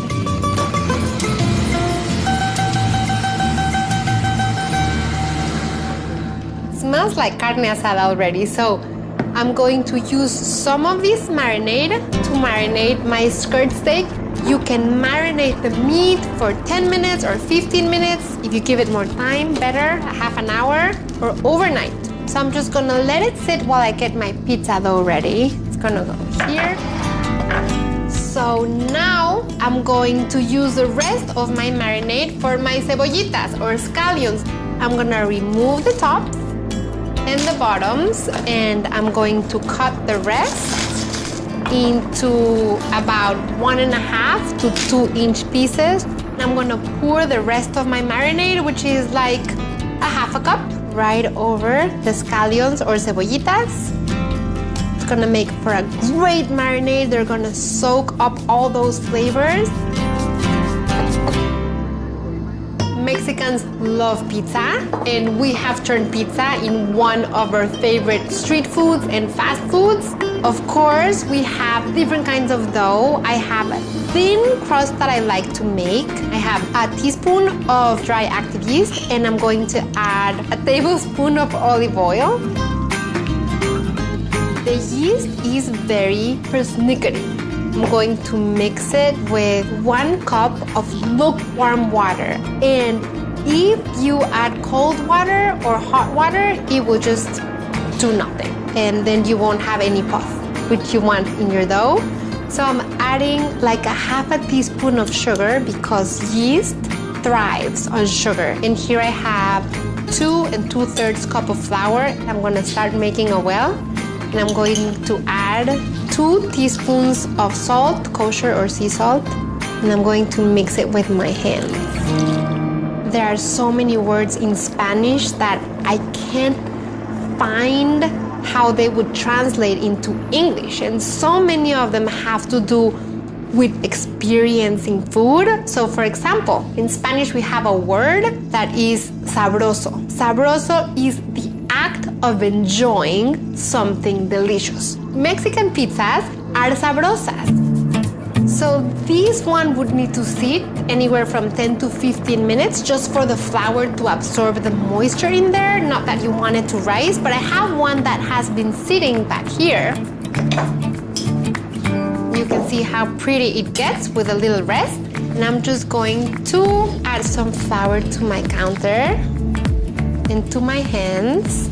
And now I am going to knead this dough for about 2 minutes, just until it goes from being sticky to very, very malleable and plastic, see? Then you're gonna cut it in half, and then you're gonna wrap it tightly, and it's a great idea if you can let it sit in your refrigerator for at least 1 hour, but it can stay there for up to 3 days. And it's gonna get even more beautiful because it's going to proof, which only means you're gonna let the yeast do its thing.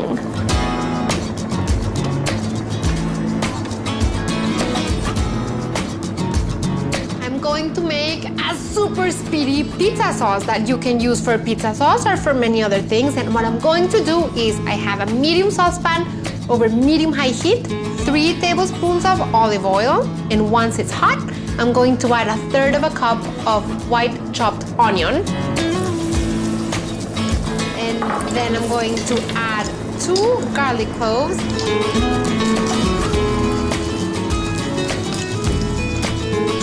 See how gigantic these garlic cloves are? It's good for pizza sauce. In it goes. You only want the onion and the garlic to soften and to start browning, and the moment the garlic becomes fragrant, I'm going to add the crushed tomatoes. And I'm using 1/28-ounce can. You can use this sauce for pasta too. and it's jumping all over me, so I'm going to add the oregano, some salt. So I'm just gonna cover it because the sauce is gonna jump all over the place, and I'm just gonna let it cook for 5 to 6 minutes, and it's done, it's set. Once you have your pizza dough and it has rested in the fridge, you need to take it outside so that it's at room temperature. And then you don't want to roll it out with a rolling pin or stretch it out because then you're gonna get like hard pizza dough. I'm gonna start pushing it down like that from the inside to the outside so that it gently stretches out. And then you go again from the center to the outside. The boys are gonna be back from school. We're going to have a Mix Americana Pizza Fest. So what I'm doing is I'm just stretching it out and letting gravity do its work. I've never tried throwing it. You wanna get like a 10-inch or 12-inch pizza. And then I'm going to make this round baking dish. And then I'm going to make the other one in this old pizza stone that I have.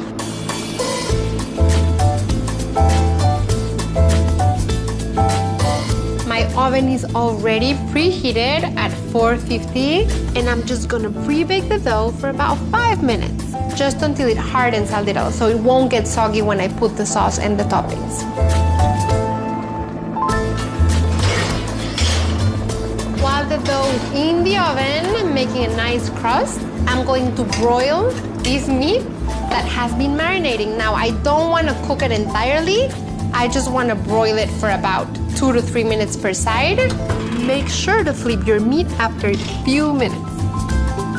And my dough is ready to get the sauce and the toppings. Pizza! You gonna help me out? Yeah, okay. The boys and I are going to make a poblano corn and zucchini pizza and a carne asada and cebollitas pizza. So remember when we go to Mexico to eat tacos? Yeah? So we're making the carne asada tacos in the pizza. So Juju, come on this side. Can you help me put some sauce here? Sammy, can you help me with this one? No muchísima. So we're doing 2 different kinds of pizzas. The first one is gonna be a carne asada. We'll use half of that mozzarella cheese on this pizza and half of it on this one. We'll use the pizza stone for our carne asada pizza. And then we're gonna add the cebollita. To this one? Sí. Juju, after Sammy's done, half of that cheese on top of the cebollitas, okay? And for the veggie pizza, we're gonna have zucchini and corn and red onion and poblano chilies, which is such a great combination, with lime juice and olive oil and chipotle chili powder. And we'll top it with ricotta and a little more mozzarella. I'm gonna put the pizzas back in the oven for about 10 minutes so that the crust gets really nice and brown and everything comes together and the cheese melts. And the oven is set to 425. The carne asada pizza is ready. Wow. Smells really good. So gorgeous. Okay, here we go, guys. Wow.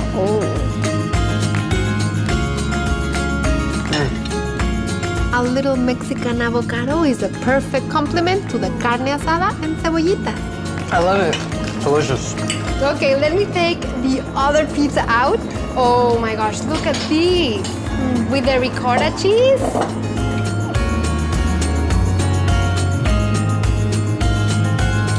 Okay, I'm gonna take a bite of this one. Crust is really thin and crispy. Then it has the melty cheese and the carne asada with the marinade. Then the cebollitas are so crunchy. Mexican pizza is a thing. So we want to start making Mex Americana pizzas regularly. Definitely. This is Mex Americana food with my Mex Americana boys.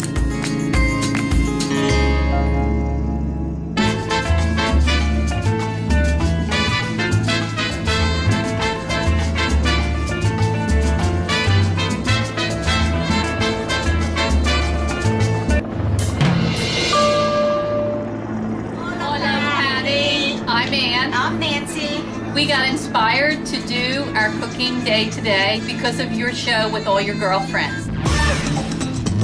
One of my favorite parts of what I do is the feedback that I get from all of you. Homemade tortillas. Whether it's Facebook, Twitter, or just plain old email, I'm in constant touch with you guys. Hello, Patty. I'm Gabriel. Welcome to my kitchen. Recently, I asked you to send me pictures and videos of your takes on my recipes, and I've had so much fun watching them. Look at this beautiful piggy cookie. It's beautiful. I'm going to show you my favorite thing to put your salsa on.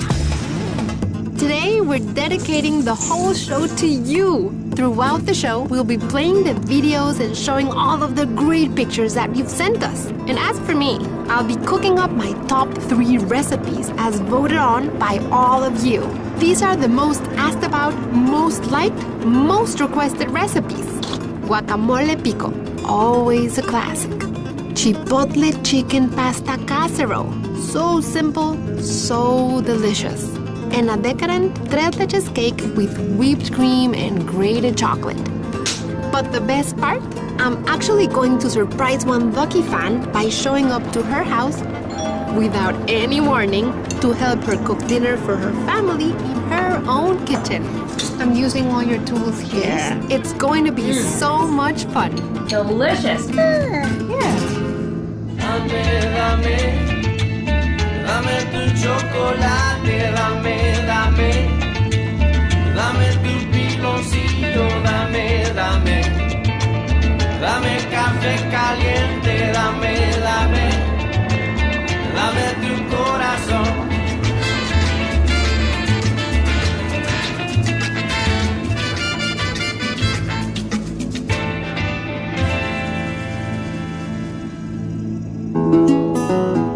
So I was not a big fan of Mexican cuisine until about 4 years ago when I started watching Patty's Mexican Table.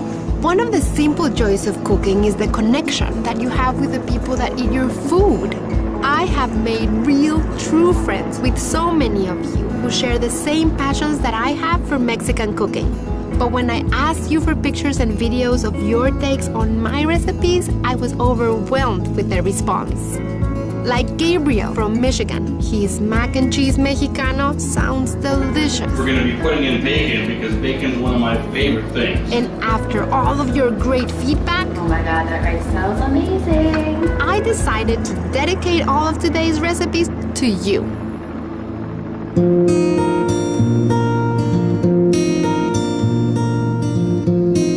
Today I'm making the 3 recipes that I've gotten the most feedback on, but I'm gonna give them some new spin.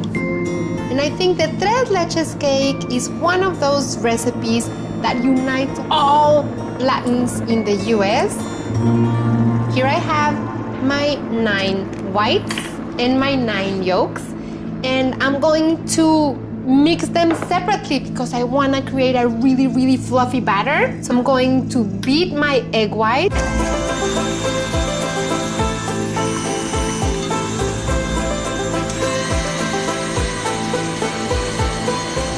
You can see as the whisks go around it, they're starting to hold the shape. You want to go a little bit further.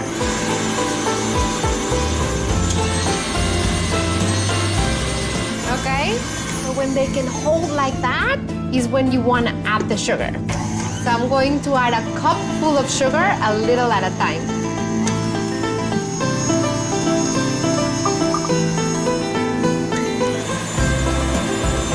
Beautiful!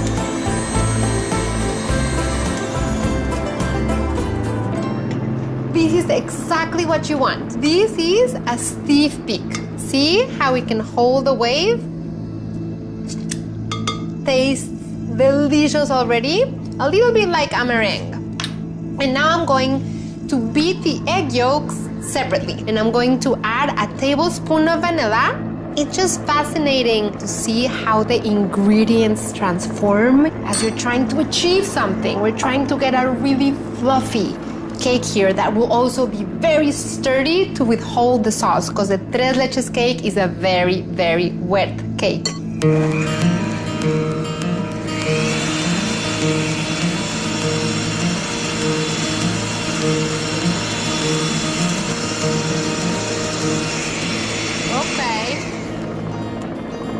So you can see how the color changed to a much paler yellow. Now I'm going to combine my egg whites with my egg yolks.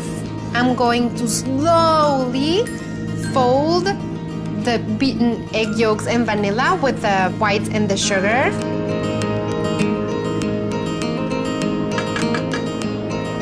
Now I'm folding the 2 cups of flour into the mix gently because you don't want to lose all that volume.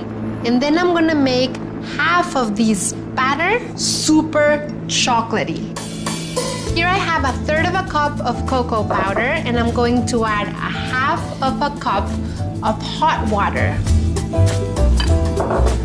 This is an easier recipe. You know, when you soak the cocoa, it brings out the flavor in a really intense way, and it just helps it combine much easier. So I'm going to add half of the batter into this bowl.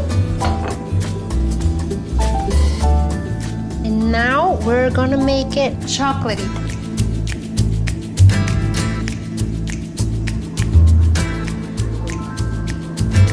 You can see how gooey the batter is getting. Okay, this could be a dessert on its own, right? My weakness really is anything chocolate. So when I make this tres leches cake, I cut the slices, and the one that has the most chocolate goes for me. And I have always been that way. I'm adding a layer of the vanilla mixture first. Now I'm adding the chocolate batter. I love getting requests of things that I've never tried or that I haven't heard of, because then I get to research it and test it and sometimes travel for it. And I feel like, in a way, by sharing recipes, that keeps us together, friends and family and communities. So now I'm gonna make a little twirly of a design so that when you cut through it, it's gonna make it really pretty. So good. This is gonna go in my oven, which is already at 350 degrees in the middle rack, for about 20 to 25 minutes until a toothpick comes out barely moist.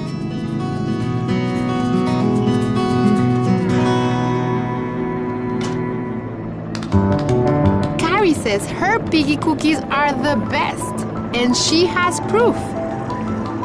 What do you think? Howard says I've added a little spice to his recipes. I used to put a little bit of chili pepper in there, and funnily enough, since I've been watching you, it seems to get a little more every time. I already have the avocado chopped up. Pat has a few tips of her own. What I do next is the lime to keep the avocado from turning brown. And Robin cooked chicken, tamarind, apricots, and chipotle sauce to welcome her new roommate, Cara. Good, right? That is incredible. There are endless ways to make guacamoles, and I get asked all the time for new guacamole recipes. And today I'm making one that I actually mix a pico de gallo recipe with a guacamole, and I call it a pico de guac. The combination of flavors is phenomenal. The first thing I'm gonna add is a cucumber that I already diced up. In here it goes. Then I'm adding some tomatillos, raw and diced. Mildly sweet and crunchy. And then I'm adding that tart apple that has a sweetness to it. Some thinly sliced celery or apio. I'm going to keep on adding green things. Chopped jalapeno. To add a little bit of color, I'm adding some red onion, a lot of lime juice, 2/3 of a cup, freshly squeezed. So fresh. Adding olive oil, 3 to 4 tablespoons, some cilantro. You could combine herbs too. You could add cilantro and basil and chives. And I'm going to add some salt and some pepper. Just like this is a pico de gallo. An unusual one for sure, but an incredibly tasty one. Just mix it all up. Now I'm going to add an avocado base, and that's why it turns into a pico de guac. And with this pico de guac, you can be a sort of a chunky and wet fun salad on the side of almost anything. Some grilled chicken, some quesadillas. You can make your guacamole extra chunky, or you can sort of mash the avocado a little and make it more guacamole. When I go to somebody else's house, I usually find a way into their kitchen. And if I find that they have a bowl with avocados, I feel like we have connected and we have bonded and we have something in common already.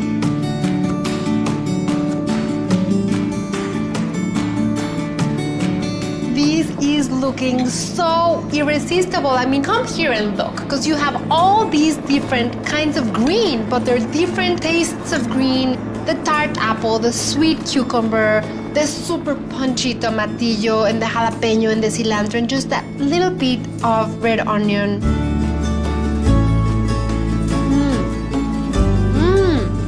So healthy. And the taste is really incredible. Okay, I'm gonna put this in here because this pico de guac is gonna be to go. I'm gonna cover it and put it in my fridge. And of course you can take anything guacamole to go because it has a lot of that lime juice and the olive oil, which is gonna keep it fresh and beautiful and also green.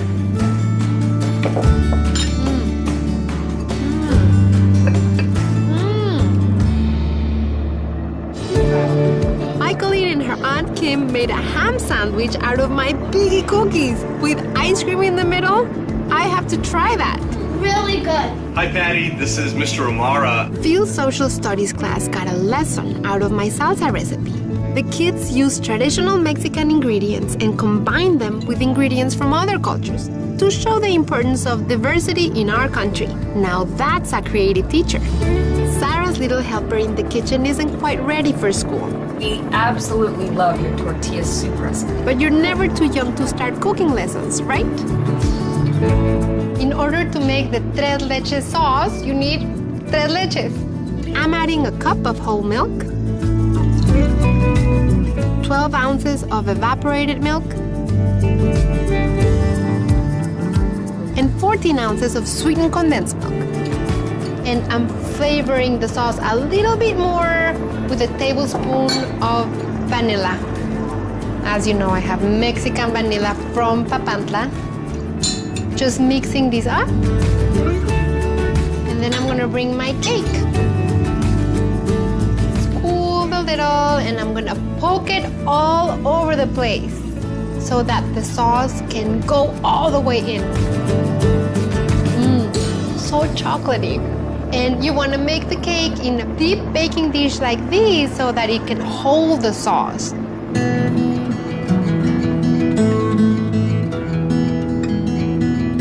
I've gotten emails of people asking me, why is the cake so sturdy? Because you want the cake to really be able to hold the sauce and to not come apart. And then you want these to sit in the refrigerator for at least 2 hours so that it really gets wet. Think of a Mexican-style tiramisu. That is how wet you want this cake to be.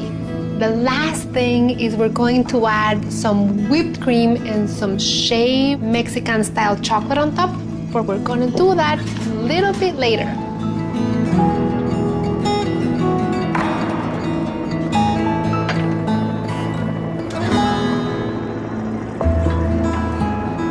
This is Dana. She was at the very first cooking class that I taught. She hasn't missed a class or an episode since. When I saw the cooking videos that she sent to us, I thought, we have to do something fun for her. So we called her up and told her that we wanted to send a camera crew over to film her cooking one of my recipes. She doesn't know I'm here. And she has no idea that I'm going to help her cook dinner for her family tonight. Oh my God, Tati, I can't believe you're here. Dana! How are you? I am good. I can't believe you're here. They just said they were going to come by and talk to us and maybe we cook a little something. I'm going to cook with you. Oh, that's so exciting. Will you have me over in your kitchen? Absolutely. Come on in. Thank you. I am so excited to cook with Patty. It's going to be her same food, but it's going to be part of my experience here in my house. Just found something. Whenever I see avocados in a bowl in somebody's kitchen, I know that we're connected. So I want to make you one of my and my family's favorites, cheesy chicken chipotle pasta casserole. Let's drop tomatoes in there. I think I have about 1.5 pounds. You pass them and I drop them. And then 2 garlic cloves. In with the tomatoes, and then I'm gonna raise the heat and we're gonna let these cook for about 10 minutes. We want those to be completely cooked and super duper mushy. And while that happens, I'm gonna season the chicken with some oregano. Okay, I'm adding some salt. And so is this something you wait for the weekend because it takes a little longer? You know, I make it on a weekday. Because as you're gonna see, it's easy and it's fast. Some fresh ground black pepper. This has chicken, it has pasta, it has cheese, and then I just have a salad on the side. So it's very kid-friendly. Very kid-friendly. We'll heat some oil in a large skillet over medium-high heat. Okay, I'm gonna fry the chicken spice side down, and then I'm gonna spice it on top. Okay, I'm not gonna cook it through, just brown it on both sides. I was completely intimidated by cooking Mexican food. It looked so complex, it looked difficult, it looked time-consuming, and it's none of those things. Not the way Pati cooks it. Ooh, nice. I think you're gonna love these I things. think I am. Where do you come from? I was born in Texas, but I come from Louisiana. Oh, so, yum. yes. And I made a gumbo this week for my book club. Delicious gumbo. Oh, those Very look good. like Oh, perfect. perfect. So you love gumbo. These are like these where you have a lot of things going on, right? What you have in the fridge, yes, absolutely. The tomatoes are perfectly mushy and cooked. So you don't core them or peel them?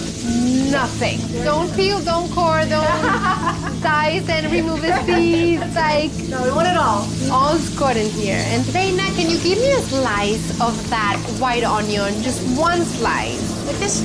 Perfect. And then if you cut it in 4, and then drop it in here, and let's add some salt.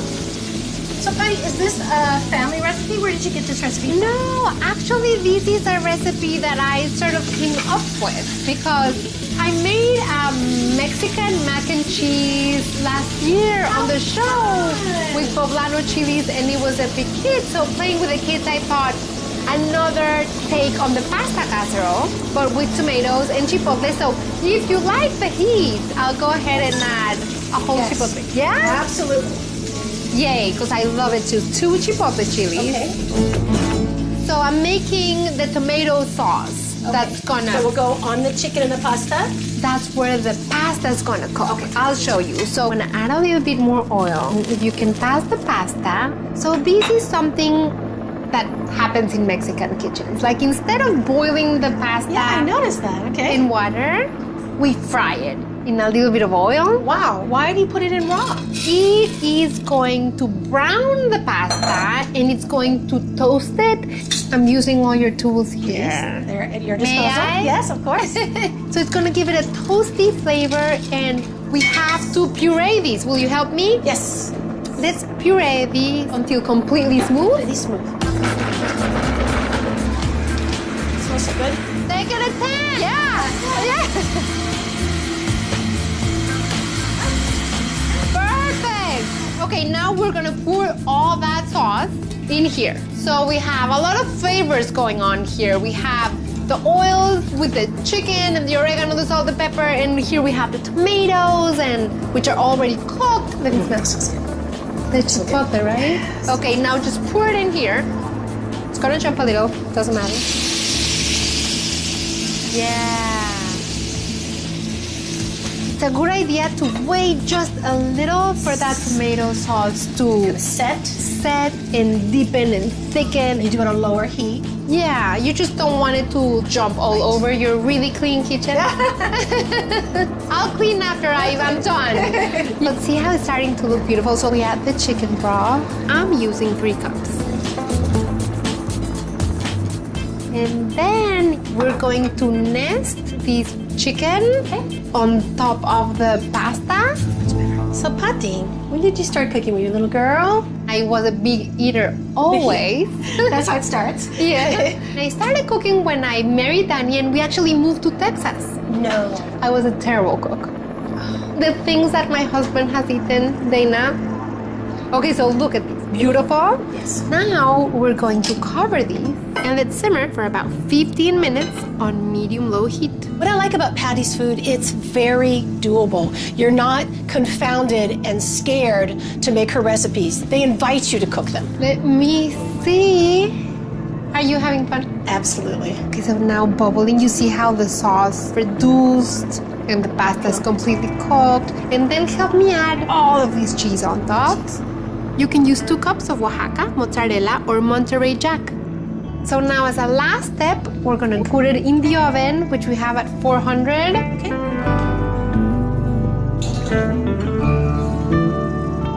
Okay. Okay. Do you like tres leches cake? Yes. You do? Because I brought you a marbled, very chocolatey tres leches. If you can hold it.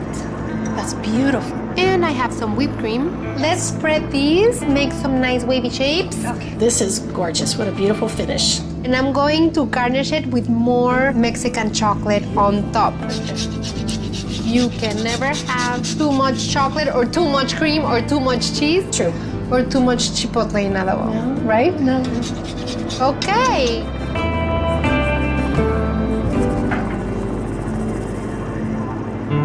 Now we need some avocado slices to garnish the casserole. Oh, it looks beautiful. Wow, look at that.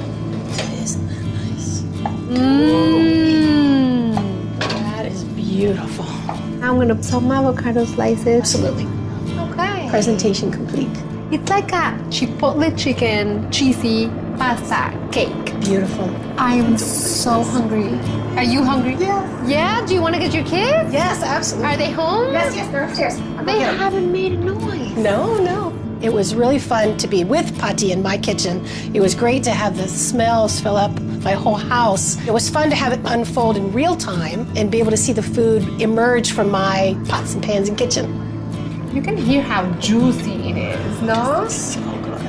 I have never seen raw pasta cooked in oil and have it come out so plump and juicy when the casserole is finished. The easiest is Italian. Because it's family recipes, it's things I know. Hey guys! Hey guys! Nice to meet you. Lily. I'm Max. Hi, Max. I sort of invaded your kitchen and invited myself for dinner. No problem. What are we having? Chipotle chicken pasta casserole. Love it. Yeah. I have a son that is your age, my oldest one. Because you're in 10th, right? Yeah. Yeah. I'm not eager for him to be your age. Is it spicy? Not too spicy. No. It's really rich and tastes really good with the pico salad. And so it's a nice mix with a little bit of sweet and salty. And it's cheesy. I like the cheese too. It's really, really good. I have never had a marbleized tres leches. It was decadence, it was delightful, it was delicious. So good. So rich and creamy and chocolatey. Today was great. Patti was fabulous. The food was delicious. It was a great day. You know, the whole experience has been a lot of fun for me. Thank you. This was fantastic and delicious. And selfishly, I love making my recipes in your kitchen. Me too. Thank you so much for your wonderful recipes and letting us learn how to cook Mexican because we didn't know. We're all done. Shut this up. You need to not be mushy, okay? So I'm adding ingredients.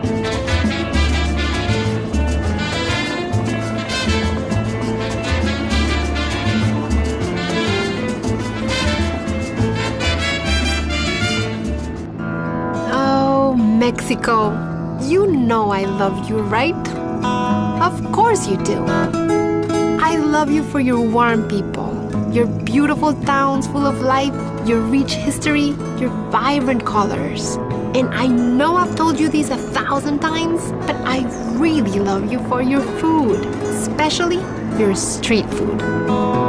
I'm exploring your treasured city of Guanajuato to try the best street foods in all of the country. Yeah.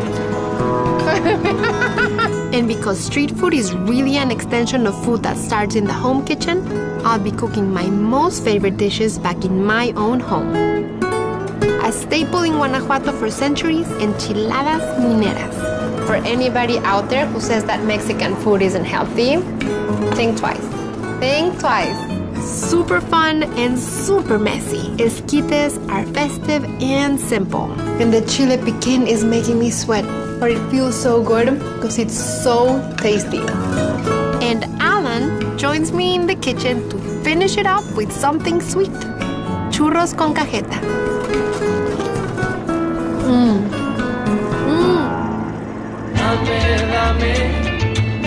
Dame tu chocolate, dame tu piloncillo, dame café caliente, dame tu corazón.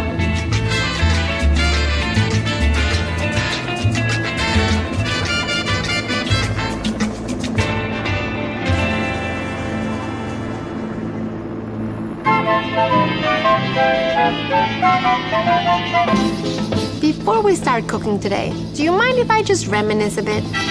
Don't you just wish you could experience some meals 1,000 times? That's how I feel about street food. And not just some of the street food I've had, but all of the street food I've had. I want to eat it again and again and again and again. There was that gazpacho in Morelia and Andy's tacos. And wait, the Carmelo Brothers carnitas. I love those guys and their carnitas, oh my gosh. And that hot dog in Morelia, one of the most memorable hot dogs of my life. See, whatever your preconceived notion of street food is, just throw that out the window. In Mexico, street food is rich, vibrant, thriving. A culture all to itself, really.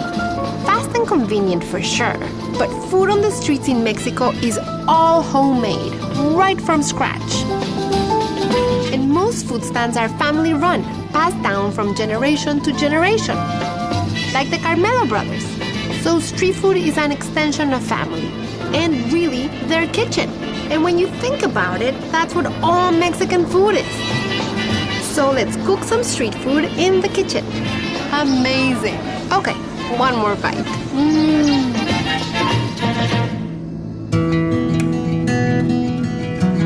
One of my favorite street foods is churros. And you can eat them covered with cinnamon and sugar, but another great way to eat them is to dip them in cajeta. I have 8 cups of goat's milk.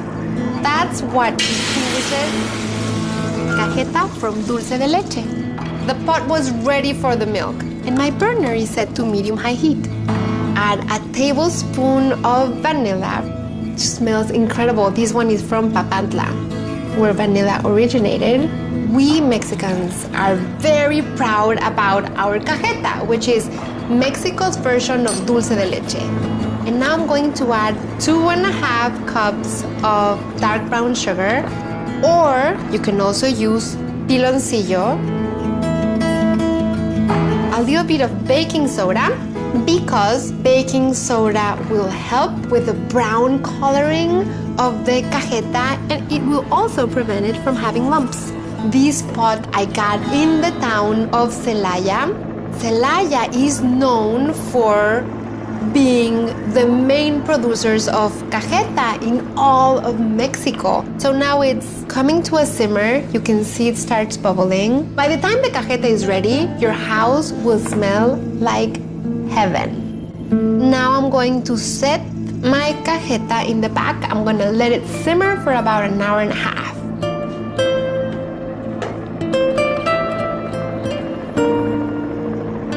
street food in Mexico is basically food that starts off in a home kitchen, and you can make it in your home too. So right now we're making esquites, which is one of the most popular ways of eating corn. Very, very simple, but incredibly tasty. I have a large casserole because I'm making a lot of corn. I'm going to add 2 tablespoons of butter, and I'm gonna add about a tablespoon of oil. You can use any kind of vegetable oil. You can also use olive oil. And then I'm going to quickly chop a chili. I'm gonna go with a jalapeno. And this is a great way to seed your chilies. Just cut off the sides, and it smells so fresh.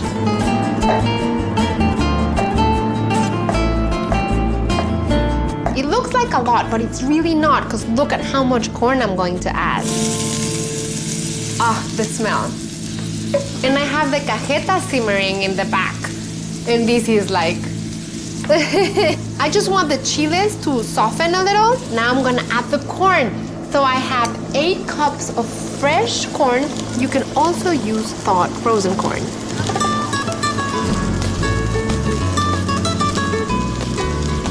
And I just want the corn to cook for a minute or 2 to get that toasty, sauteed flavor. It just adds another layer of flavor.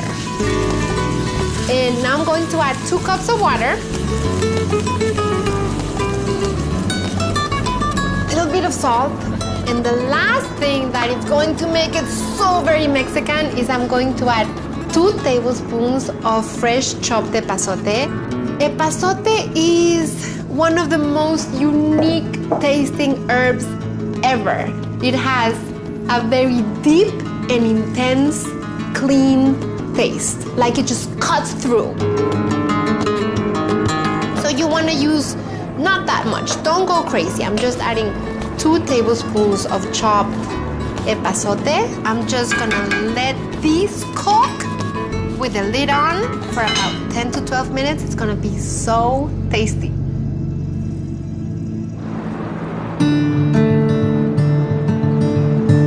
What a view, huh? I can oversee the entire city of Guanajuato. Guanajuato is the cradle of Mexico's independence. It has so much historic significance. It was first established as a mining town, silver and gold. And those riches made possible all this amazing architecture. And we have one of the most important men in Mexico's history right there, in that sculpture, the Pipila, who was a really brave young man who carried a rock in his back all through that hill to break into the Alhóndiga de Granadita, where the Spanish resistance was. And because of his bravery, he broke into a door and paved the way for the independent movement to be successful. Located in north-central Mexico, Guanajuato is built in a valley with colorful homes hanging off the hillsides. It's full of pedestrian walkways, cool plazas, and tiny alleys. The most famous of which is the Callejón del Beso, or the Alleyway of the Kiss. The story goes that up there lived a girl named Anna, and she fell in love with a boy who lived right there on the other balcony. And so they met through the balconies and used to kiss each night. And Anna's father found out and he killed Anna, and it is said that her blood fell on that 3rd step, and that's why couples go to that 3rd step to kiss. And it's like a Mexico's Romeo and Juliet story. Romance might feed the heart, but it doesn't fill the belly. And I came to Guanajuato to eat. Bienvenidos al Mercado Hidalgo. The Hidalgo market was inaugurated in 1910 by Porfirio Diaz. He commissioned this huge structure so that all the street vendors could be in this one place. When people say they're going to the market, this is where they come. They may come for lunch, they may come for breakfast, and they may come to shop. So this is a charamusca. It's like Mexican candy cane, but they shape them ¿Estos son novios? Son novios, todos son en pareja. They're getting married. Este es con la que murió del vicio con un tequilita. Oh, this is guava paste stuffed with cajeta. ¿Quieres un pedacito? ¿Tú quieres un pedacito? ¿A quién le falta? ¿A ti? So much for sharing. I want to take a bite. Really good. Because it's fruity and milky at the same time. Now that was sweet, but I need to show you a savory snack that Guanajuato is famous for. Buena. I've been looking for the Dorilocos. It's a dressed-up bag of corn chips stuffed with a second type of corn chip. There's also a salad of jicama, cucumber, and carrot. Also pickled pork rind.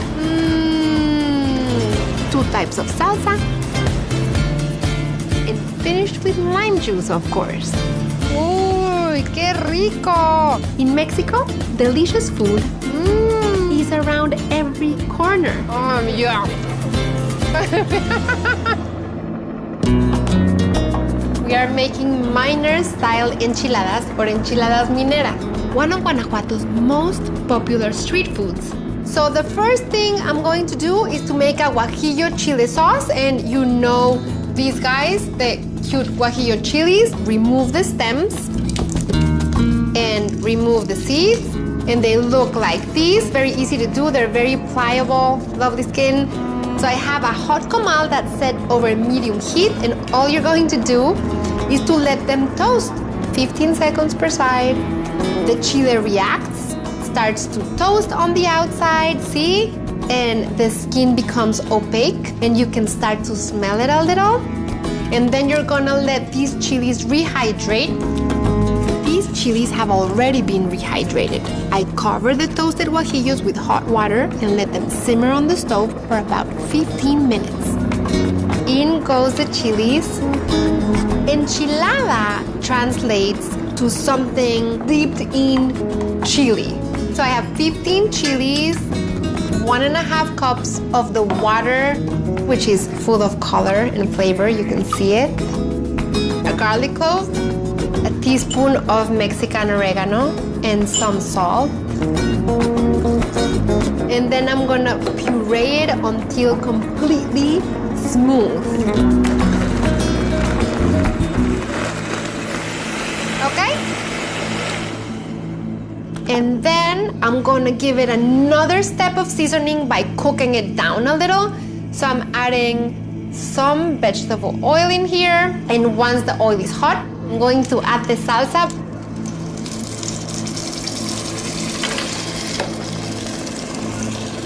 We're going to thicken and season the sauce a little bit more. We're going to give it that extra step of flavor.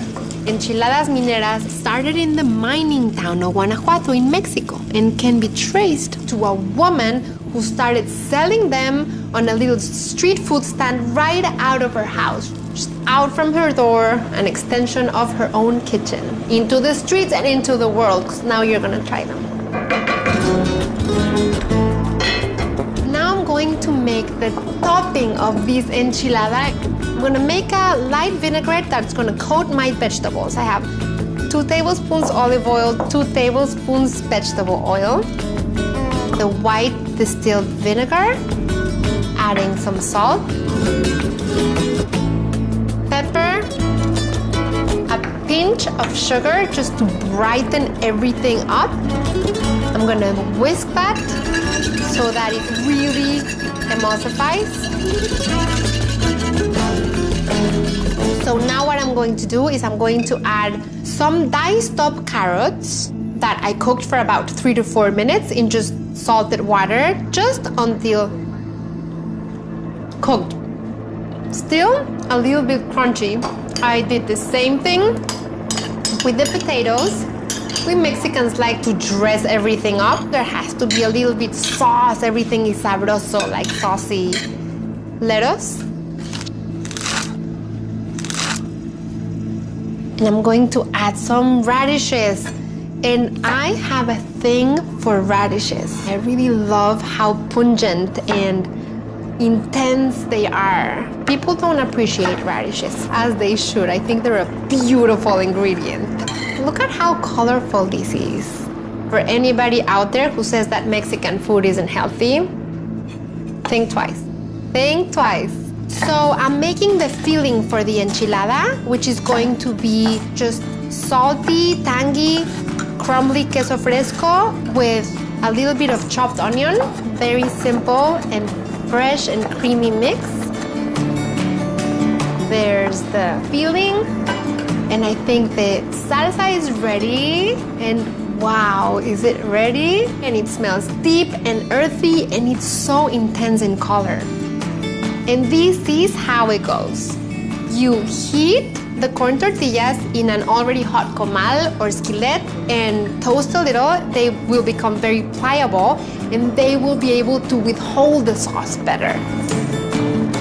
Soak the tortilla in the sauce. It's gonna be drenched. And then the fresh, crumbly, salty, tangy queso fresco filling.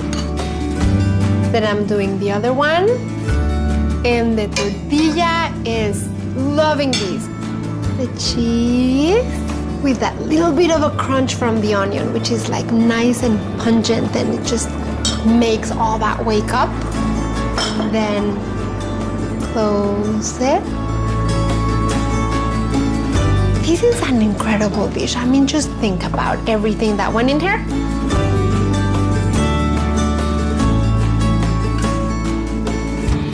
Phenomenal. That's minor style enchiladas. Definitely a must try.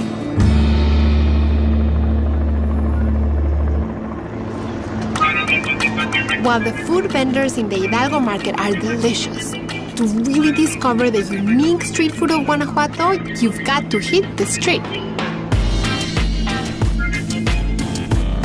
One of the most popular things to eat here in Guanajuato, street food of the best sort, are the guacamayas. ¿Cómo está? Bien, bien. Ya me platicaron mucho de sus tortas. He's very famous. They told me that he makes the best guacamayas, which is this special torta. ¿Le hacemos uno? Sí! So this is bolillo, Mexican bread. Now he's gonna put avocado. Oh, that's a generous amount of avocado. Eso. Okay, I could eat it right there. Luego chicharrón. Okay. More chicharrón. Salsa roja. Okay. Un poco de limón. Más limón. Of course I can do this. Más. Oh, I can hear a crunch. I can hear a crunch. Whoa! It's spicy. But spicy, delicious spicy. And the chicharrón is as crispy as can be. But then after he pours the sauce and you add the lime juice, everything starts to transform and get soggy, but soggy so good. And you get pieces that are crispy and pieces that are soggy. Come to Guanajuato and have one. I'm not sharing mine. My cajeta, or Mexican-style dulce de leche, is ready. And I'm gonna tell you how I know I'm gonna turn the flame off. Come peek in here. As you can see, when I'm moving the spoon, it's leaving a trail behind it, and I can see the bottom of the pot. It's very thick and creamy like a caramel. And when I raise up the spoon, it coats the back of the spoon, and the drops start getting very lazy.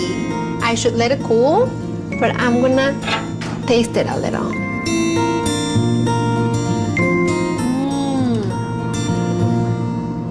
This is the best way to eat it.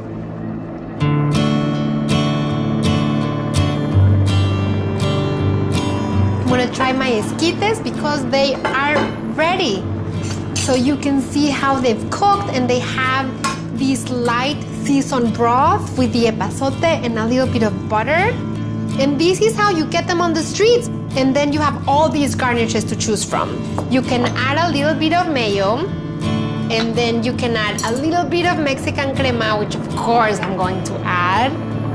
A lot of fresh squeezed lime juice. And then you have these little cute piquin chiles, or chiles piquin, and they sell them ground. They're feisty and they're smoky. And you add just a little or a lot. And the queso fresco. mix it up.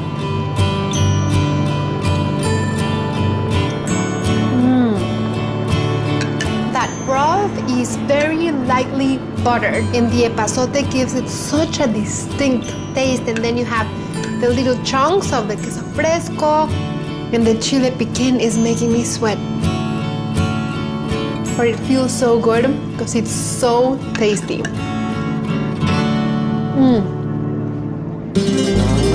We are going to make some churros at home. It's so easy to make them. First thing you're gonna do, put some sugar in this baking dish, or you can use a large plate, and a tablespoon of cinnamon. I'm gonna mix that up. And that is going to be the coating for when they come out of the oil. And churro batter, super easy. I have a cup of water here. I'm gonna heat it up over medium heat. I'm going to add 2 tablespoons of vegetable oil, some cinnamon, just 1/4 teaspoon, and I'm going to add some sugar, 3/4 of a cup. 1 teaspoon vanilla. So tasty. Okay, it's starting to simmer strongly, so I'm going to just add the flour all at once, 1 cup. Turn it off, and then stir these up. And you just wanna go quick because it starts all coming together, and you want there to be no lumps. I need the help of my son, Alan. Alan. Hola. ¿Me ayudas, mi amor? Sí. Tengo un nuevo churro maker. Sí, is it this one? It's that one. Nice. So fun. Okay, so there we go. A ver, Alan, you're gonna help me. ¿Me ayudas a pump him out? Yeah. Am I doing this right? Yeah. Alan, so we've been doing street food all day, and it just makes me think, you know how you always tell me that you want me to have a taco stand? Let's see if it'll come out. Yeah, I think that'd be a great idea. I think it'd be really popular. That's you could good. have different foods, change it up every day maybe. Tacos, enchiladas, chilaquiles, no? Would you help me cook, or would you help me serve? I could do anything, I guess. Yeah? Yeah. You guys, if he's saying it to you, then I'm gonna make him do it.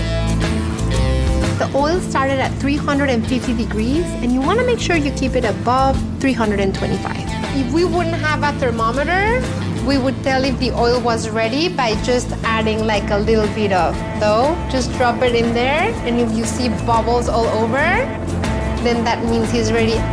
What do you think makes like the perfect churro? It has to be crispy brown, golden on the outside, and then on the inside, like thick and doughy almost. Doughy. So yeah, you get that contrast. Yeah, and then do you like it with sugar and Yeah, cinnamon? lots of sugar. And then you know what I made? Piquin there. Oh, cajeta.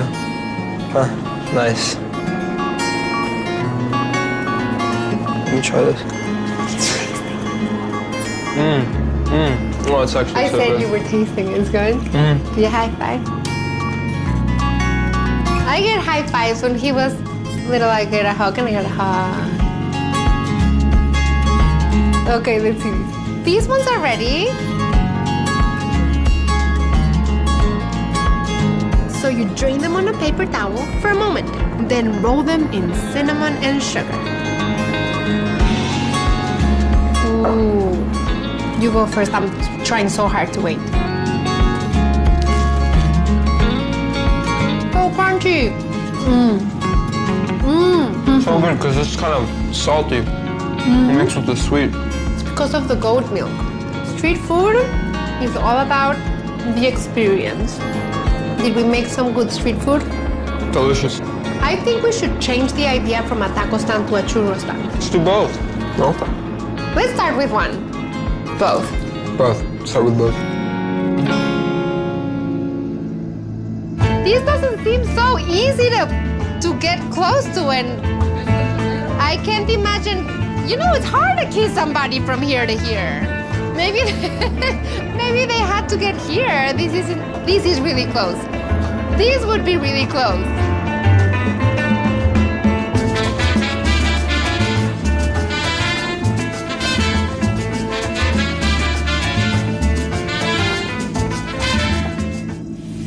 this episode of Patty's Mexican Table. You want to do the oil and then I'll whisk? As a mom to 3 boys, I try to spread the love around. Growing up sandwiched between firstborn Alan and Mr. Personality Juju, Sammy deserves a little extra attention every now and then. 1, 2, 3. So today is dedicated to my very special sandwich boy. I'm cooking 3 of his favorite things. Smashed potatoes with Parmesan cheese, Sammy's favorite homemade cookies, and of course, a sandwich with chipotle rubbed salmon, bacon, and avocado. Should we save some for Papi? No. In Mexico, I'm highlighting some of Sammy's other favorites. Crispy and golden brown churros from one of our favorite restaurants in San Miguel de Allende. And a dish almost as pretty as it is delicious, molcajete. Today is Sammy's big day. Cheers for your favorites. Dame, dame, dame tu chocolate, dame, dame, dame tu piloncillo, dame, dame, dame café caliente, dame, dame, dame tu corazón.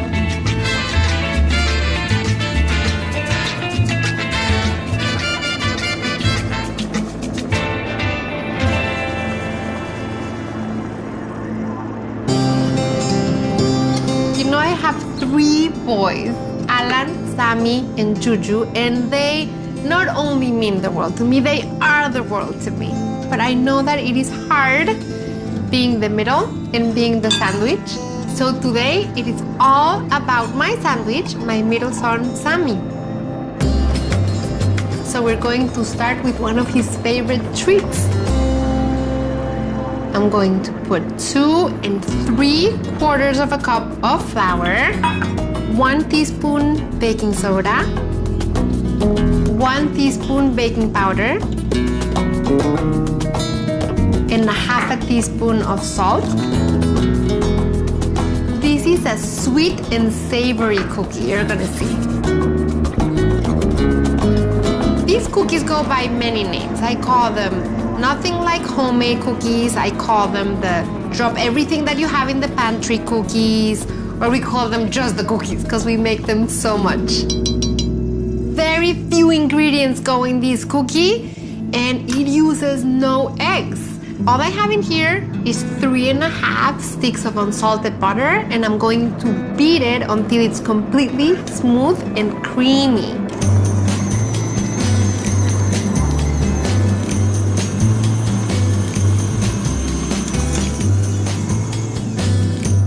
The butter is super creamy and smooth, and now I'm going to add 1 whole can of sweetened condensed milk, and I'm going to beat it until it's completely combined. I love sweetened condensed milk. And now we'll add the dry ingredients. The recipe came from just wanting to make a cookie with some of the things that the boys love from our pantry. And it's just a mix of snacks that are savory and sweet, and it's super crunchy.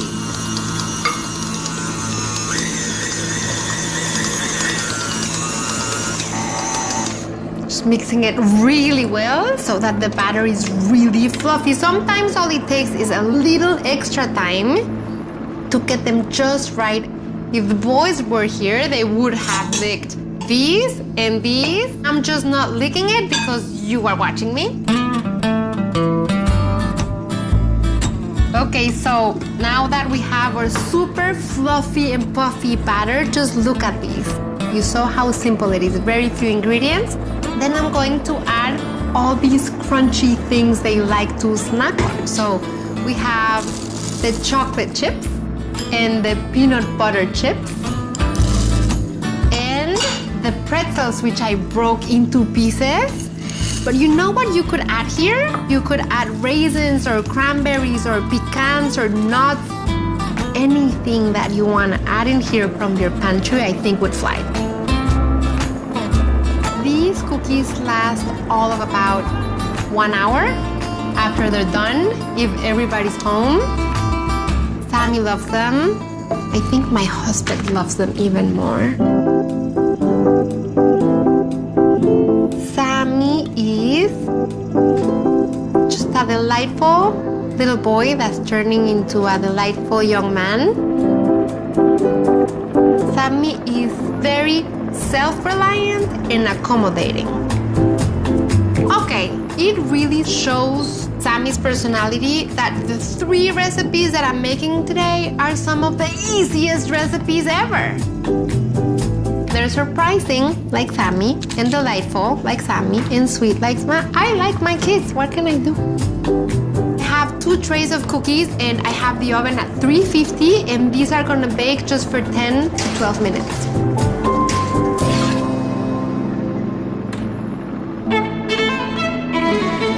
My boys and I love donuts, especially Sammy. In Mexico, they come in all shapes and sizes. But perhaps our most famous are churros. Just look at that sizzle. Usually they're sprinkled with a little sugar and cinnamon. But you can also get them filled with something sweet. You can see why we love them. The San Agustin restaurant in San Miguel de Allende makes some of the best churros I've ever eaten. Chef Adrian invited me into the kitchen to learn his tricks for making the perfect churro. Adrián, hola. ¿Cómo estás? Muchas gracias por recibirme. These are my favorite churros in all of San Miguel de Allende. ¿Me vas a decir algunos de tus secretitos? Claro. Sí? Okay. He has water boiling here with vanilla. And I know he has something else in there, but he doesn't want to tell me. ¿Qué más tienes ahí, Adrián? Dime la verdad. Mucho amor. Un toque de sal también. Oh, and a pinch of salt. See, the secrets are starting to come out. First thing is all-purpose flour. Okay, now you can see the color of the water. He's pouring the hot boiling water. Let me smell. He's pouring the hot boiling water with the vanilla in there and starting to smell like nice cooked dough. ¿De afuera hacia adentro? Oh, he says from the outside in. You need to stop as soon as it's not really sticky. Okay, so, whoa, it's hot.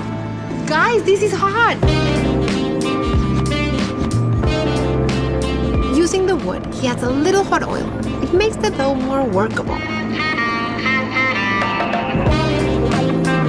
He's letting me do this, guys. I feel really flattered. ¡Ay! Está pesado también, Adrián. Okay, this is a workout. As you can see how the dough changed. It is much more like elastic, but it's not sticking and I can smell it. It's like a little bit cooked.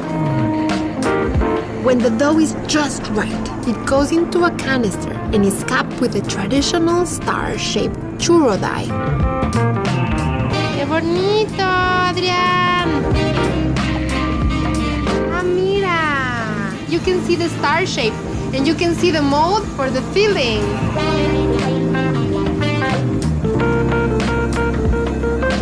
They look ready.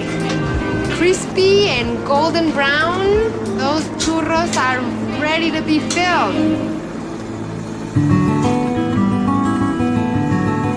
Here's the one that's gonna have the filling. It has the hole in there. Okay. ¿Aquí? ¿Así? Ah, se abre. Okay. He's gonna make one with dulce de leche. Whoa. ¿Y ahora? Mira tú. Salud.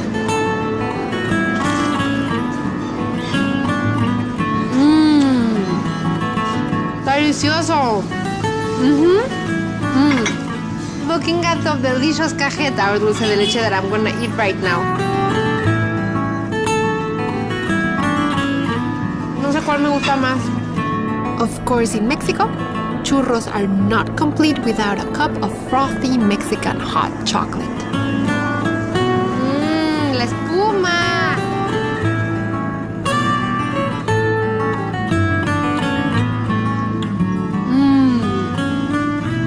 Gracias. De nada. Riquísimo. This is how you want to eat your churros. Outside or at home.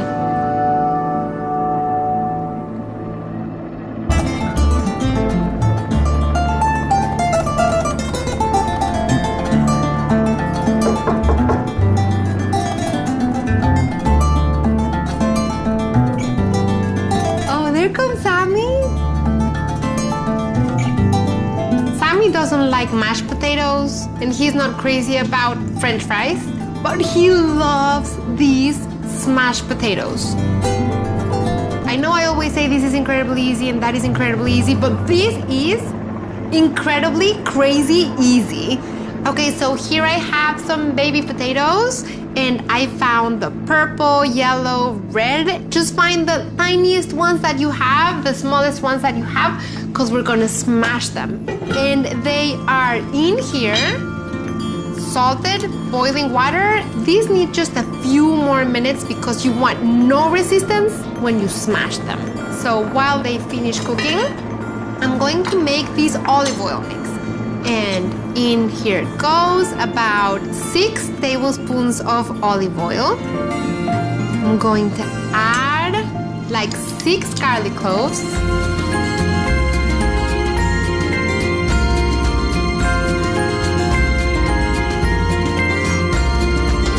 I want really garlicky potatoes. Going to add some salt. You're going to love these mashed potatoes. And then I'm adding chipotle chili powder. It is so fabulous because these days you can find all the different kinds of Mexican dried chilies already in the ground form. The chipotle chili powder is spicy, it's smoky, it's rustic, it's strong. Try different chilies, see what you like. They're fascinating ingredients. I'm just gonna chop the rosemary as finely as I can. Today is a big day for Sammy because it is his first school dance. These milestones go too fast, and I'm just trying to take a breath and enjoy them, and at the same time as I'm enjoying them, it's like, whoops, they went away already, and the next one comes. Here goes the rosemary. Time flies. For me, I tend to remember those moments that have to do with food and with eating certain dishes, and today is one of those. And let me check those cookies because it smells like they're ready. And they are.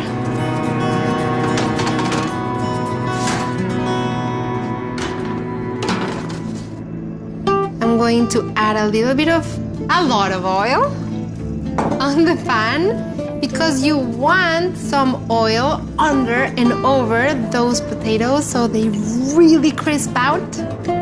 Okay, how much fun is cooking? That's one thing I've succeeded on with the boys. They love cooking. They have no fear in the kitchen whatsoever, and I like that. Okay, so I'm gonna put the potatoes right on here, and you can see what a pretty mix of colors. How pretty are these? So now we're gonna smash these potatoes. Grab a big spoon and wait for the potatoes to not be burning hot and smash. See, when they're thoroughly cooked, it's just easy to smash them. Don't worry if they look funny. They're gonna look gorgeous once they're crisp and browned. So I'm going to pour this olive oil, chipotle chili, rosemary, garlic mix on top of these smashed beauties. You can add some cheese too, like you can add some cotija or parmesan. That just occurred. That would be good. We're gonna do that. This is gonna be so good. Totally unplanned, but totally called for, right? I think Sammy is going to love it. Okay, so now these, we're gonna go in the oven, which is at 400 for about 30 minutes.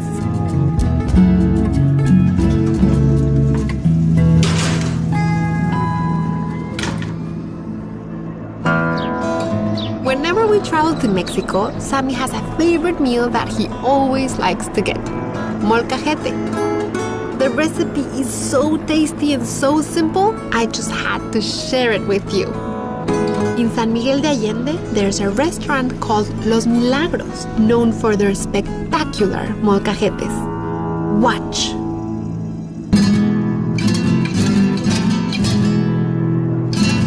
It all begins with a mixed grill of meat and vegetables.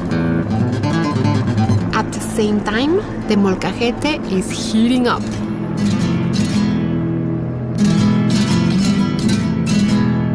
Once the food is done, it is cut up and arranged in the hot molcajete.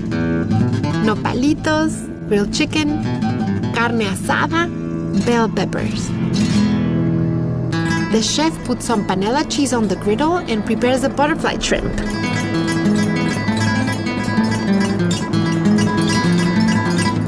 All this gets bathed in a delicious salsa verde.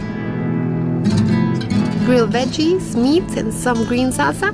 It really doesn't get any easier. Now if you could only taste it with me. This is gonna be the next big thing. Who's gonna be making these in the US? You're gonna be really successful. You can tuck it all into a taco. Really good stuff. Sammy is my sandwich, so I'm making him his favorite sandwich. A chipotle rubbed salmon, bacon, and avocado sandwich. I'm gonna start with the marinade for the salmon, which has chipotle in adobo sauce, smoky, rustic, sweet. I'm adding a little bit of cumin, and then I'm adding some salt, and some pepper, and some garlic. Sammy loves eating sandwiches, and he loves anything that has bacon, and he really likes salmon. Sammy used to be a very, very, very picky eater. The moment he was able to say no, he just started saying no to everything. I would plead, I would demand that he eat all these things until I decided to just completely back off. And now he is such an adventurous eater. So the garlic goes in, some lime juice. Choose Mexican limes because they are so juicy and plump. And I know I always say it whenever I grab a lime, I can't stop playing with it because they're so delicious. They have very thin skin, and I mean, just look at how juicy they are. A little olive oil. And I'm also going to add a little bit of olive oil to the bottom of my baking dish so that the salmon gets crisp all over. And I'm going to place the salmon fillets. I already have them in like 6 to 8 ounce pieces. So you can put them right on top of the super chubby sandwiches. And then I'm going to just pour the marinade on top. And this is gonna go in the oven at 400 degrees for about 10 to 12 minutes depending on the thickness of your fish. I think I'm gonna take my potatoes out. So they must be ready. Oh, and the smell. You guys, look at these. They are so beautiful, and with the addition of the cheese, thank you, you made me think of it.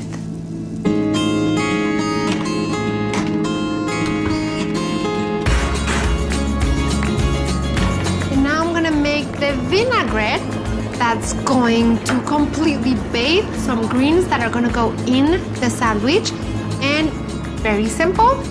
It has lime juice. Here it goes. I want fresh squeezed lime juice. And then I'm going to add a little bit of Dijon and agave syrup just to add something sweet. Hola, mi amor. Making food just for you. Los cookies que tienen los chocolate chips y los pretzels. Los smashed potatoes, pero you're gonna taste because I added something new. Y luego el sándwich de salmón con tocino, ¿me ayudas? Yeah. ¿Sí? So I was thinking about the things you liked eating the most. Entonces, Sí, mejor con la mano. We like doing stuff with our hands. ¿Quieres tú echar el aceite? You want to do the oil and then I'll whisk? How much? Okay, I'll tell you when to stop, okay? Go, go, go, go, go. A little more. Oh, that's the salmon. Okay, Sammy, can you help me put the toast in the toaster? Okay. And I'm gonna chop some onion for the vinaigrette. I'm gonna add the onion in here so that it has a little time to macerate. How is that bacon looking? I think it's almost ready. So I was just thinking, you have your middle school dance. Are your friends going? Some of them.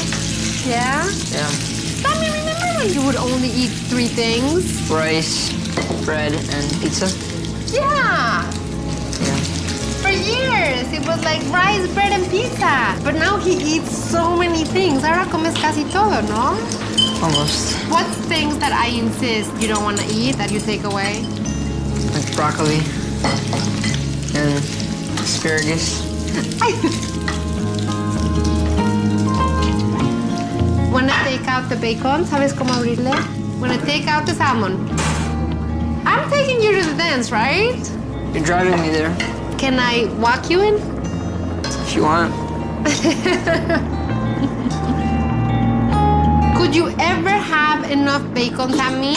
No. Could you? I always need more. Bacon is so good. Okay, let's make our sandwiches. We'll start with toasted whole wheat bread. A little of the greens with our lime vinaigrette. And te paso un salmón. Ooh, looks so good. And then te pongo 1, 2, 3. 3. Little ripe Mexican avocado. The tower. You like building things. Does this look like a good construction? Yeah. What does it need? Some things on the side? Some potatoes. Sammy, these potatoes are gonna be our new potatoes with the cheese. Tell me what you think. Is it so good with the cheese? You wanna come sit? Mira, this one with a lot of garlic.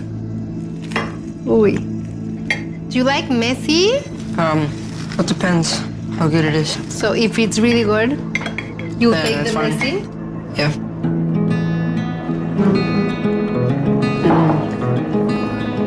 Para ti. So good. Sí. Bacon with the salmon is really good. ¿Qué tal se ve? I mean, what a view, no? It's kind of messy, but Nice really messy good. view. Yeah. Con las papas. I love eating with my hands. Me too. Should we save some for Papi? No.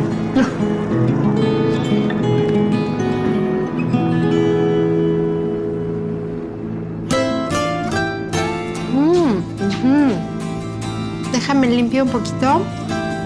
That was good. Okay, which is the very best one? This one. And are you keeping it for you?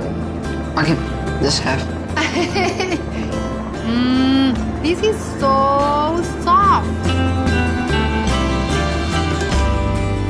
You've helped me nail so many recipes, Samir.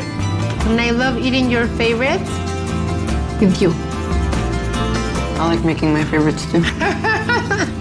Cheers for your favorites. For your super crumbly favorites.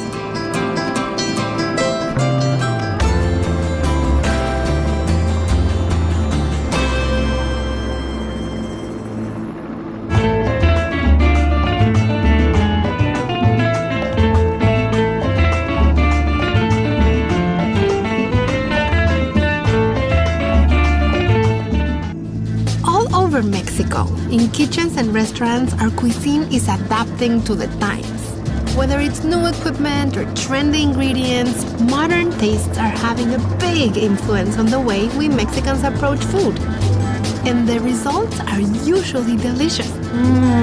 But as we enjoy this modern movement, it's important to respect the traditions as well. Today, I'll be doing a little of both. I'll start with one of Mexico's most traditional recipes, one of our most dearly loved stews, mole de olla. Then, I have a modern use for a traditional ingredient, chocolate cookies with hibiscus flowers. And my Boston lettuce salad with avocado dressing brings old and new together in one super flavorful dish. I know I say everything is good, but this is phenomenal. In Mexico, I'm meeting up with two chefs who are at the forefront of the modern movement, a little savory and sweet, on this episode of Patty's Mexican Table. Dame, dame, dame tu chocolate, dame, dame. Dame tu piloncillo, dame, dame. Dame café caliente, dame, dame. Dame tu corazón.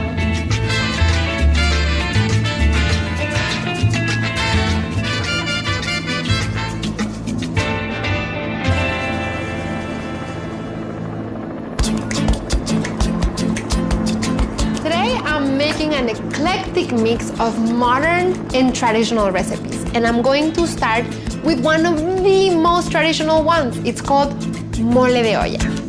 A mole de olla is a one-pot meal. Every country has their ways of making stews or one-pot meals. In Mexico, it's very simple, very humble. You have your piece of meat, you have your herbs and flavorings, and you make a very rich, flavorful stew. I'm adding 3 pounds of stew meat that I cut into 1.5 or 2-inch pieces, and I'm putting it in here with 10 cups of water. This is a very, very old recipe. It's been eaten and it's been made generation after generation. It's one of those dishes that I think people hanker for. I'm going to add 1/2 of a white onion, 3 bay leaves, 3 garlic cloves, and then I love using mint. It just refreshes this whole thing. And I'm taking this very, very traditional recipe, but I am stripping it down so that you can make it at home any weeknight. Some salt. I'm adding a little bit of black pepper. Now I'm gonna cover these and I'm gonna let it cook for an hour or maybe a little bit longer. You want the meat to be completely soft and cooked, and the broth should be really nice and tasty.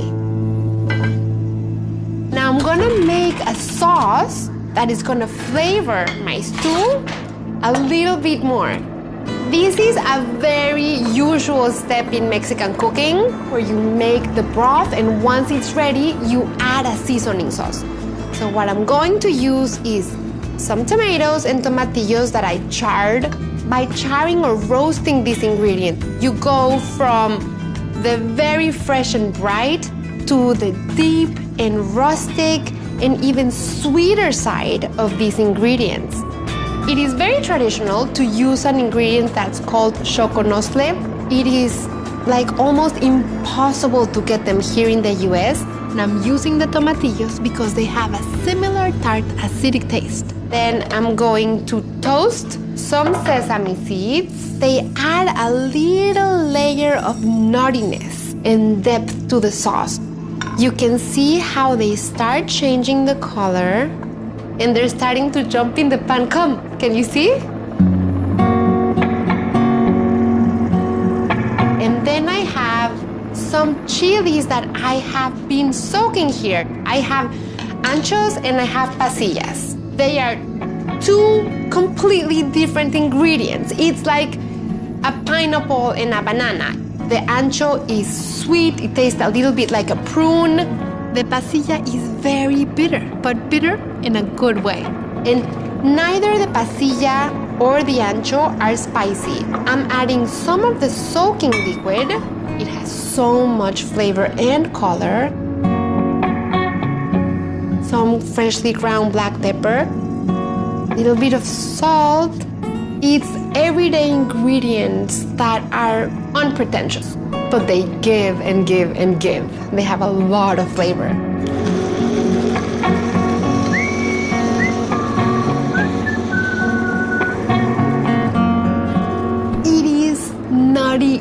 rich, it is rustic, it is...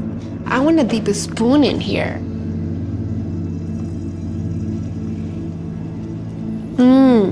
You have a tiny taste and it's like a million flavors explode in your mouth.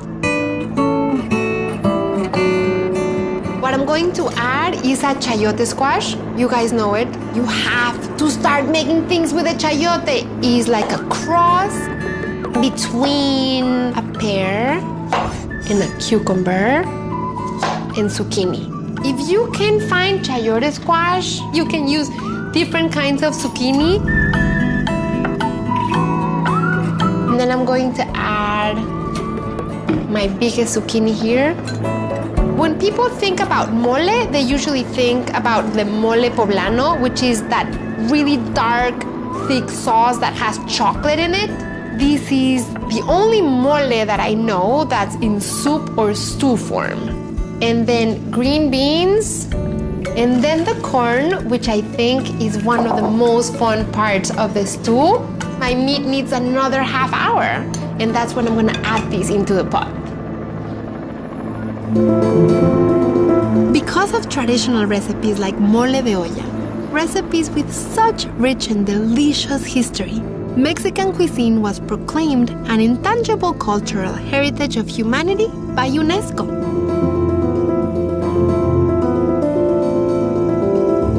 And lucky for me, I get to travel to Mexico to research and taste that food.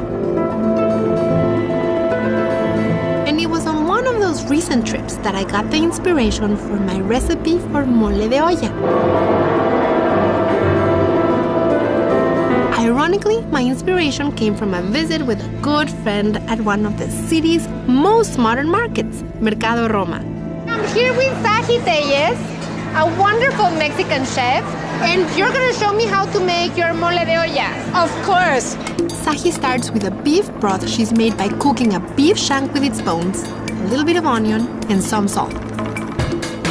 For her seasoning sauce, she uses some of the broth, roasted tomatoes, onion, and garlic, toasted sesame seeds, pasilla chilies, and this which is choconostle. Oh, choconostle, which is like a fruit from the cactus. Yes, it's very acid.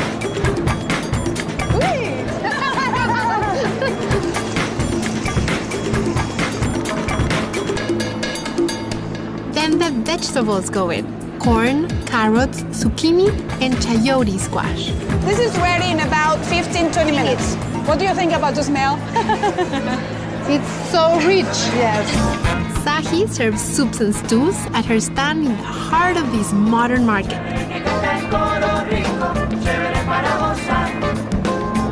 And Saji uses some modern techniques to keep up with the high, fast-paced demand here. But her recipes still capture the soul of Mexico's traditions. I don't know if you agree with me, like sometimes where people try to do modern, they sometimes lose the soul. You have to respect the recipe from the beginning, because we don't only have one Mexican cuisine. So exactly, like if you want to innovate, you have to know where to innovate from. Of course, and you have to really like to cook, otherwise people will feel it in your stew. So you can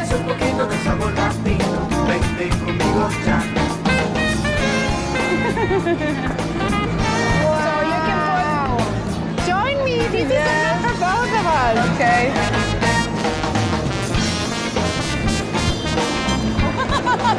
I'm so happy that you really like it. It tastes very meaty, but it also tastes like light. Yeah, because of the vegetables. Taki, I like sharing, but I think you're gonna have to get one. I'm eating this one on my own.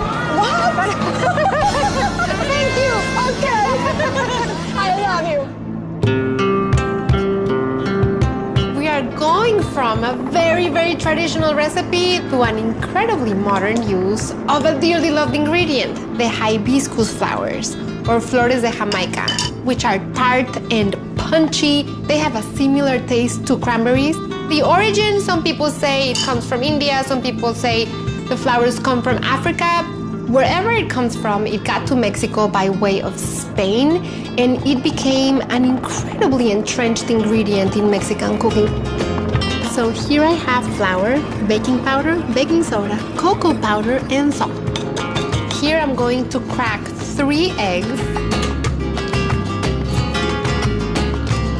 And I'm going to add 1 white.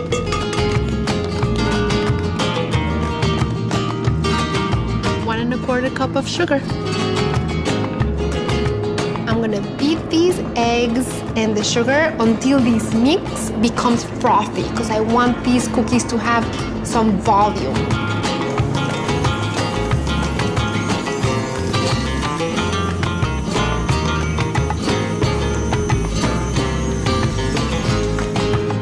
These looks really frothy. And then here I have 12 ounces of semi-sweet chocolate that I melted with 4 tablespoons of butter.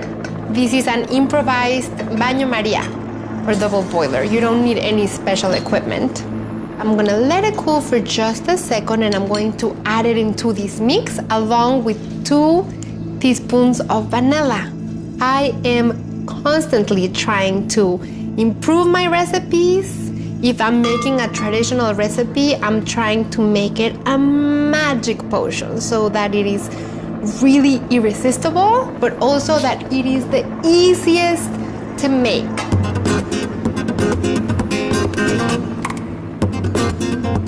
It's gonna get gooey, ooey, and we love gooey, ooey in desserts. So I'm going to beat these just until combined.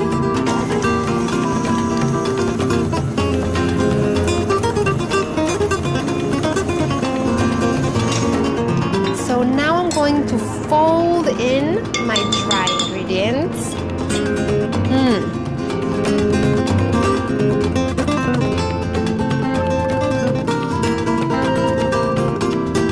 The usual treatment for hibiscus flowers in Mexico is to use these flowers to make tea or agua fresca. So here I have 2 ounces of hibiscus flowers that simmered in 6 cups of water and half a cup of honey. And you have to let them simmer until they become completely smooth and rehydrated and plump. So we are going to use the flowers to be the star ingredient of this recipe.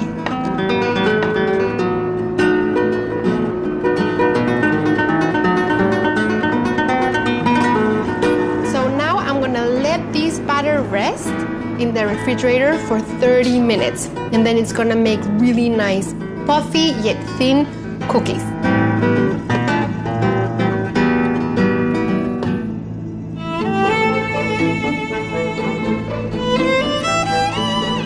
In Mexico City, a friend of mine, Chef Jose Ramon Castillo, is working at the forefront of finding new, modern ways to produce and consume one of Mexico's most traditional ingredients, cacao. At CoN, he treats visitors to a sensory overload of chocolate inventions.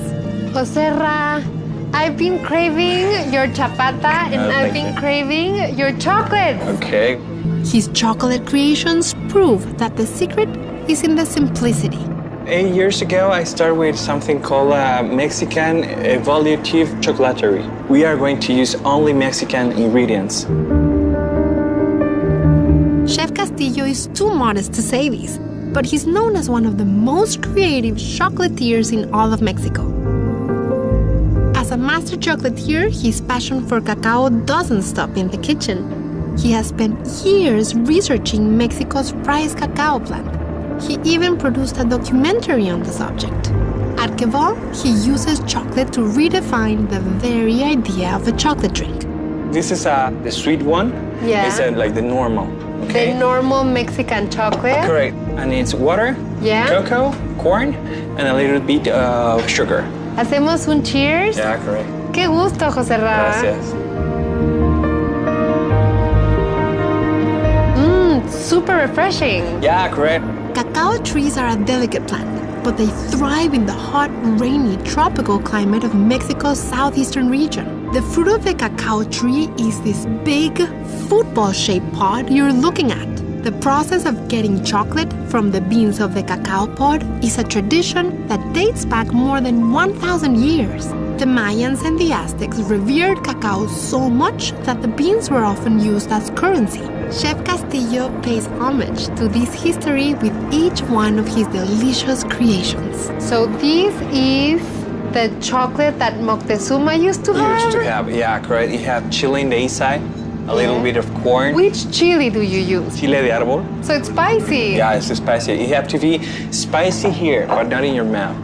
That is so interesting. I feel it in my, yeah. They used to drink it when it's really, really cold because the temperature of your body with the chili goes warms up. Yeah, correct. Jose is always coming up with new, interesting ways to incorporate chocolate into otherwise normal recipes. Take, for instance, his queso Oaxaca, lettuce, bean, and turkey sandwich. Stop. Wait, rewind. So in the bread, it has cacao paste, cacao butter, and white truffle? Yeah, white oil truffle.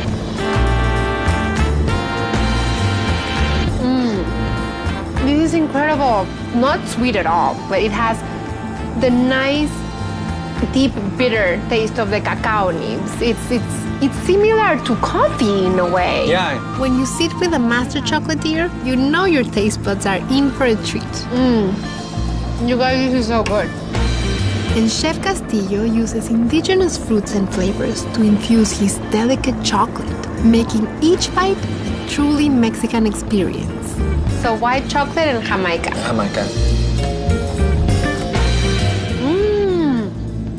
Super punchy. Yeah. And I have to be honest with you, I usually don't like white chocolate. Yeah, why? Because I find it too sweet. But here, it's crazy good. Of course I enjoy any chance to try new and delicious food. But what really excites me is meeting Mexicans who are passionate about improving and innovating our beautiful culinary traditions. When I used to live in Europe, the thing that I really learned was the way that the European guys love his product. Yeah. You know, you can go to a French guy and you can say, the Cabernet Sauvignon, say it's like the best wine in all the world, and they say it's the only one. Right. Why in Latin America we don't have that type of thinking? We have one of the best beans in all the world, and we're proud of that. There's romance in tradition, but modern innovations can improve anything, even chocolate. Well, Serra, what a treat. No, thank you. Thank you Thank you for having me.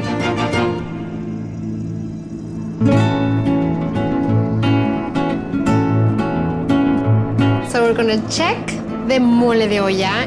It's been a little bit over an hour and it's looking perfect, just where it needs to be.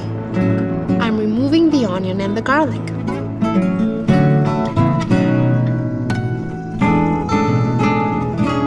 And now I'm going to add the sauce that has those millions of flavors in it. What we have here now is the base for the mole de olla. You can see how the color changed. So beautiful and rich and with that reddish brown hue. After it has had a chance to simmer for a few minutes, then I add the vegetables.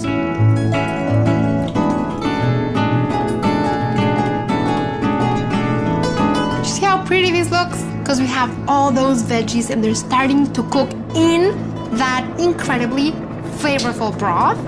It's a one-pot meal, but it's a one-pot party meal, and it is so hearty and such an experience when you eat it. Now it just needs to cook for 10 more minutes.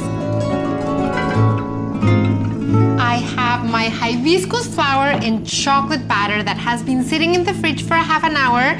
And if you ask me, I think this would be the end of the recipe. I could just eat it like a mousse. Look at the batter. Gorgeous. I love cooking with my boys, and I think what they love making the most is desserts. But I sometimes prefer to bake on my own because they love the process and the ingredients so much. They would be eating all of this batter right out of the bowl. But the truth is, when I make them on my own, I end up eating the batter as well. so I know where they get it from. That should do for now. Have the oven at 350 and the cookies are gonna go in there for 10 to 12 minutes.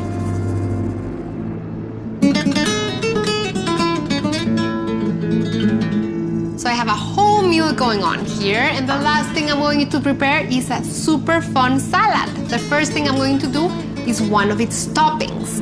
I've toasted 1.5 cups of pepitas, or pumpkin seeds, and I'm going to toss them in a sweet and savory mixture of piquin chile, sugar, and salt.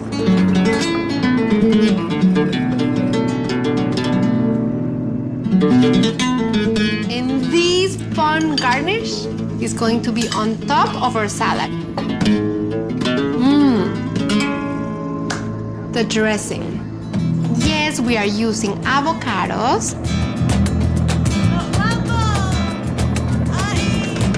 A half a cup of milk. A half a cup of Mexican cream. It's just tangy and salty and so delicious.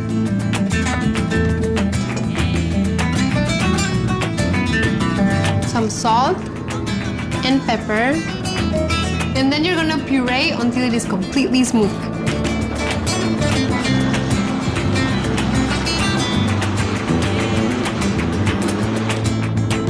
I have 2 heads of Boston lettuce.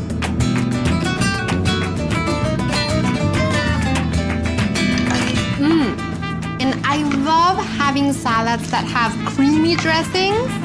It's such a nice contrast to the fresh, crunchy leaves.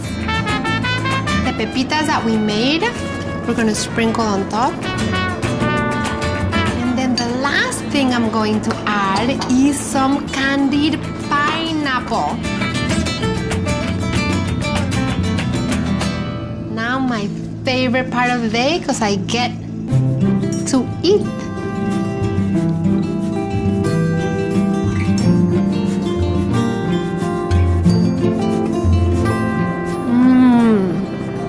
This has the fresh and delicate and almost sweet lettuce and is entirely covered with this creamy avocado dressing, and then it has all the crunchy pumpkin seeds that are a little bit spicy, a little bit sweet, a little bit salty, and then you munch on a piece of that candied pineapple. I mean, I know I say everything is good, but like this is phenomenal.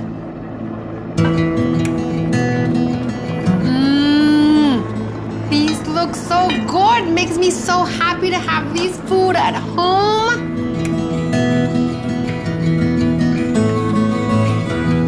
This is Mexican comfort food.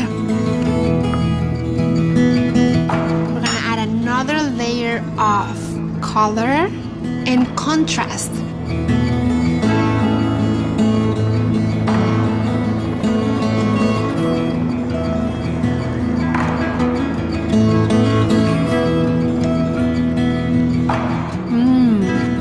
The meat is so tender.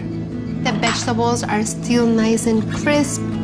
The broth is rich and comforting, and it feels so good as you swallow it.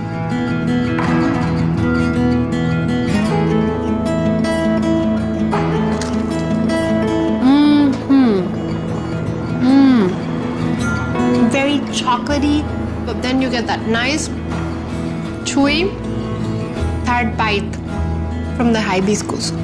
Such a combination. With a very traditional mole de olla and this funky and fun modern salad. And this experimental use of hibiscus flowers in my chocolate cookies, I made an eclectic but successful mix of modern and traditional in my kitchen. So good.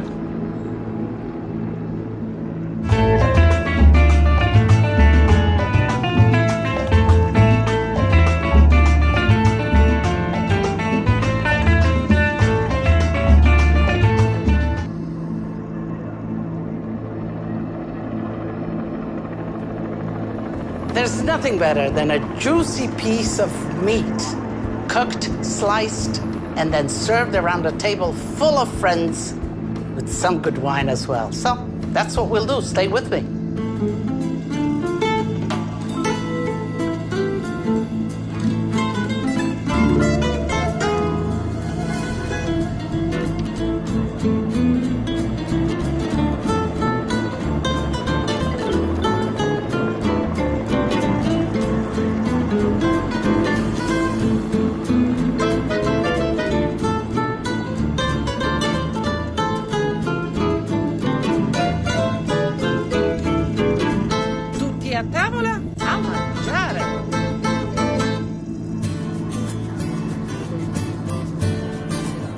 Today we're making veggie patties with green salad, London broil with sun-dried tomato marinade, and a corn and walnut cake. Polpette di verdure. You know, I was looking hard for an English rendition as beautiful as that, and all I could come up with was vegetable patties. But regardless of the name, they are delicious. Patties made out of all of these vegetables. Let's begin with the potatoes. Let's fry some potatoes. You best rice potatoes when they're nice and warm. You know, potatoes, if you mix them too much, they get very glutinous and very sticky. So you don't want to do that. This leaves them nice and airy, and it's great. Kids love to do this. I used to do this all the time when I was a little girl, especially when we made gnocchi.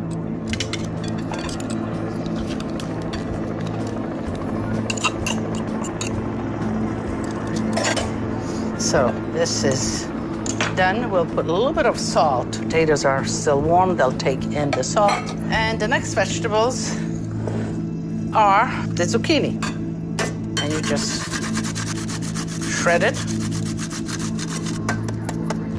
Zucchinis are always full of water, and these are patties. So you want them on the dry side to fry well. And I'm just gonna squeeze the water right out of this, so get a thin kitchen towel that it's not too heavy, and you just twist it. Get a little exercise in here. So see, they're nice and dry now. And to bind this, eggs are always the thing.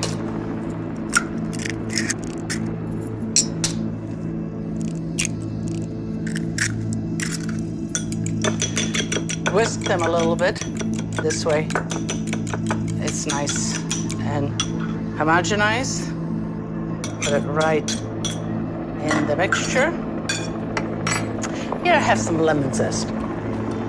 A little bit of lemon or orange zest would really refresh the flavor. A little bit of chopped scallion.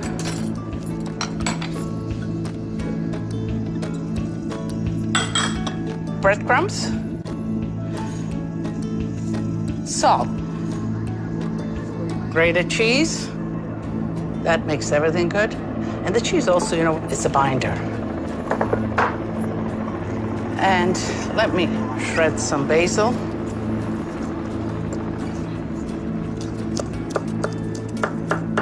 What other vegetables? You can put shredded carrots in there. You can put parsley. And now I need to make the patties. Let's go right in there. And you can see how these are great just with the salad, like I will serve it. Also great as snacks, great as side dish. You put a big platter of these, they'll disappear in no time. So I will make the patties. You can make them into a meatball, but if you make the patties, they fry better and you don't have to fry them as long. This is a great job for the whole family. Get them involved, get the kids involved. There's a great feeling about touching food. It's comforting, and you write to me all the time on my emails. You said, Lydia, we love the way you touch your food. So, you do it at home. So here I made about half the batch. I'll get somebody else to help me out. I need grandma's helper here. So it's good, you know. The faster you get them done, the easier it is. A nice white pan. I like olive oil. I think you can mix olive oil and vegetable oil. Could you mix olive oil and butter?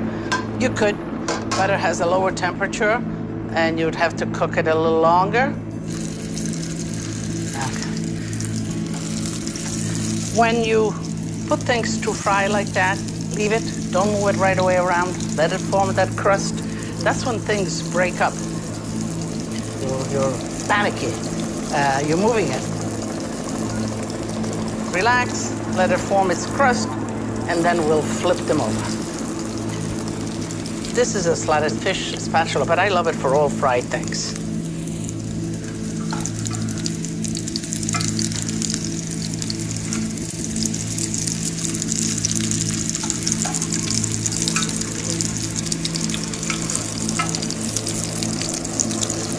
pressure it down so it gets a little bit more heat. You get a little bit more crusty surface. Patience. Patience in the kitchen is very important. I'm going to wait for these to fry, finish making another batch, and since no helper came, I'm going to have to get back into it, and we'll finish frying them, and then I'll show you how to enjoy them. Italian cooking at its base is using the best ingredients you can find in the season, using as few ingredients that you would need for a delicious dish, and elaborating as little as possible. It's about cooking well and then dressing the food well when it's at the table. I'm finishing up the last batch of the patties. Now keep in mind they are crispy on the outside, and when they cool off a little bit, they get even crispier, but inside it's still nice and moist. Just a little bit of salt here while they're still hot. And let's make the salad now. I get asked all the time about dressings, and dressings could be so varied. So let's see, what am I gonna have here? Vinegar, some sort of acidity. I like red wine vinegar. Of course, good olive oil. The ratio, about 1/3 acidity, 2/3 of the olive oil.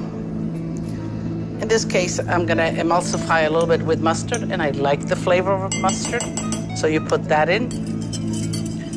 If you add more mustard, or even if you add a little mayonnaise or whatever, it will render it more and more creamy.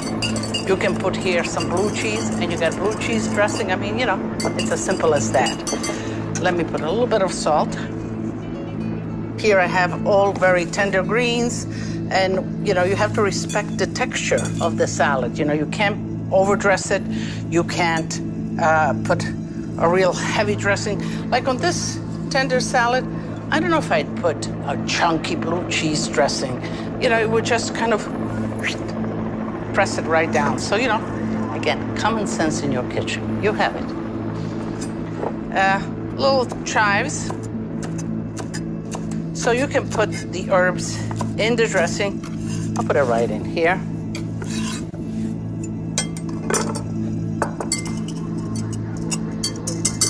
There we go. Let's toss it right in the salad. And I think I have just the right amount of, sometimes I even toss the salad back in there, collect everything. And what am I missing? I know what I'm missing, a little fresh pepper. And that you put the last minute. You know, that's why you have pepper mills on your table. Pepper has a lot of tannins, and if you cook it, it gives out bitterness. But when it's like that, the last minute, it gives you what you want. It gives you that peppery flavor and taste, that piquant. So pepper, always remember, add it on the last minute. It is best. Okay, so the salad is done.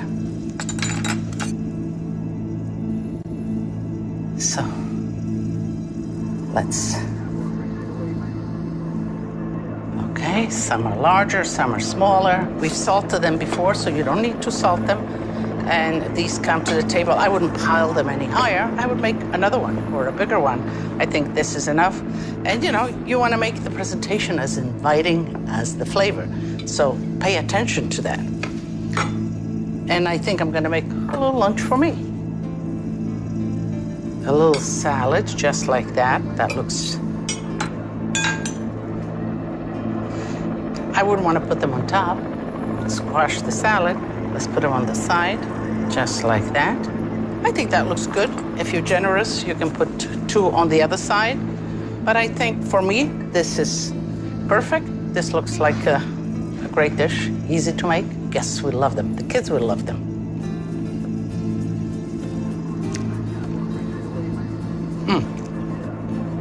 Delicious, mellow, velvety, full of flavor. Yeah, full of flavor, and it has the crunch. It really is delicious, great balance. So, to go back to the beginning, to my roots, polpette di verdura, una bellissima insalata, e tutto insieme delizioso.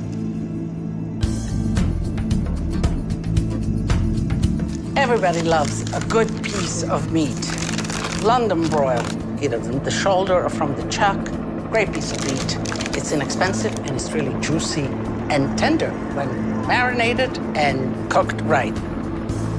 It is a little tough, and the secret of it is marinating it, but marinating it for 24 hours really makes it good. So what kind of marinade are you gonna do? I'm gonna do an Italian marinade, of course. Some garlic, sun-dried tomato, you know, sun-dried tomato, tomatoes intensity, concentration, love that. Basil, some red wine. So all of those elements bring the flavor. The wine brings the acidity, and it breaks down the protein, so it tenderizes.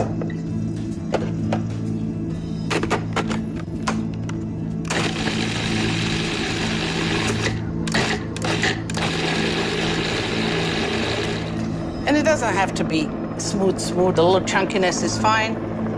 Of course, a little bit of olive oil.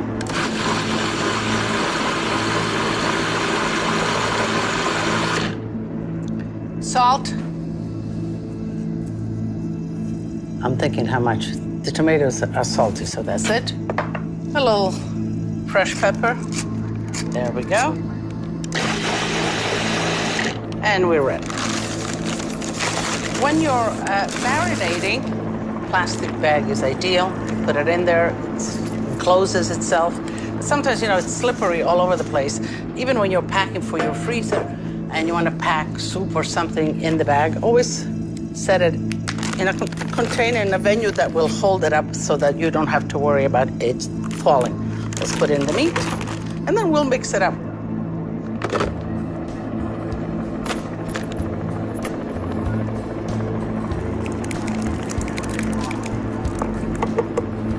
Again, we want to collect everything.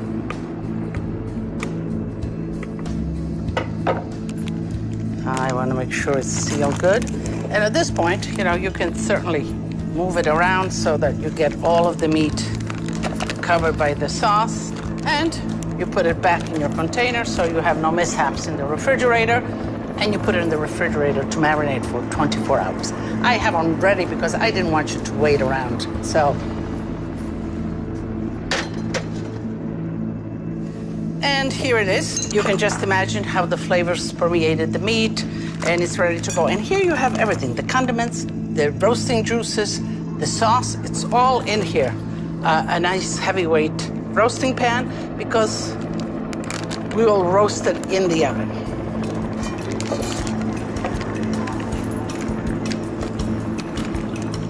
Let's get everything out.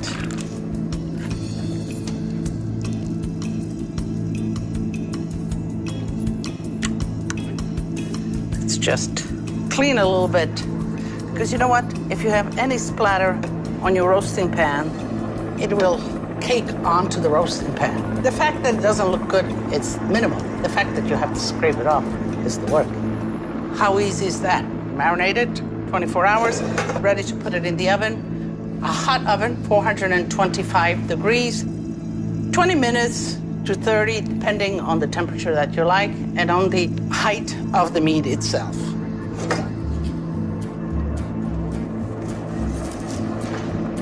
Comfort food to me is something that makes you feel good, and to me that's simple, honest food.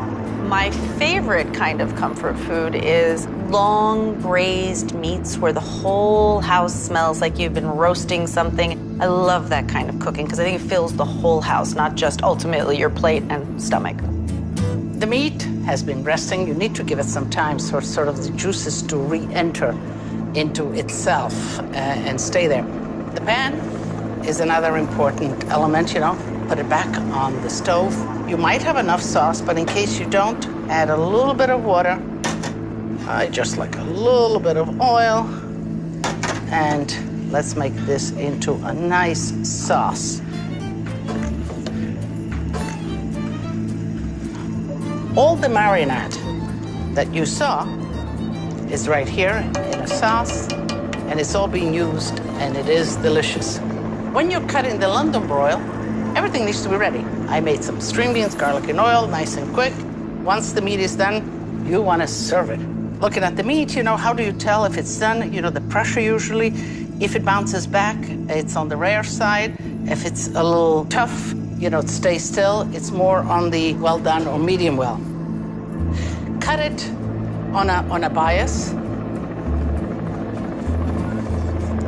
If a good long carving knife is ideal. You just cut away like that, and you keep on cutting and layering and cutting and layering.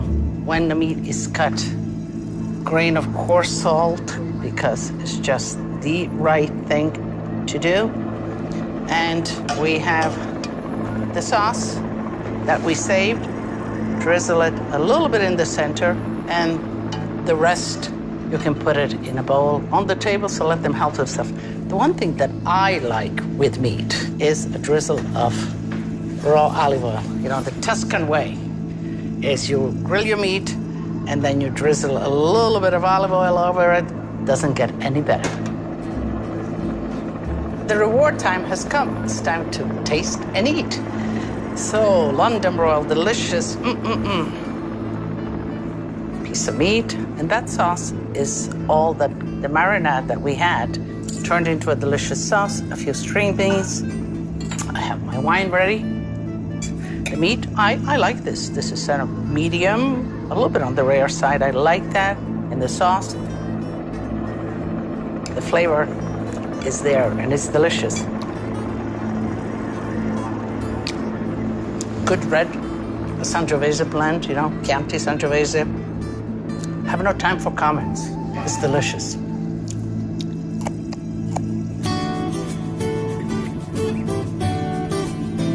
Dessert, very simple dessert. A cornmeal and walnut cake. My grandmother did everything with cornmeal. She did polenta, she made bread, she made dessert. And this is a great, simple cake that could be American, I think, just as well. So let's start with flour. This is all about a batter and putting flavorings in there and baking that batter. Cornmeal, all the dry ingredients, some cornstarch, baking soda, a pinch of salt. Let's give this a good mix. And wet ingredients now. Butter, room temperature is always a good way to start with batters. And sugar, and get that whipped up very nicely.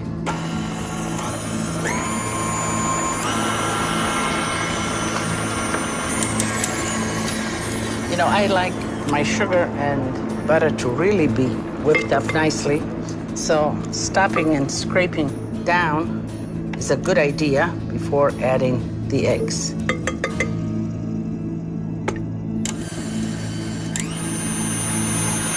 Next, adding one egg at a time.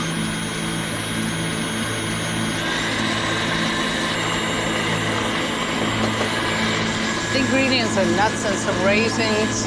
You can put the raisins just like that. I like to soak them in a little brandy, cognac, or rum. Let them sort of take that in. A little bit of vanilla, grated lemon rinds. So we're going to add the dry ingredients slowly into it. And we could do it like this, but one kind of easy and practical way to do it so they don't spill all over is just put a piece of parchment paper like that and slowly let the dry ingredients fall in.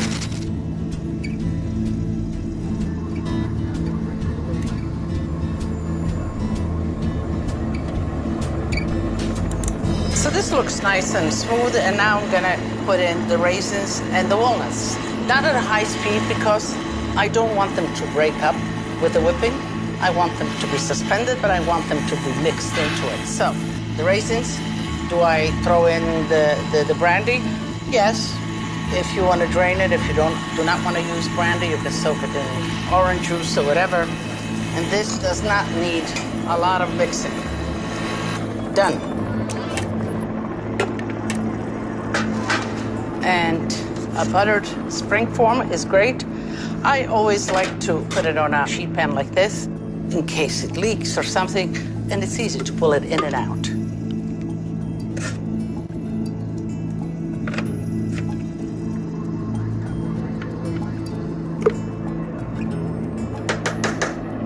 It's gonna bake into it. Just give it a little shake so it settles evenly. It will puff up and sort of build its own shape. Preheated oven at 350 degrees for half an hour, and it's done. Italy has, I think, the largest repertoire of dessert recipes. Yet, a big dessert is not part of a regular Italian meal. Sometimes just a bowl of fruit will do, and nuts. Nuts and dry fruits also end an Italian meal. The cake has baked.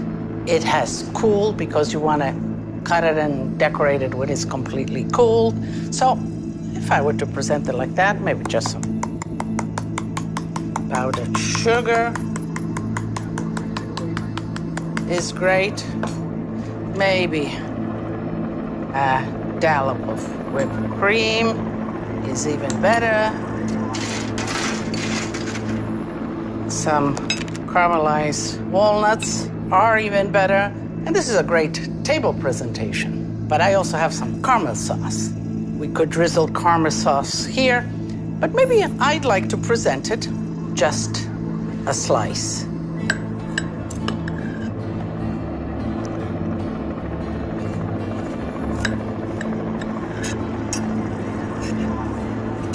And this is the slice. Looks good, it's moist, just like that.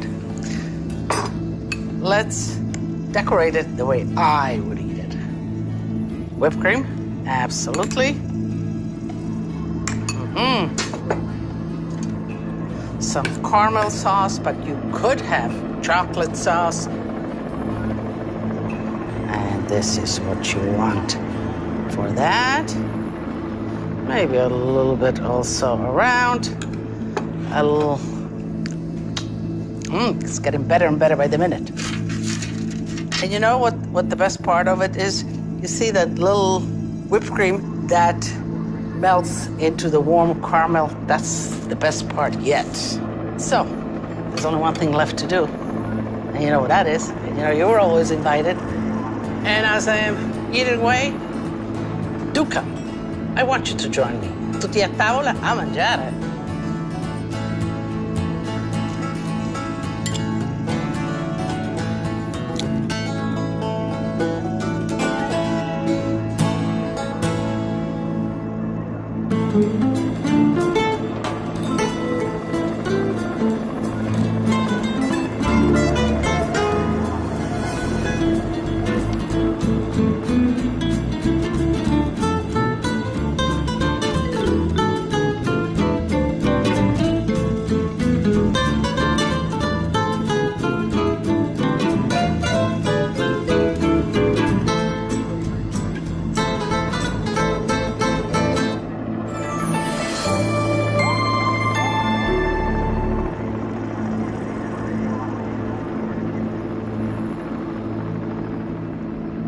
Join me today.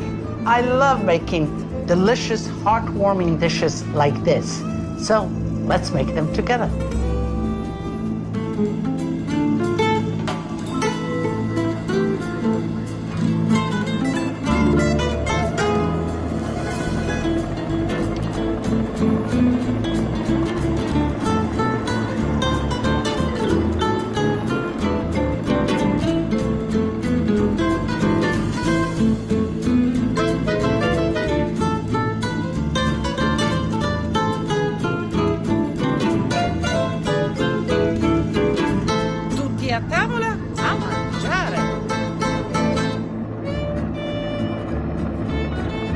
Today we're cooking fennel, pork, and oranges. Sounds good? Absolutely. Baked fennel with a little bit of sage. Pork with cipollini and grapes. And the orange marinated in marsala. Easy and delicious. Fennel. I love fennel. It's one of Italians' favorite vegetables. And yet maybe it's not as well known here in the States. So I'm working on that. And we're gonna make great baked fennel. Buy fennel like this with all the fawns nice and green. Whenever you buy a vegetable, you see green fawns, green leaves or something, that assures freshness, so look for that. But what you really want is the bulb of the fennel. So you cut, all right? Cut that off, but don't throw this away. This you put in the freezer and you make your vegetable stock. Just chop it up like that, collect it. So I'm looking at this, I said, you know, sometimes there's blemishes here. It's a little tough, so let me take this away maybe. You know, I want to throw away as little as possible. Then cut it in half just like that. Let's cut the core away. Just a little bit of the core. Fennel is great just raw like this. You hear how it crackles? So the Italians love it, just like that. After a meal, they put it on a table with a little bit of olive oil and the crunch on it. Look, delicious. And so it's a great kind of digestive. It has that licorice flavor. But, you know, it has kind of, it's a little tough. For this, we will boil it, and then finish it in the oven. So cut slices. I kind of ripped it up to show you the crunch, but you can just go across, right across like this. Break it up a little bit. You get a little fawns in there, that's okay. Okay, and we parboil this in just simple boiling water. Half cooked, not all the way because it's gonna finish in the oven.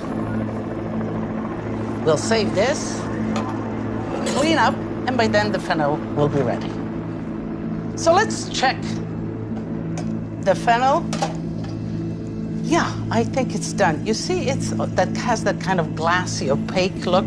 That means that it's halfway there. And that's the way we want it. So let's just fish it right out.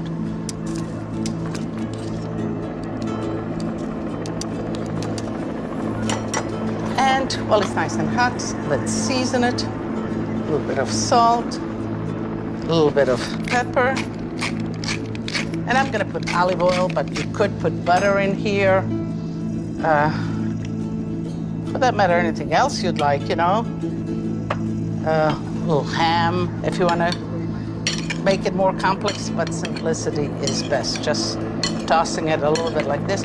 Now, you know, this is great even if you decided to make a salad. You let it cool, you add a little vinegar or lemon juice, you get yourself a salad. But we are going to bake this as I promised you. A buttered dish, baking dish, something that you can bring to the table, that you want to bring to the table.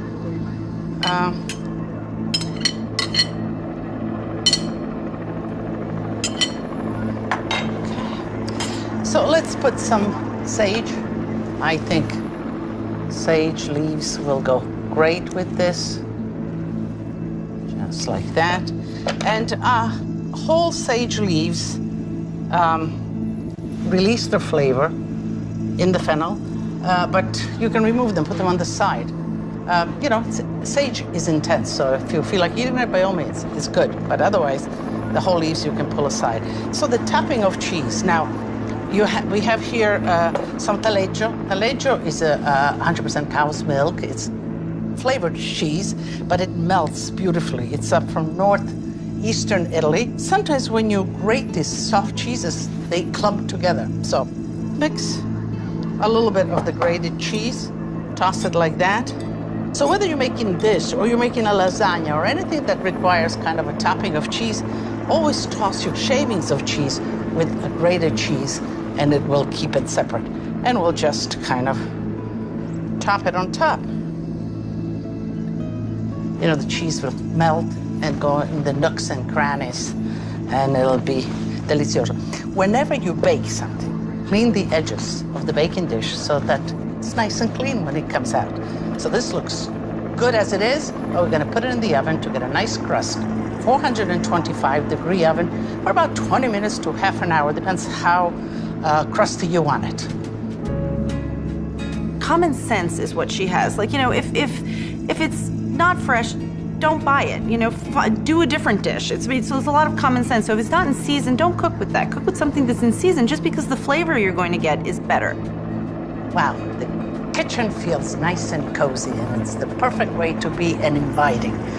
So we're going to continue with this cozy food.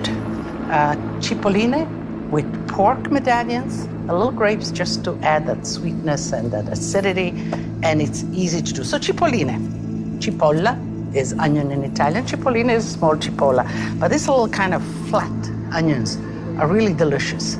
And if you find them in the store, buy them because they're sweet and they caramelize beautifully with roasts or whatever. And then you have the whole onion to serve. It looks just great. And what you want is just, you take off the bottom and the top. And you know, this is a good tip. If you soak the cipolline in water for about an hour before you begin cleaning them, they peel easier. They don't kind of run away on you. They take a while to cook throughout. So we're gonna put them in a little bit of boiling water and cook them.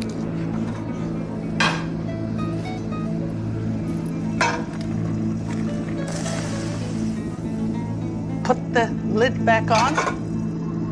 This is a fillet of pork, nice and clean. You can have your butcher clean it, or you can just clean it. It's very easy. Usually it comes really nice and clean. And nice thick pieces because you want to give it to a person. We'll pound them a little bit.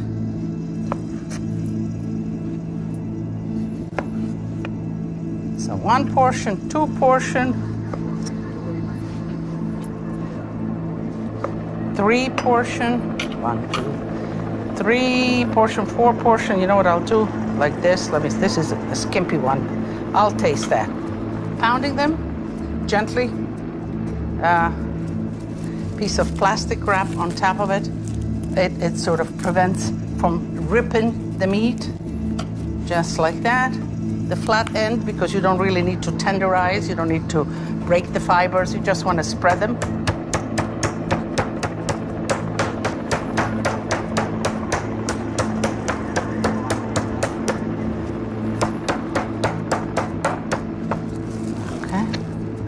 Season it just a little bit with salt, both sides.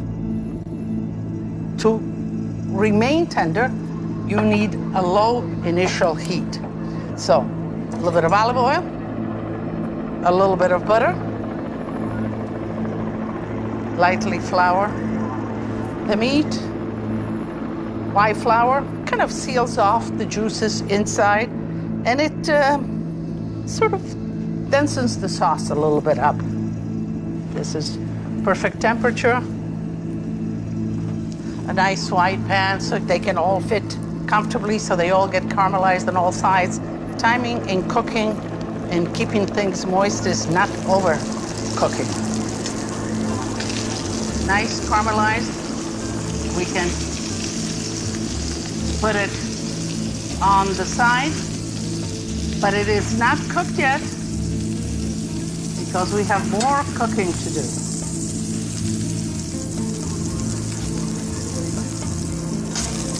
Okay.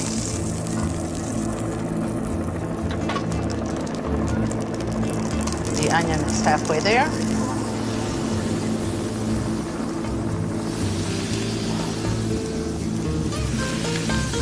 Now we're cooking.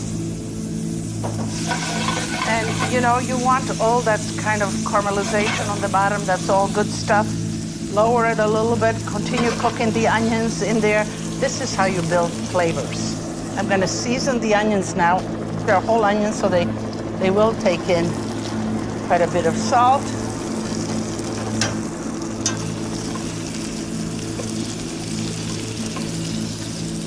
Do you splatter your whole stove? Well, something like this will. But it's easy to clean, you know. I mean, to have good food, sometimes you gotta clean thereafter. So we have it nice and caramelized. Now we wanted to glaze all of that. A little bit of white wine.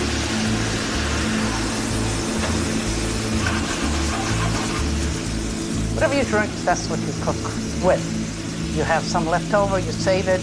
You know, it doesn't have to be expensive wine, as long as it's good wine. Because again, we're building flavors, and whatever you put in, it's part of the total flavor profile.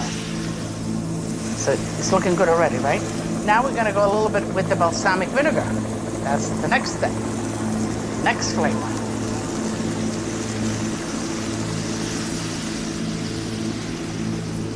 You see what's happening in there?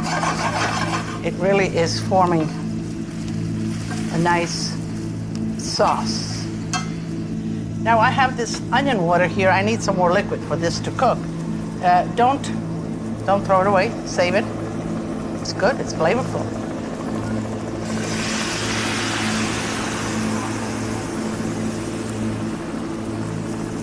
So now I will let this braise. Sage goes great with pork, with chicken. We're gonna do some fresh sage. And whole leaves, so they release their flavor, but you don't eat them. Sage, as I said before, is intense, and you don't want to always eat it. So the onions are at the right point. They look great, huh? This could be a great vegetable, so, you know, if you don't go any further, at least make them as a vegetable. To this, then, we'll add the meat. Now, you see the meat is not cooked. It has its juice and whatever. We're gonna put all of that in there. Just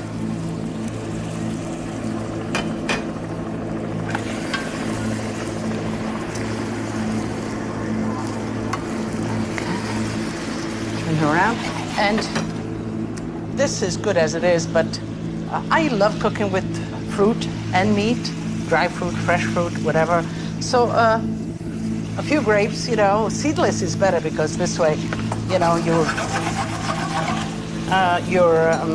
know, when you're biting in, you don't get the seeds. I'll add a little bit of that onion water, and I'll let this simmer together. Now the grapes don't really need to cook, you know, and if they cook, they actually explode. So you don't want them to cook; you just want them to warm up. We're gonna let this cook for a while, clean up, and then I'm gonna check on the fennel.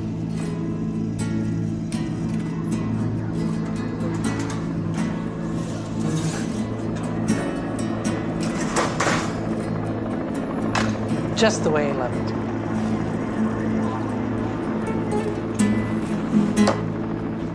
Well, the pork looks like it's done, and I think we're ready for some tasting.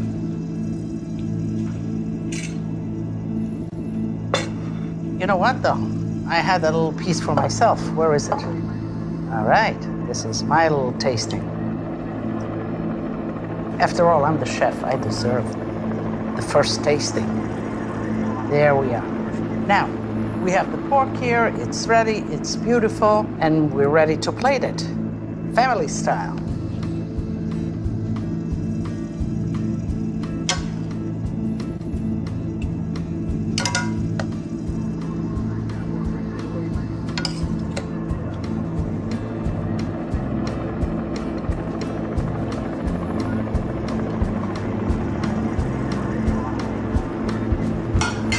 Let's put some fresh sage leaves. You cook with the herbs and then you use the same herbs to decorate. Because now the heat will release some more of the flavor of the sage, the freshness of the sage. I mean, I don't think it gets any better than this, do you? And you can do it, you know, it's simple. Nice and easy and simple. So, let me steal a little fennel. I like the crunchy part right here, where nobody will notice. Okay. And I have a little bit of vino. What wine with this? I mean, you know, kind of a medium wine or a Chianti. I have a Morellino. Morellino is a Sangiovese varietal. Nice, fruity, lots of berries. And I think that would go great with that. Let me taste the pork.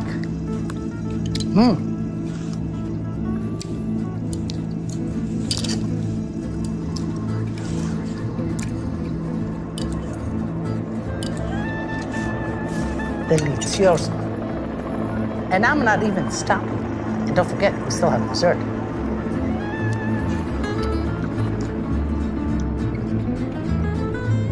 A nice little fresh dessert to follow that great meal. Oranges marinated in marsala with some mint. Very Sicilian. Sicily has great oranges. Marsala is Sicilian, so what grows together goes together. You use the oil of one region with the vegetables of that region with the fish that comes from those waters. So if you put them together, when you are in doubt of what to do, you're actually following the culture of that region, and it is correct. Nice orange, seedless are better, only because you don't have to pick out the seeds. Let's see. Okay. And you want to cut out all of the pith all around it. This is a meat boning knife, but it goes great. A thin, sharp blade, so you can cut it around right underneath the pith.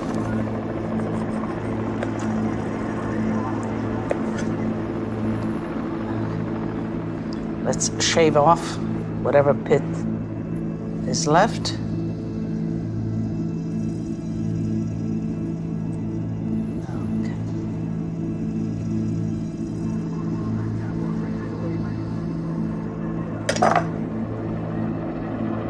So, slices, nice slices, because this is what we'll serve. We'll serve the slices of the orange.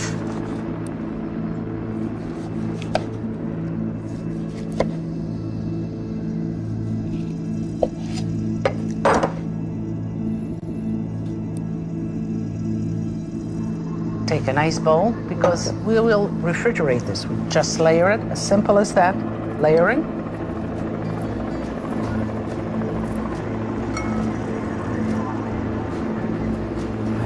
Okay. A little bit of sugar.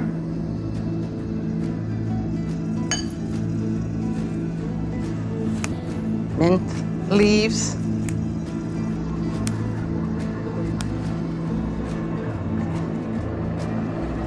That. A little bit of the marsala. And you keep on building. Simple, refreshing. You know, also in Sicily, when they have the blood oranges, this is delicious with those as well. So, a little bit more sugar here. And you're saying, well, isn't the orange sweet enough?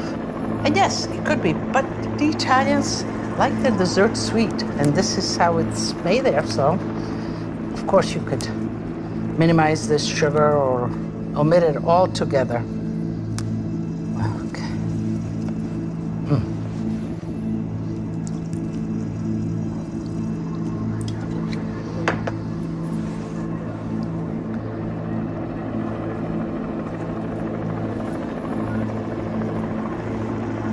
This is one way. You know, you could also supreme the orange, and that is just cut the segments out.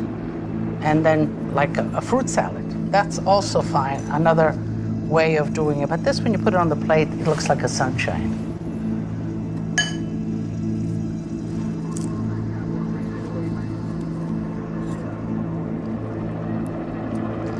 And you know, don't be shy with the marsala, because you're gonna serve a spoon and a fork with this, so they're gonna eat it, drink it like a soup. So this is great like this. You put it in the refrigerator, 20 minutes to a half an hour will do. Are you fretting about dessert? Well, we Italians have it covered. Seasonal fruit, some cheese, and you've got it made. Right here, some fresh figs with mascarpone, a little bit of toasted almonds. Perfect. Fresh ricotta with berries, drizzle of honey. Fantastico. peaches, blueberries, shredded mint, some orange juice, and a little Prosecco. And voila, what a festive dessert we have right here. You let it marinate in the refrigerator for half an hour, and you're ready to go. I love gorgonzola. Gorgonzola and pears are a perfect combination. I like serving it with the skin on, nestle it right on the gorgonzola, right like that. Some toasted walnuts, a drizzle of honey. Simple, delicious, and I would say inventive. Okay, this has been chilling for about a half an hour, and it really looks like the flavors have blended together, and we're ready to plate. I'm ready to taste. And it's a simple plating, just, kind of 1, 2, 3, whatever you think. Just like that, I think that's perfectly fine. Of course, we want some of the juice. That's the best part.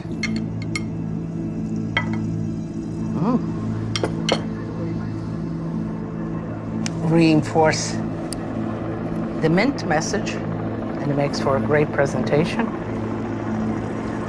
So, simple, perfect, refreshing, delicious. What could be said about simplicity? It's at its best. So, you definitely serve a little spoon to scoop that up, and of course, a fork to eat.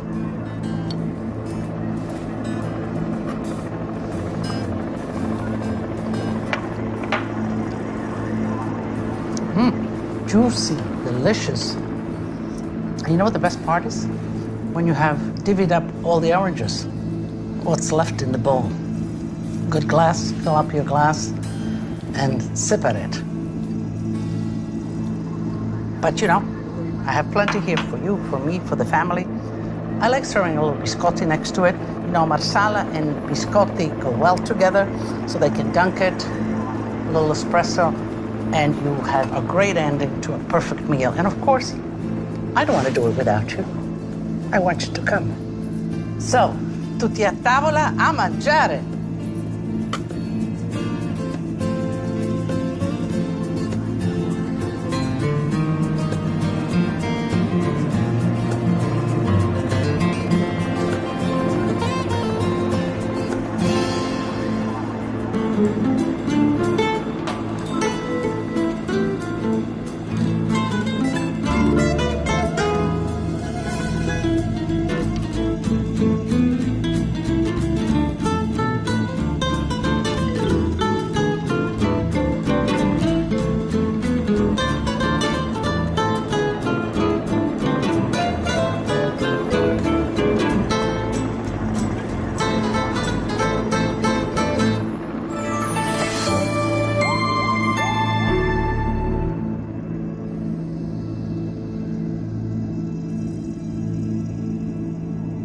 I gotta run. Because everybody's excused not to cook a good meal. Well, today's 3 recipes don't allow excuses. Easy and delicious.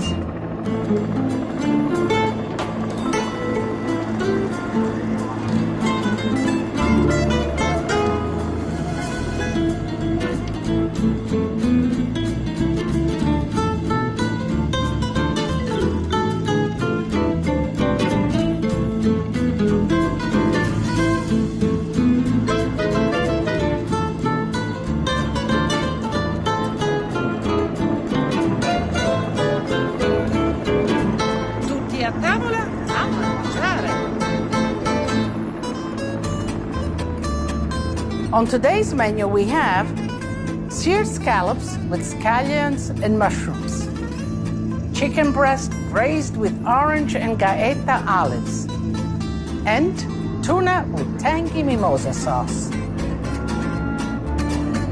Scallops and mushrooms. That sounds pretty good to me. It really is a delicious combination.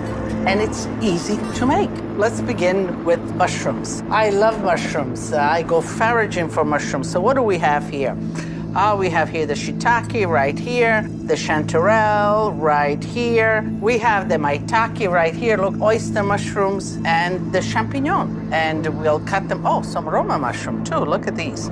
So, clean them up, and let's cut them up. Now, you're gonna say, my God, Lydia, do I need all of these mushrooms? Well, you know, mushrooms are made basically of water and minerals and cellulose. And once they let out their water, they really shrink. So we'll get about half of that, if you will. And for the dish, we'll have only mushrooms and scallops. So you want a nice ladle full of mushroom for everybody to put the scallops on top. Garlic and mushrooms is a marriage made in heaven. I love it. You know, when you clean mushrooms, you cut off the tip, just like this leg here on the shiitake is kind of tough. You don't want that. And the rest, you give it a quick wash in and out of the water. Not a lot, quick. Don't let it soak in the water. And then you pat them dry. Otherwise, they'll take forever to cook. So let's just put in the mushrooms. Put a piece of paper towel underneath so as they're waiting to be cooked, the towel absorbs any extra water.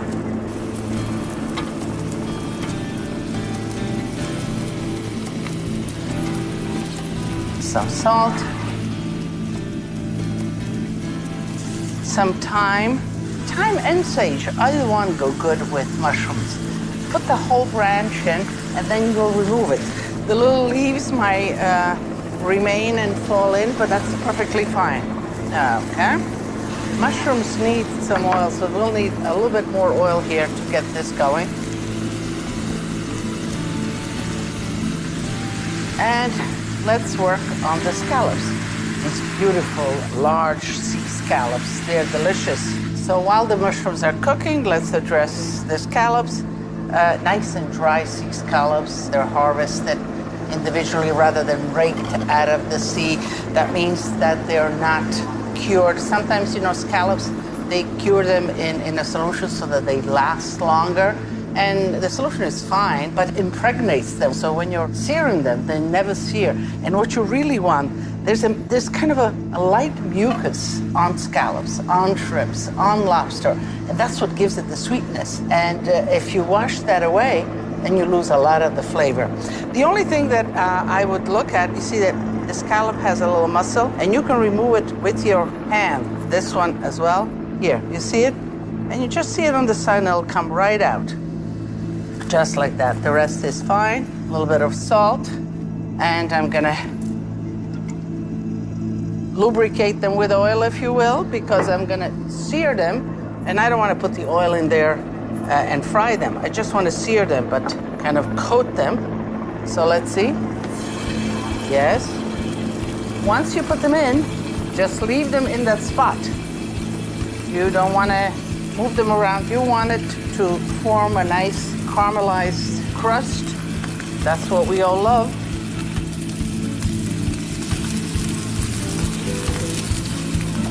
All set. Let's check on the mushrooms here. Okay. The mushrooms, they take longer than the scallops, and the scallops will be fine there. I just love mushrooms. Mushrooms are so versatile in the kitchen. They go with meat, they go with fish, they go with eggs, they go by themselves. They go in a salad raw, they go cooked. So mushrooms, and you know, I love going foraging for mushrooms. And here you certainly can buy in stores all kinds of mushrooms. All of these were brought in our store, but in Italy, they still go foraging for mushrooms, and they're still allowed to sell in the market. Okay, the scallops are coming along. Let's just flip them. So the mushrooms look done. I'll pull out the thyme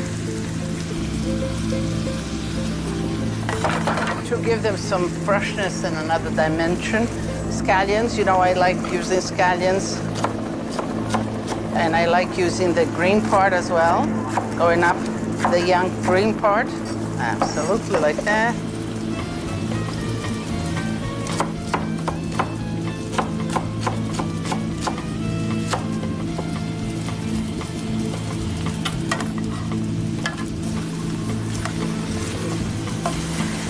just gonna taste one little piece of mushroom. Always taste, you know, I tell you always taste. Just a little bit of salt missing. So just to flavor it, the last minute, actually even closing the heat, just put a little bit of butter in there to flavor it. And the best way to extract the maximum flavor from butter or even for oil is to use it in the last minutes of cooking, not to cook it, just to dissolve it in whatever you're cooking. That's when you really get the maximum of flavor. And you need to use less of. All set, you can see that the scallions are just wilted, so they'll be a little crunchy, they'll be delicious, and we're ready to plate. So let's see, do we put them around? And this one is mine, right here. Let me just put some. Now to this, I have a little bit of reduction of balsamic vinegar. I think that the best maybe is to leave that on the side and then let everybody drizzle, otherwise it gets kind of messy in here. So put this on the side and you just let them do their own little thing, just like that. So bring it to the table like this so that they can really get what they like. Or if you like to plate it for each one of them, this is the way to do it. Now, let me taste this.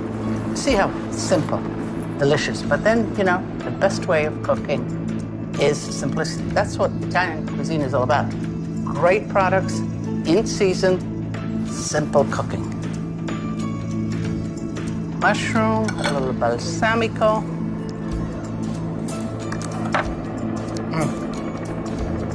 Delicious. The scallops are sweet, a little bit of acidity of the balsamic vinegar, the meatiness of the mushrooms, just fantastic. Dinner during the week requires a little bit of weekend prep. So I would maybe start with like some soup, a sauce that then you would make like a chicken dish with. Kind of depends what my work schedule is like, but we do prep before so that they get a good dinner when they come home. Sauteed chicken. You know, chicken breast sauteed is one of those things that takes maybe 20 minutes the most. The question is, how do you really impart a lot of flavor into it? And the question that I get from you all the time is, you know, chicken breast is tough. So I'm going to show you and I'm going to tell you. To get a soft chicken breast, never get very high temperatures in your pan. Mix your fats, a little bit of olive oil, a little bit of butter, temperature is medium, flour your chicken breast and put them in and let them caramelize lightly. Both sides, never fuming, never smoky, always nice and lightly. So, you know, sauteing chicken in a pan. Chicken breast, you know, I like dark meat and thighs and all of that, but sometimes chicken breast makes the day. And in this dish especially, so make sure that you just salt them lightly and make sure that they're all about the same size, because then the cooking time is the same. So the sauteing of the chicken, a very gentle saute, you know, to keep it soft so it doesn't overdry. Chicken breast, cooked gently, is a soft chicken breast. A little bit of oil, a little bit of butter, so that the temperature in the pan is not that high. All right? Now, when it's still medium, just lightly flour the chicken, put it right in there. Do not overflour. Okay. You can see already there's a gentleness about this cooking method, and ultimately it yields tender chicken breasts. And they don't have to be scorched or colored, just a little bit. Cook the flour, get a little bit of color on them, and if it's not really the way you like it, yes, raise a little bit the heat. And just stand by it until it gets nice and caramelized. So what are we gonna make? What kind of sauce are we gonna make with this tender chicken? We're gonna make sort of Sicilian flavored chicken. Olives, oranges, you know, some of the best oranges grow in Sicily, and some red onion with a little bit of fennel powder. In Sicily, they use a lot of fennel, and I love fennel. But you know, in this case, adding just a little bit of fennel powder, it will bring it to the feels of Sicily, that intense wild flavor, if you will. Okay. So here we are. I think that the chicken is beginning. We'll remove it. And the chicken now is about halfway cooked. We will finish cooking it in the sauce. Right in here, you know, there's still this mild temperature. Nothing is burnt. Let's add onions. Plenty of red onions like that. I mean, you know, could you use white onions if you don't have red? Sure. But, you know, red onions adds a different dimension. Olives, gaeta olives, or, I mean, if you like even darker olives, the drier olives, that's perfectly fine. Now, you could put the orange rind itself, grating it, or you can even put the orange zest. Depends on how much orange you want. Just don't get the pith, because that's always better. But you can get 2 nice slices of orange just like that. Here's a little bit of ground orange rind, and that will give a lot of flavor. So I am kind of cooking the onions down. In this process, the olives are releasing the flavor. This is what cooking is about. Layering the flavors, flavoring every element, and then getting this ultimate symphony of all the great instruments that you had playing in there. A little bit of orange juice. Vino, of course, vino. We're gonna drink some vino with, and we're gonna let this cook down, the sauce kind of really flavor itself, and then we'll add the chicken. But we are missing the fennel powder, which I have right here. So this is fennel seeds, but let's talk about powders and seeds. Well, in powder form, the spice really loses a lot of the flavors. So why not make it yourself at the moment? So let's do it. All you need is one of the spice grinder, or you know what? Even a coffee grinder will do. Dry fennel seeds.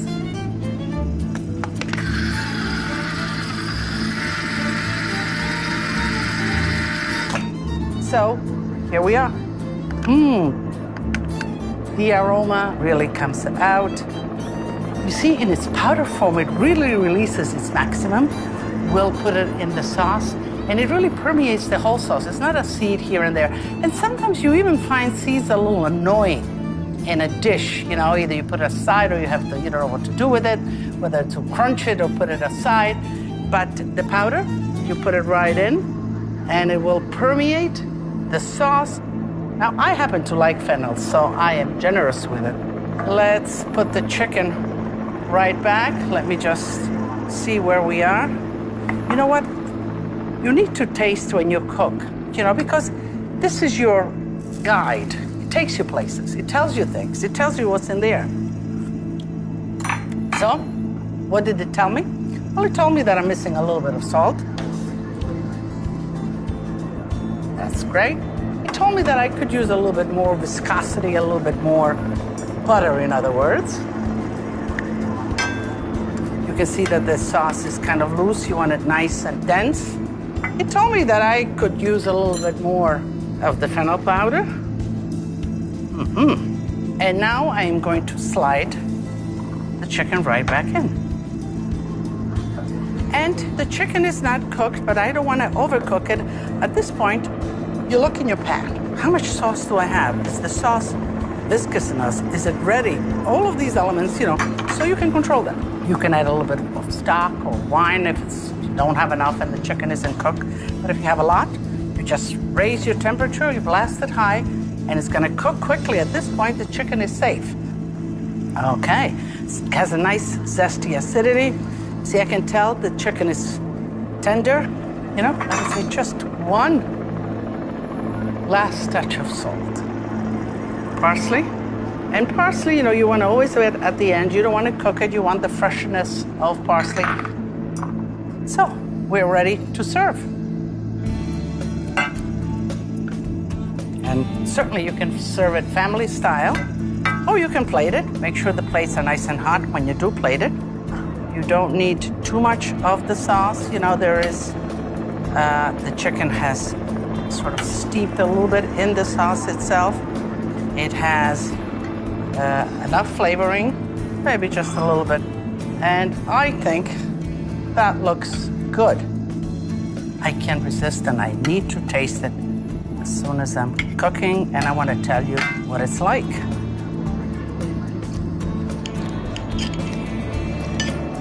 Really tender.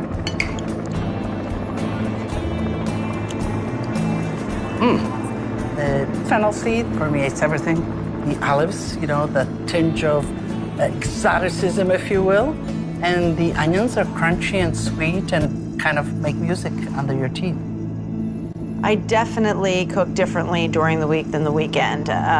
So my kids are obviously in school and I'm working, so there's very little time to actually cook.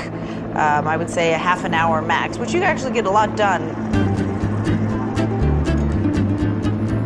Tuna, we love it raw, we love it cooked. But you know, this system of cooking I'm going to teach you, it's so wonderful. I picked it up actually from the executive chef at Felidia, Fortunato Nicotre. So get a nice size steak, not too big. Out of here, maybe do 6 portions. This is the eye of the tuna, which extends into the belly, which the Sicilians love even better because it has a little bit of fat in it. So you can either go and just get the eye and reserve this for a pasta sauce or something. So let's kind of shave off the bloodline. Your fishmonger should have done most of it for you, but just let you go around a little bit and sharp knife is important. And then you just kind of press against with this in a sewing motion against the skin on the bottom, and you just kind of shave it off. Look at this. Okay, let me just shave off a little more of these bloodlines because once you cook that, you know, it's a little bitter. So again, here I'm talking about, you see, this is almost like a natural line for this, and you can almost do it with your fingers, you see? And just follow that. And here you go. So you have this beautiful fillet of tuna, and this is the ventresca, which is really delicious. You could sear it, save it for another time. You can make a great pasta sauce with it. So if you chop it up, put some garlic, tomatoes, a really wonderful pasta sauce. But let's work with the fillet, which is beautiful. So I would say 6. Let's go cut it in half, and then each one in 3.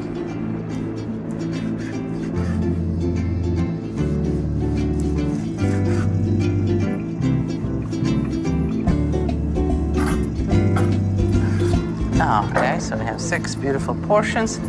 Let's put them. And, you know, tuna is very fragile and tender. So season it with a little bit of salt, olive oil, and a non-stick pan or a cast iron pan is good venue to cook this. Could you grill it? Yeah, but this is better. You want the whole, we're gonna grill it on one side, you remember, and you want the fish to really touch the bottom of it, get a nice caramelization on one side, and the other side will just leave raw, and top it with a great salad. So I think you can present it independently as a single dish, but also a nice platter. This is always beautiful. Arugula is, you know, the quintessential Italian flavor in salad. I add to this a little bit of parsley. Now, to flavor this, I don't want garlic pieces in it, but I want to flavor it. So let's crush the garlic. Okay. Kind of just rub the bowl. And if you have the whole big pieces, you can just leave it in there, and then we'll pull it out. And that will give it enough flavor. Some salt. And we'll dress it with lemon juice and olive oil, but lemon zest also gives all the freshness to the salad, to the fish. Okay, this looks like it's nice and hot. The oil part, I want to put down the oil part.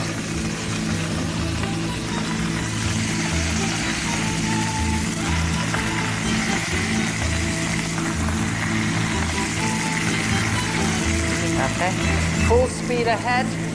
Just one side. If you're looking at the side here, coming up, you'll see how far it is cooked.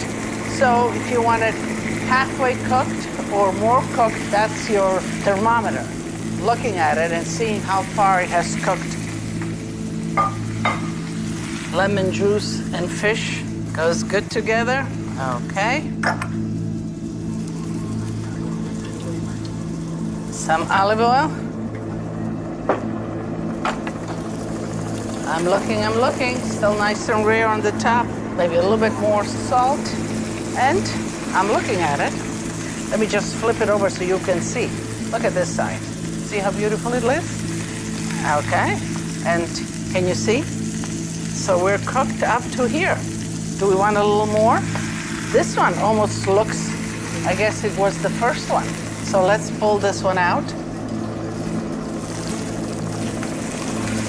Okay. This one looks nice and rare. And yet, look how nice it is on one side and rare on this side. This is what we want. Those Sicilians, they know their tuna. Okay. Now, even temperature-wise, you know, it's like black and blue if you like your steak black and blue. This is the feeling you get. It's cooked underneath and still almost chilly on top. Now, if you really like it better, so you can flip it over. Just make it quick. Just make sure that you get the temperature that you want. So now the salad is done, and just kind of on top, down the center. I would say, you know, you put some salad on, and some salad you leave just like this on the side. There is a little bit of sauce in there, a little bit of lemon juice. Let me just add.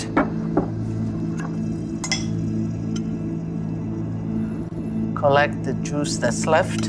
I'm gonna steal a little piece right here. This, a little bit of salad, and I'm going to taste it.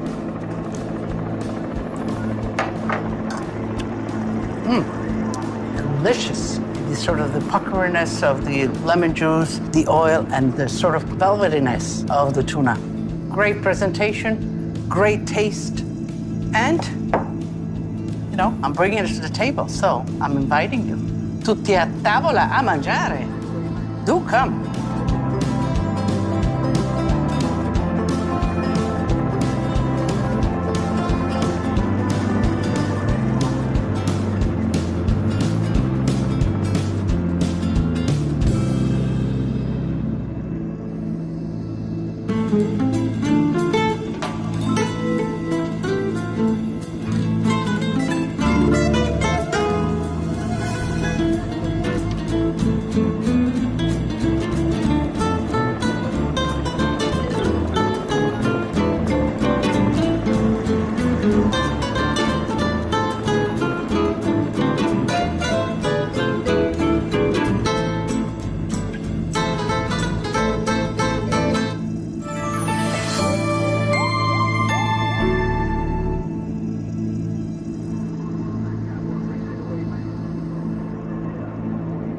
In my kitchen, so many things begin with garlic and onion. And today, I am surely gonna give you enough of garlic and onion. Begin with a wonderful crusty tart of onion, then risotto, zapped with garlic, lots of garlic, but mellow and velvety. And then the torta caprese. I couldn't think of where to put onion or garlic in the torta caprese, but it's delicious.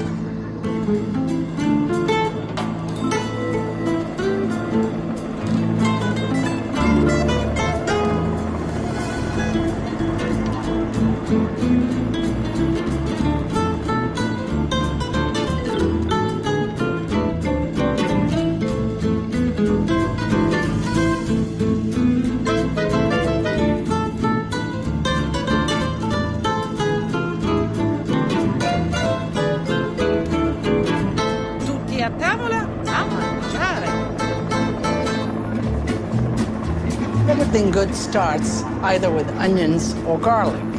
Today I'm going to be making a luscious onion tart, a wonderful garlic risotto, and all chocolate torta caprese. Let's begin with the tart shell, the dough. Very simple. A lot of people are always intimidated with dough for some reason, pasta, bread, whatever. This is simple. Flour in a food processor, cubed cold butter, salt, and you pulse it, adding just a little bit of water.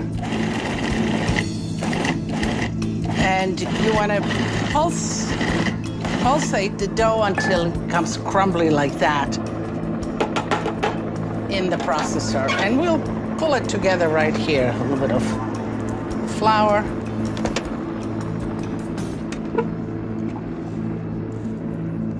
Okay.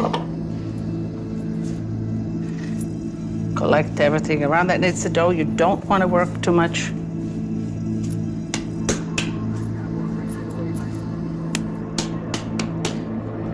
All done. You need to rest the dough before you actually roll it out. Put it in a piece of plastic wrap, nice and tight.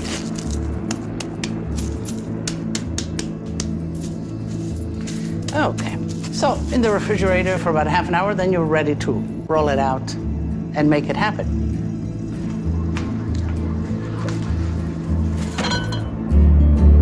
In the meantime, we'll make the filling. As I said, lots of onions, and it's all about onions. You know, food is sometimes about all different flavors and making different harmonies.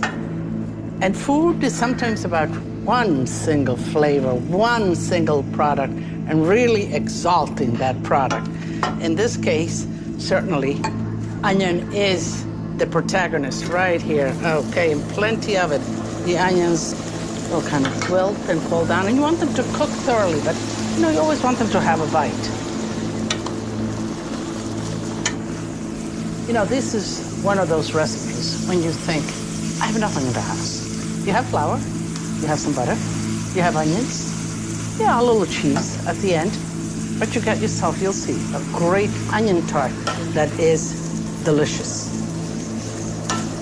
You don't want the onions to be colored brown. You want them just to wilt a little bit, just like that. You add some cream to it.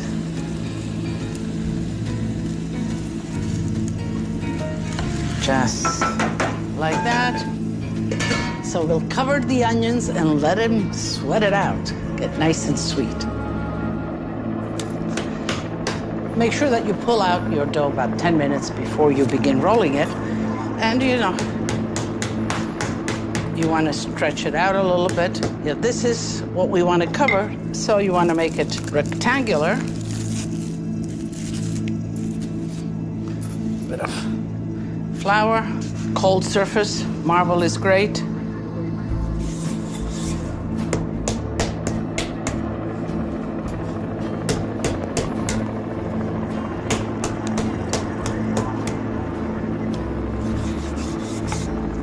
Keep the rolling pin floured and with some pressure.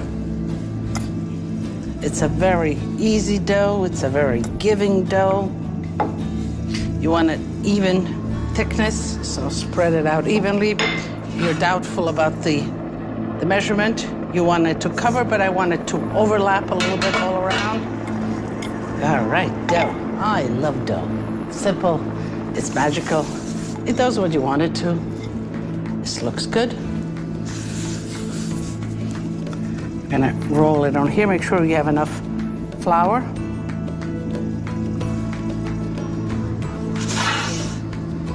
And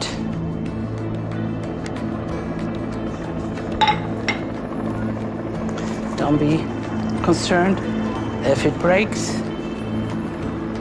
You can patch it up.